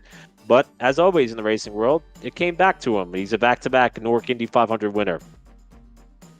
Absolutely. Incredible fashion this evening to drive out of turn 4. Now, JP, I got to ask you, we saw a lot go on this evening, and not all of this will be able to be translated into tomorrow's event, but the IRL Indianapolis 500, it's same cars, the same racetrack. Sure, we'll probably have some different weather. The setups will be a little bit different, but still, a lot of parallels can be drawn, even some of the drivers in this race. What do you take away from this evening to apply to tomorrow? Well, I'm pretty sure the drivers that took these 200 laps, obviously some of them didn't even make it 200 laps, but the drivers that got the experience to run closely side by side, and the drivers who actually may have watched the race to learn, I'm pretty sure they learned one thing or another. I'm pretty sure some of these drivers are definitely going to be taking that outside lane that we saw working so well here tonight into tomorrow's race. So it could be a completely shift in strategy for tomorrow's race. I'm pretty sure some drivers might be thinking about putting in some laps here tonight in order to prepare. So a lot of things can be taken. Obviously, I guess the biggest one of them all is not giving up. You know, this guy, the winner, was 1 lap down with 5 laps to go, and he ended up winning the race. So the last thing that the drivers for tomorrow's race can do is giving up, and I guess that's just the biggest message that we can take away from tonight's race. How about that for a JP Costa pep talk going into tomorrow's IRL Indianapolis 500? Let's check out the race results this evening from Indianapolis. Of course, David Schutt takes it by 0.222 over Zach Lindgren. Again, the seas parted for those guys up front. Sean Williams came on through, and those top 3 all within 0.427 of one another. But Scott Shire, 21 seconds back after he was collected in that last lap melee, along with guys like John Barry, Aaron Smith, and Scott Rambler, who did not make it back to the checkered flag under power. You got Spencer Ray in 8th, 3 laps down. Elijah Gracia in 9th, 7 laps down. Justin Gable rounds out your top 10. The back 8 cars, you've got Cody Miller, Emerson Arden, Daniel Falkingham, Sheldon Lockie, Cole Freilich, Tom Mercier, Hayes Booth, and Terrell Baker with their respective amounts of laps down and all of their incidents throughout the race. But it was a wild one this evening. One more time here. Final thoughts, Eric, then JP, from this one. I mean, you know, I was a little bit timid when we saw the entry list coming into this race during practice, and we started out with about 12 cars in the session. It populated up to 18, thanks to the couple of those who jumped in late or last minute. Our own Emerson Arden's included on that list. But as always, with the NORC calendar or NORC slate, and I want to mention for the final time that this was not a points race, it was kind of an exhibition event. We always expect the racing to be phenomenal. We always expect to pluck storylines out of the night, and we always expect the finish to be rather thrilling. I think we checked all the boxes here tonight, and this 2020 running of this Indianapolis 500 under the NORC banner left us all walking away with the adrenaline pumping, the heart racing, and a lot of memories to take out of this event. And David Schutt, for the last 2 years, has been the one driver to put his name down as the winner for this event. Hats off to him, because he had to overcome, as JP mentioned his last time around the table, that he had to overcome adversity. A lap down with 5 to go, ends up the winner. I mean, that doesn't happen in any form of motorsports often, but David Schutt did it tonight. And I'm going to share your feelings. You know, at the beginning, I was a little bit intimidated by the number of cars, but, you know, this just proves that numbers actually don't mean a lot. You know, we've had less than 20 cars, and we had fantastic racing. The first, I guess, 50 laps were just amazing battles for the lead. We had battles all the way in the back, which unfortunately we could not cover. But, you know, even with less cars, this was just an amazing race to watch, amazing experience. And the race winner literally came down to the last corner, at the exit of the last corner. So it was, you know, it was hair-raising. It was a spectacular event. It was the greatest spectacle in motor racing, in my opinion. And how, then, do we add to it? Well, again, tomorrow night, we've got the IORL Indianapolis 500 by Slothy Racing. Can't wait to get to it. But first, I do got to thank our partners here at Pit Stop TV. Of course, Tucson Sound Art, your picture, your music. You provide the image you want. They will custom create a beautiful framed, high-quality canvas for you. It looks fantastic, sounds great, too. Make sure to use promo code PitStopTV on the way out to get 10% off of your order. Father's Day around the corner. This could be what you need to keep Dad happy, or, well, I suppose make Dad happy. Whatever works, and I think this would be one that Dad certainly appreciates. It can be a picture of one of his old classic cars or whatever makes him happy. By all means, even a picture of the family. I mean, it could be a picture of your face, whatever works. But again, Tucson Sound Art could be what saves your Father's Day with it just around the corner. You gotta give a big shout out to Race Pace Setups. Now, these two races tonight and tomorrow night are fixed setup, but if they were open setup, you can help yourself gain some speed by checking out Race Pace Setups or grabbing their Indy 500 setup. Again, as we always say, if you want to pick up pace, we suggest you go to Race Pace. Fantastic speed. We've won races because of it, so we stand by it and will always stand by Race Pace setups. Of course, a big shout out, as always, to Permanent Makeup in Maine, Permanent Makeup in Cryle in Maine, rather, where you deserve the best care that money can buy. Whiplash Media, the official broadcast camera and graphic provider of Pit Stop TV and BAM Racing videos by a race fan for the racing community. It was a dandy this evening in Indianapolis. I don't know many other ways to describe it. It was a fantastic race through and through. I share these guys' thoughts. We weren't sure what to expect when we saw the thinner entry list going into this one, but I think it certainly prevailed. Fantastic racing. There's no other way to put it, and a fantastic finish. We had storylines all the way through, strategies that changed every moment. It felt like that was the epitome of a great Indianapolis 500, and that will do it from the Indianapolis Motor Speedway. Happy to have had you all here tuning in and joining us for tonight's action, and we hope you enjoyed tonight's broadcast, certainly enough to do it all again tomorrow. Again, our next 3 upcoming broadcasts. Tomorrow night, the 12th annual IORL, International Online Racing League Indianapolis 500 by Slothy Racing. I can't wait to see what happens. Scott List Rambler, he says he's likely, almost 99% sure he's got a pole from the event. That promotes his teammate Rick Ray Vaughn to pole sitter, and it's going to change up the starting order quite a bit. Make sure to follow along to see how that changes. Then Monday, we take a whole break all the way until Monday so you can enjoy all the racing action this week. We'll have the BRBI Racing Series Dirt Late Model Tour from Weed Sport in New York. That'll be fun. Then Monday night at 10:10 p.m. Eastern to wrap up the Pacific Challenge Cup Series from WeatherTech Raceway Laguna Seca.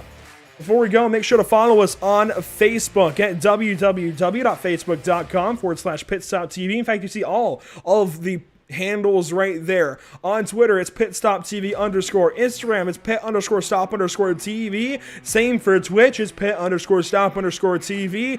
And on YouTube, either search pitstoptv or go to www.youtube.com/c/pitstoptv1. For everybody here at Pit Stop TV, especially Eric Brennan, JP Costa, Trey Shuttlesworth, and myself this evening, thank you so much once again for watching. Thanks for being here. I can't wait to have y'all back tomorrow night. It's going to be a fun one. We will see you there. From the Indianapolis Motor Speedway, this has been your coverage of the NORC Indianapolis 500. Come back tomorrow at 7 p.m. Eastern.